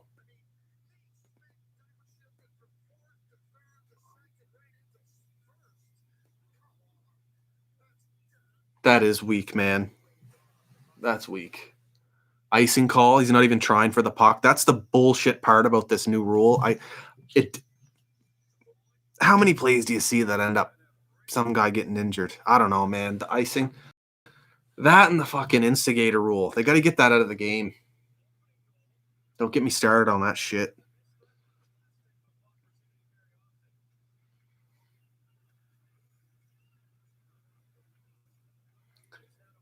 Oh, clear the fucking puck. Get it out. Good play by Evans. And another great play by Evans.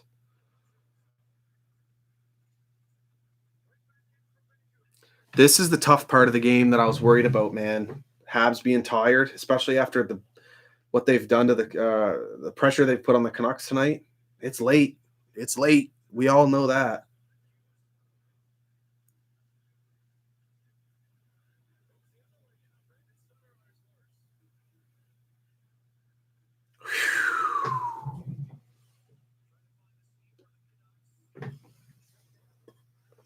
Cheers, guys. What a great game so far. 14-0-5 left. And here's Tatar. Get it. Get it. Come on, Armia. Great pass, Weber. Oh. No, they're gone, Weber. Oh. Fuck yes. Thank God. Thank fucking God. Trent McDonald. Dean Leland. Paul Langell. Handful. Dabby Tebby. Paul Langell. Jordan Hagee. Thank you all so much. You guys are fucking awesome. KK.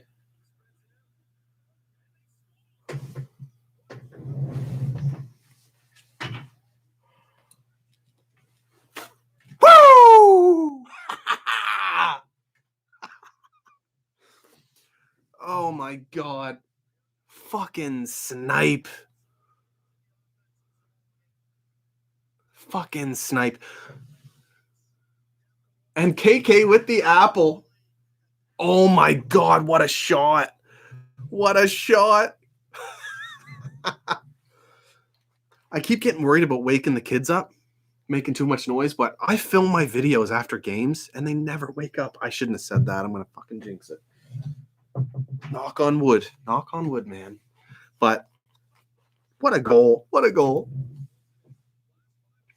Petrie for Norris, baby. Get on the fucking hype train. What a shot. Heads up pass by KK.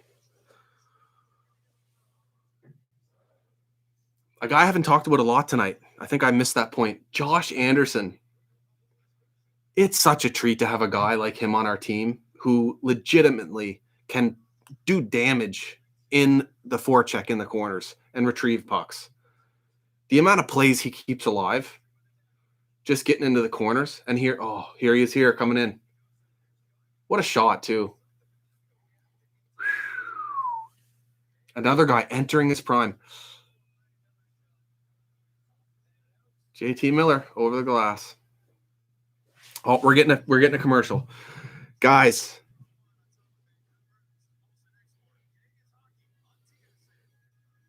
Guys. Shoot me a message at SCOTIANCANADIEN DM. Do it quickly, and I'll shoot you my cell number. You can call in. Okay. Oh, Trent McDonald. There we go. I didn't see that shit. Here, take my number. Give me a ring, bud. Do it up.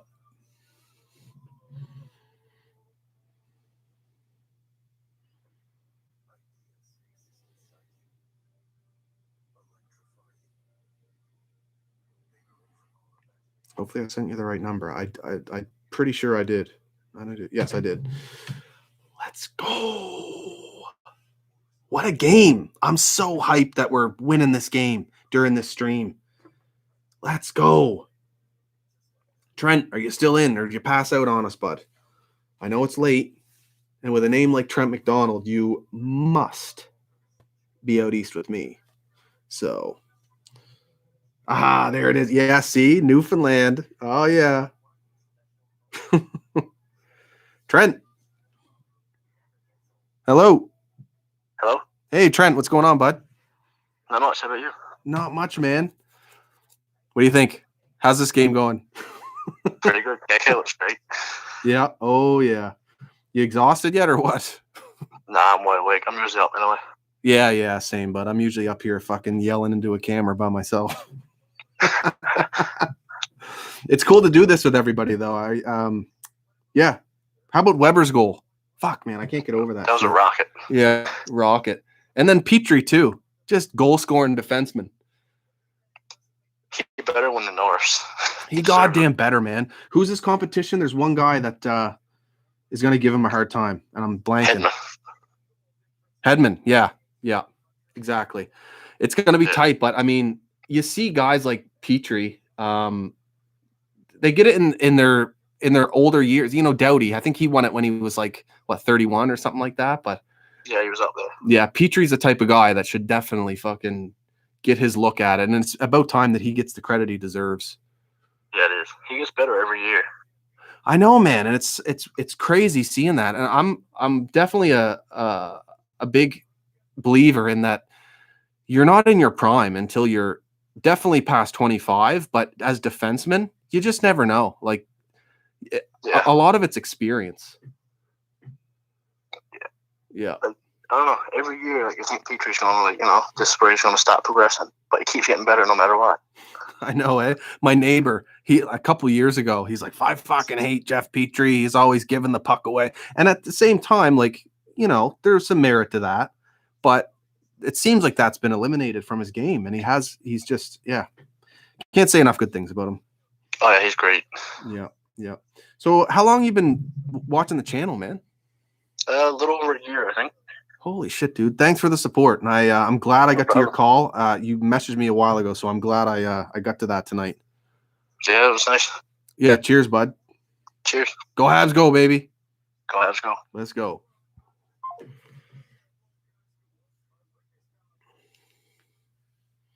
Cheers, Trent. Cheers, guys. Oh, here we go. Canucks power play.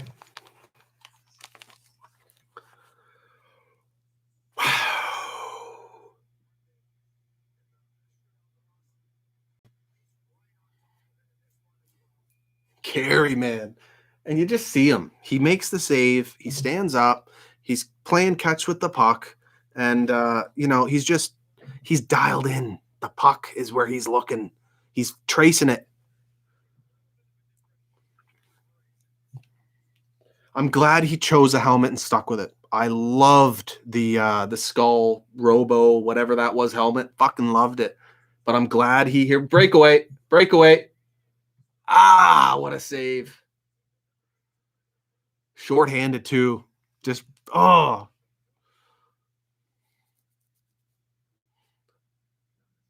I'm sure that's a save Demko is pumped he got there.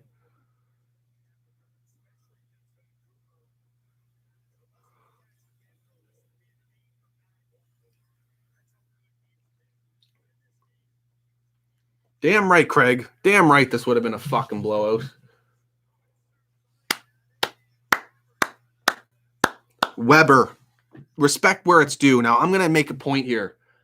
Weber's taken some heat, and yes, he can be better. Yes, there's been some plays where he's lost his man. But he does so much every single game that goes unnoticed. Every game. And a lot of it happens in the D zone. And you need that. Even if it's just a simple battle win behind the net so that we can maintain possession and get up the ice, it's impressive. That too, and in the offensive zone, he's clutch with the keep-ins to keep plays alive as well. He has his weaknesses, but his strengths are top-notch.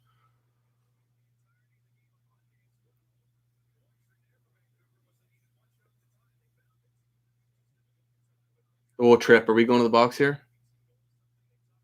I don't think they called it. He might not have tripped him. Could have just been a fall there.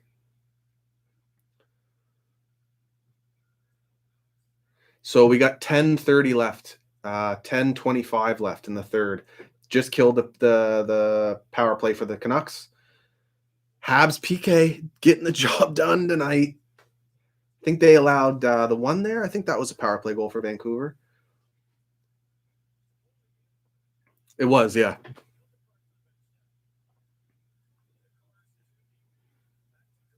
Oh. Oh. Ah, big Josh Anderson. Could have had one there, man. Big Josh Anderson. Habs have fucking dominated this game. Excuse my French. Excuse my English. Whatever. Just.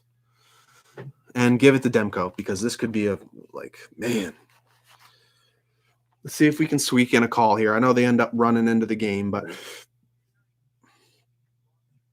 Jordan Hatchie or Heishi. It's coming, bud. Your number's coming, and you can give me a ring. And you let me know how you're feeling about this performance.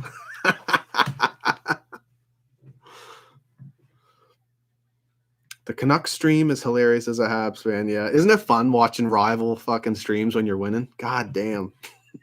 It's always fun to go on Reddit and peek through their threads after a loss too. But don't talk shit. Don't do that, because you don't appreciate that on your own community when guys come talk shit. Yo. Hi. What's going on, Jordan? Not much. How are you? Not much, man. Not much. Enjoying the game or what? Yeah. Liking the stream today. It's nice watching this with you. Yeah, man. I'm glad. I don't do these often, so I'm pumped to see that people are enjoying it. Yeah, it's great. Right we on. look pretty good today, so that's a good change of pace. Yeah, for sure. You're calling from Ontario, eh? Yeah. Right on. We've touched, I think, pretty much every part of Canada tonight, which is fucking crazy. It's super cool. That's awesome. Yeah. Right on. So who's your favorite Habs player this season? It's gotta be Kotkaniemi, to be honest. I just love how he plays. At least most of the time. Sometimes he's really young, so he's still got a lot to learn. But I'm a big Kotkaniemi fan. Also Gallagher, definitely. I play a lot like Gallagher when I play. So. Oh, right on. How old are you? What do you play? I'm 18. I just played rec my whole life, but I really enjoy it. That's awesome, dude. Fucking keep it up as long as you can. It's a good hobby to have, and obviously a sport like hockey, you're gonna fucking stay in shape, no doubt. Yeah. So and you play a lot like Gallagher, eh? So you like to get in front of the net and battle, and then just smile at your opponents. I work. I'm small like him too, so. That's huge, man. Like, he's inspired a lot of people that are smaller and I can. love watching him play. I mean, you don't have to be a big guy to play a power forward role, and that's what he does. Nope. Yeah, and he's so good at it too. It's crazy. Yeah, that's awesome, dude. And how long you been a Habs fan? My entire life. My dad grew up a Habs fan. Nice, man. So he passed it on to me. Yeah. That's like the story for a lot of us. Eh? It gets passed down. I love that about our fan base. Yeah, like I didn't think.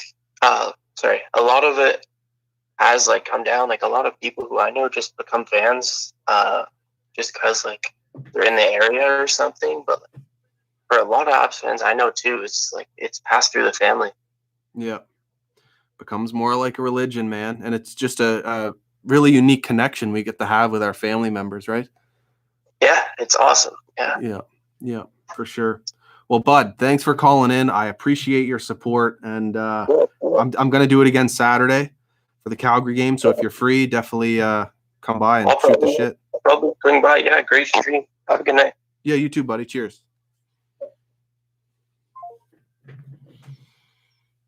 Boom. You guys are the best. Like, this has been so much fun. You're making me want to do it all the time, but it's a little hard for me to commit to that. So I'll probably once I do the stream Saturday, for the Calgary game. It'll likely be my last one of the season, unfortunately. But post-game reactions are going to be back. I'm going to skip this one because it's late as hell and I got to work in the morning somehow. But it's 2:24 a.m. here. Crazy. But yeah, definitely post-game reactions back. Look out for that post-game reaction against Calgary tomorrow night. Like, we're back at it tomorrow. It's wild.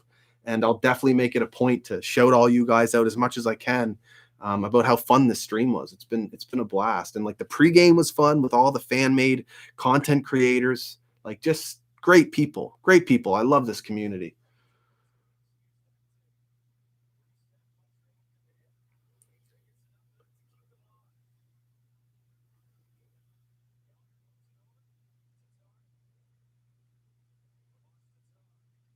Look at them moving the puck on the power play, man. This is, I can't get over it. Patience, patience, patience. And it pays off. To the bumper. Just keep it going. Good shot. And Petrie keeps it in. Oh, whew. He almost kept it in. Yo, do you guys ever notice that I have random pieces of hair sticking out in my videos? It fucking pisses me off, dude. Like, I'll film a video and by the end of it, I'm sitting there editing it. And I'm like, I might have to reshoot this because I got a random piece of hair just like sticking out and I look like a moron. But what can you do? It happens with fucking crazy ass shit going on here.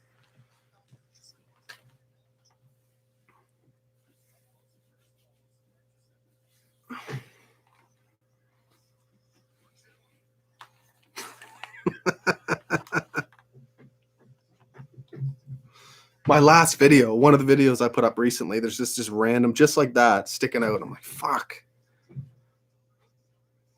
Standing there like a goof with my hair sticking out.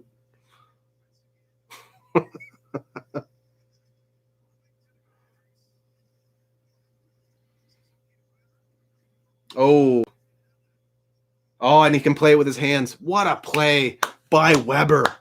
Oh yeah. Poise. Like, what a stud, man. Just perfect.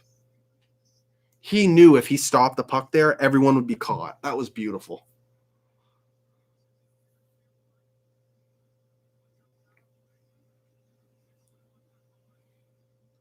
Oh, good try. Weber, good shot, too. Oh, I'm loving the way we're playing tonight. Loving it. This is a game where Vancouver, they are where they're at in the standings for a reason, and this is a game we should win in this fashion. So it's good to see. No disrespect to Vancouver. It's not what I'm saying. But if the Habs are what we think they are or what we thought they were coming into the season, this is the type of performance we need to see against them. The tight games, like against Winnipeg, and amazing to see us dominate Winnipeg. Yeah! I missed that one. Fucking running my mouth. Running my mouth. Damn right it's worth staying up tonight. Let's go, guys. Let's go. Hey, Dano grabs the monkey. Get that the fuck off his back. Let's go.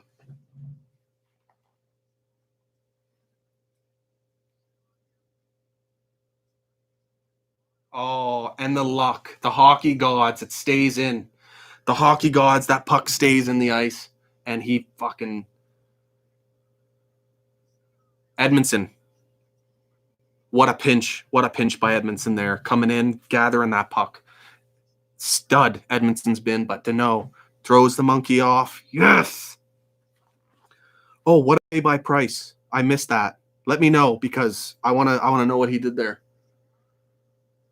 And I know he gave the fit... He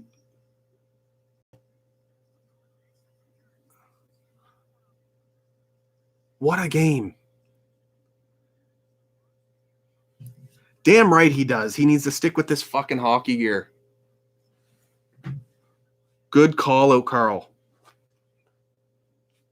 This is why Edmondson is plus 22. Exactly. I'd love to see the NHL start tracking third assists, because it'd be very interesting to see league-wide who's leading in that. You don't count it as a point, but track third assists. I mean, that seems like a no-brainer to me, honestly. Why wouldn't you? Why wouldn't you track third assists? At this point, it's 2021. I bet you Edmondson's the type of guy that racks up third assists.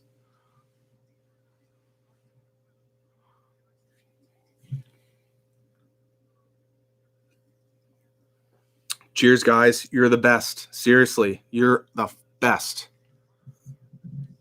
Don't forget, we're giving away a shirt tonight, Habs player shirt, doing a draw for all the comments. If you commented here, you're in the draw for a Habs player t-shirt. And if you win, you get to pick the player. And we're also giving away a Jonathan Drouin t-shirt that a loyal viewer offered to give up, which is clutch, so generous. And you can donate $5 to Parkinson Canada, parkinsoncanada.ca, and you'll be entered in with a screenshot. Send me the screenshot on Twitter of your donation. That's your entry, the screenshot, and you can win this sweater that I'm wearing. I'll wash it, and I'll send it to you. It's comfy as fuck, man. It's huge. Keeps you warm. This is a nice pattern here.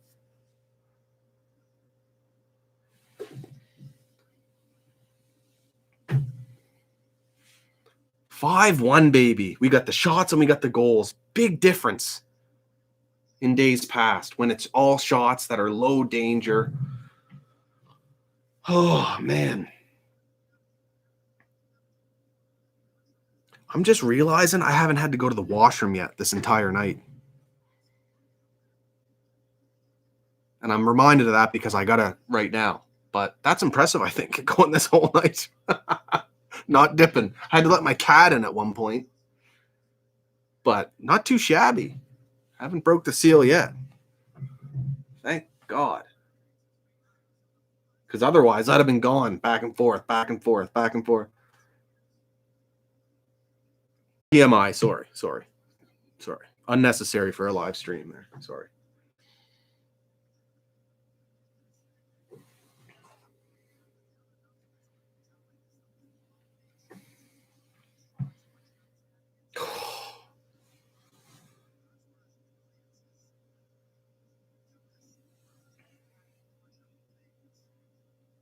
What do we got going here? Okay, commercial break. I'll be right back. Don't leave me. Don't leave me.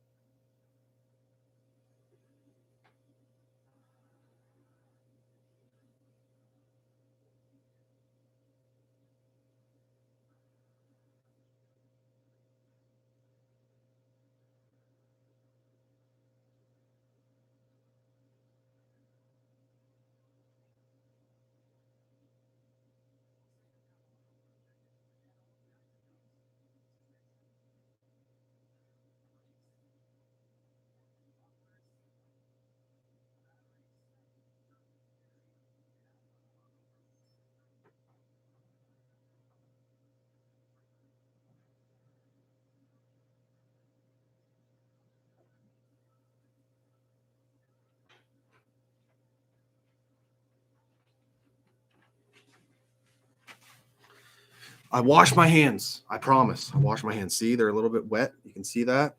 I washed them. I didn't dry them, but I washed them.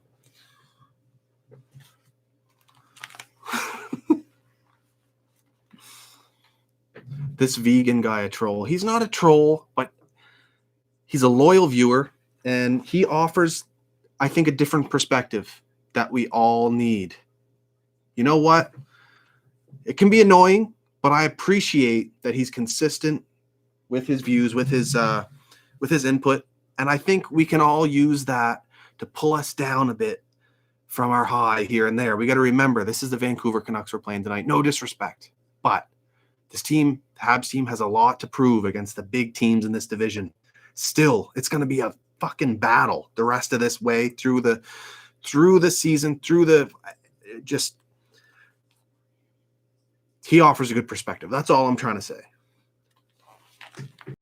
Even though it can be a little over the top and way too negative at the same time.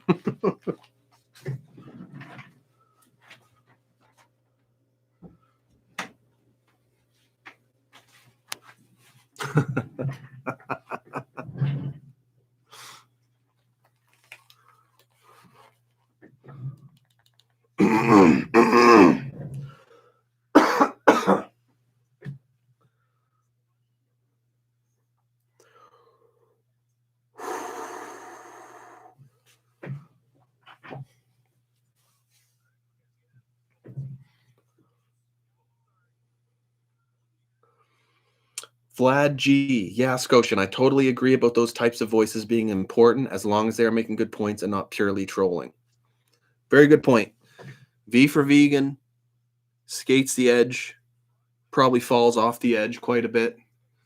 But I appreciate him as a viewer, despite him being negative as hell.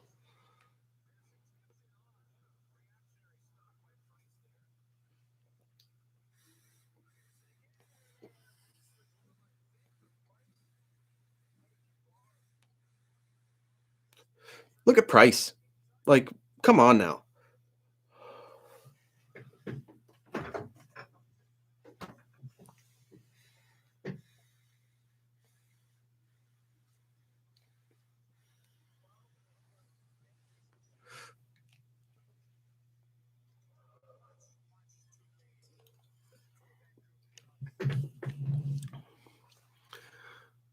Good point, Luna.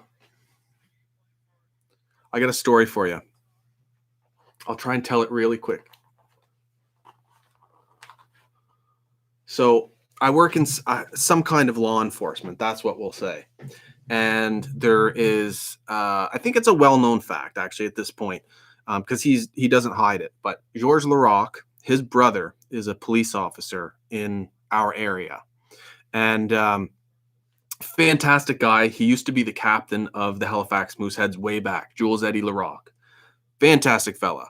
But anyway, so I work in a form of law enforcement. I was speaking with Eddie one day, and the first time I met him, and I saw his business card, and I saw Laraque on it. I was like, there's no way. I didn't clue in who it was at the time.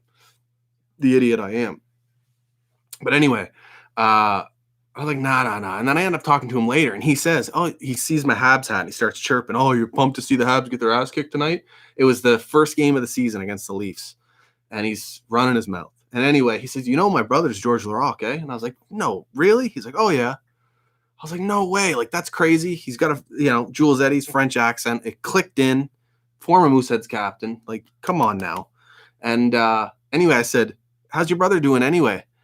And he goes, sorry, Luna. I apologize after reading what you just said. But George Laraque says, or sorry, not George. Jules Eddie Laraque says about his brother.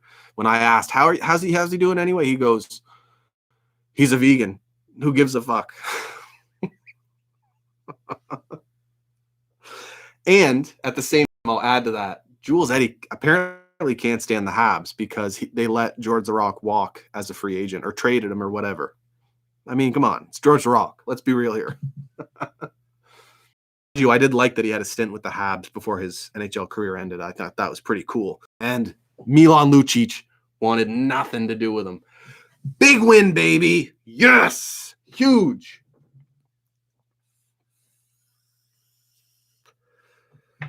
Yeah. Fucking right. Thank you all so much for joining. Absolutely amazing. Yes. Woo! Go Habs, go, baby. Fucking right. I'm so pumped we get to see a win. Absolutely fantastic performance. Domination from start to finish. Lighten up the Vancouver Canucks for 5 goals. None of them were on an empty net. You absolutely love to see that. You see Weber snipe one. He needed that. Deneau gets the monkey off his back. He doesn't have to worry about it now. Thank God, man. What a game. Absolutely fantastic game. Just their ability to hold possession in the offensive zone and actually make plays. We've been relying on rush plays for so long. And nice to see them control the play offensively in their own zone for definitely a change. Now, our next game, Calgary, tomorrow night.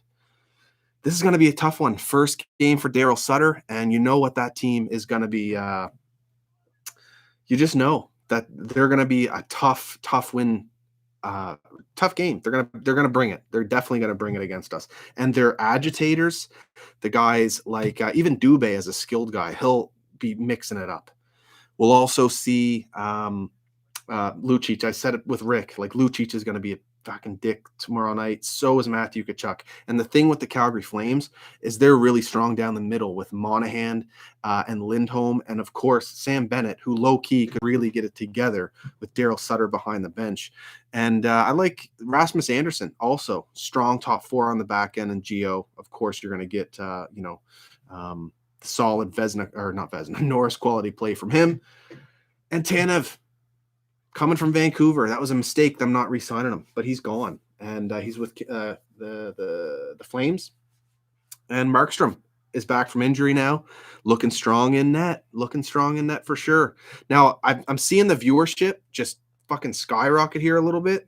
Not necessarily skyrocket, but maybe it's people looking for the post-game reaction. This is a live stream here, so maybe I'll wait a little bit and see what happens, and then just announce what we're doing here. But I'll keep this going for a little bit longer, okay? And but we're gonna do it again on Saturday for the Calgary game. And I don't do live streams that often. I really it's rare for me. But we're doing it again Saturday because I want to earn money and raise money for Parkinson's Society. You can win this sweater. Donate to ParkinsonCanada.ca. Send me the screenshot on Twitter. Whatever you can give. I'm saying $5, but whatever you can give. And that enters you in to win this sweater. You go send me your screenshot on Twitter. That's your entry. And I'll wash it and send it to you, whoever wins that draw. And and the winner for the draw in the comments for the t-shirts, I'm going to announce that Saturday during the stream. So I'm going to tally up all the comments. It's going to be a wild to try and go through that and figure that out. But I got to do it. So giving away 2 t-shirts. If you comment in here, you have a chance to win it. One winner gets to choose the player, and then another winner, it's going to be a Jonathan Drouin shirt. So thank you all so much for joining. We'll keep this going just a little bit longer, and maybe I'll take one more call if someone's interested. One more call, and then we'll call it a night because it's fucking late as fuck, man. I said it'd be uncensored. Paul Langell. Boom. I'm glad I got to you, man, because you're a loyal viewer, and I must have missed your message earlier. I apologize for that. I don't know how I missed that. It's probably because we've gone back and forth in messages before, and I was looking at my message requests. So I'll definitely get you in here. And you're putting that Drouin shirt. Yeah, dude, stud. You're a stud. Give me a ring. Glad to have you be part of this post-game reaction here.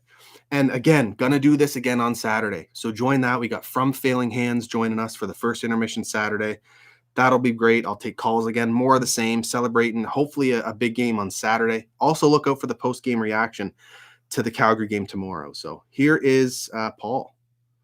Paul, hey, what's up, man? What's up, buddy? Hey, not too much. How are you? Oh, I'm good, man. I'm glad I could do this. I must have missed that first message from you earlier on. No problem, man. It's all good. That's it. What a game, eh? Oh, amazing game, man. Oh, nice to see them playing, but they're playing like they did at the beginning of the season. Exactly. I cannot get over the difference in how they're controlling play in the offensive zone. It's wild. Oh, it's insane. Well, they're cycling now, right? So I just felt like at the beginning of the year, that's what they were doing. I just felt like maybe the defense, because Julian thought the defense was lacking a little bit, so they went more defensively, and now that things have changed, Ducharme put it back to how it was going, and I mean, other teams having problems stopping us again, so it's great. Oh, yeah, you love to see it. And you got to think Alex Burrows, with all his experience playing with the Sedins, is having a huge impact on that cycle play. Oh, huge. Well, it just seems like, too, they're giving the young guys a chance now. Like, Kotkaniemi, it's been totally different guy the last couple of weeks, right? So he just looks like he's finally starting to step up to putting them playing with some great players. And they've been really fun to watch again. So I know, man. Absolute blast. And thanks for offering up that shirt. Like, that's huge, man. I'm pumped. No problem. Yeah, so what it's an XL, and it's too big for you. So figured it's Yeah, no, I ordered one. They sent me the wrong size, so yeah, figured I would they told me to keep it, so I figured I'd give it away to another fan so they can use it. So. Bro, that is absolutely clutch. So yeah, huge. So yeah, how about the stream tonight? What do you think? Oh, it was awesome, man. No, I I remember when we did this before. It was a season or two ago. I forget, it's been a while, but I mean, they were always great. So Thanks, it's fun man. getting together with everybody and chatting. And I mean, you do a great job. And I mean, on YouTube, I watch a lot of YouTube. This is the one time in the stream I didn't see any fighting in the chat and nothing going crazy. Just all fans together, just enjoying the game. So it was an awesome experience. Nice, man. I'm glad you bring that up. That's important. I love, I think you can have disagreements, no problem, but being able to chat hockey and just, at the base of it, end of your discussion, you're still good. It never has to, even if you're a rival fan or whatever, it is what it is. For sure. I mean, we're all hockey fans, so we're all in together. Chirping's part of it, and that's what makes it fun. Yeah, So, yeah, for sure. Who's your favorite player this season for the Habs? My favorite player this season, one guy I'm really like. I was a goalie when I played a bit. I mean, I've always been a huge Price fan, but just this year watching, I really like what Anderson's bringing. I think that guy is going to be huge for us in the next couple of years. So just so quick, so big. He can score. The only thing I worry about is he plays a little bit too big, and just worry about him getting injured and stuff like that. But I mean, I love watching him play. Yeah, it's a nice change having a guy like that on our roster as Canadiens fans with that power game. And it's also nice that it's not a guy that's coming in on a 1-year contract or something like that. Same as Toffoli. Exactly. I think it's going to be a crazy contract. I think it's going to be a really good contract for the Habs. Yeah, that too. And seeing how Edmondson's playing lately, that's another one. Like, I'm excited to have him locked up now. Just how steady he is in every area. Yeah. I mean, he's not a dynamic offensive guy, but looks very strong as a shutdown top four, no doubt. And picked up the assist tonight. Yeah. Well, right on, man. I know it's getting late, so late here too. I'm in Halifax as well, so. Clutch. We'll have to grab a beer sometime, dude. Once we're for sure. Once all this COVID crap's taken care of, we should get some people together and watch a game. So I think it'd be a great time. Yo, that's a sick idea. Cheers, man. Thanks for calling in. Glad I could get to you. As a long-time viewer, thank you so much for the support. No problem. Great stream. We'll see you on Saturday. Cheers, bud. Go Habs, go. Go Habs, go. Woo! Big win. And that was a fun stream, guys. I hate to end it. I really, really do, because this has been a blast, but we're going on 3 a.m. I got to work in just a few hours, honestly. So, yeah. You guys enjoy your night. Saturday, join me again. It's at a more decent hour. If you like this stream, share it wherever you need to share it to get the word out and help support me. And we'll have an even better time. I can't even imagine how we'd have an even better time than this on Saturday, because this was a blast. And yeah, from Failing Hands, first intermission. That's the plan. And take more phone calls, maybe some more surprises. Hopefully another Leafs fan doesn't fucking barge in and talk shit. Like they always want to, but it's rent-free, man. It's rent-free. It's rent-free. And I hope we get that round 1 matchup against those pricks. So we got Calgary tomorrow, Calgary Saturday. I'll see you guys then. Go Habs, go, baby. Keep the discussion going down in the comments. I really appreciate it.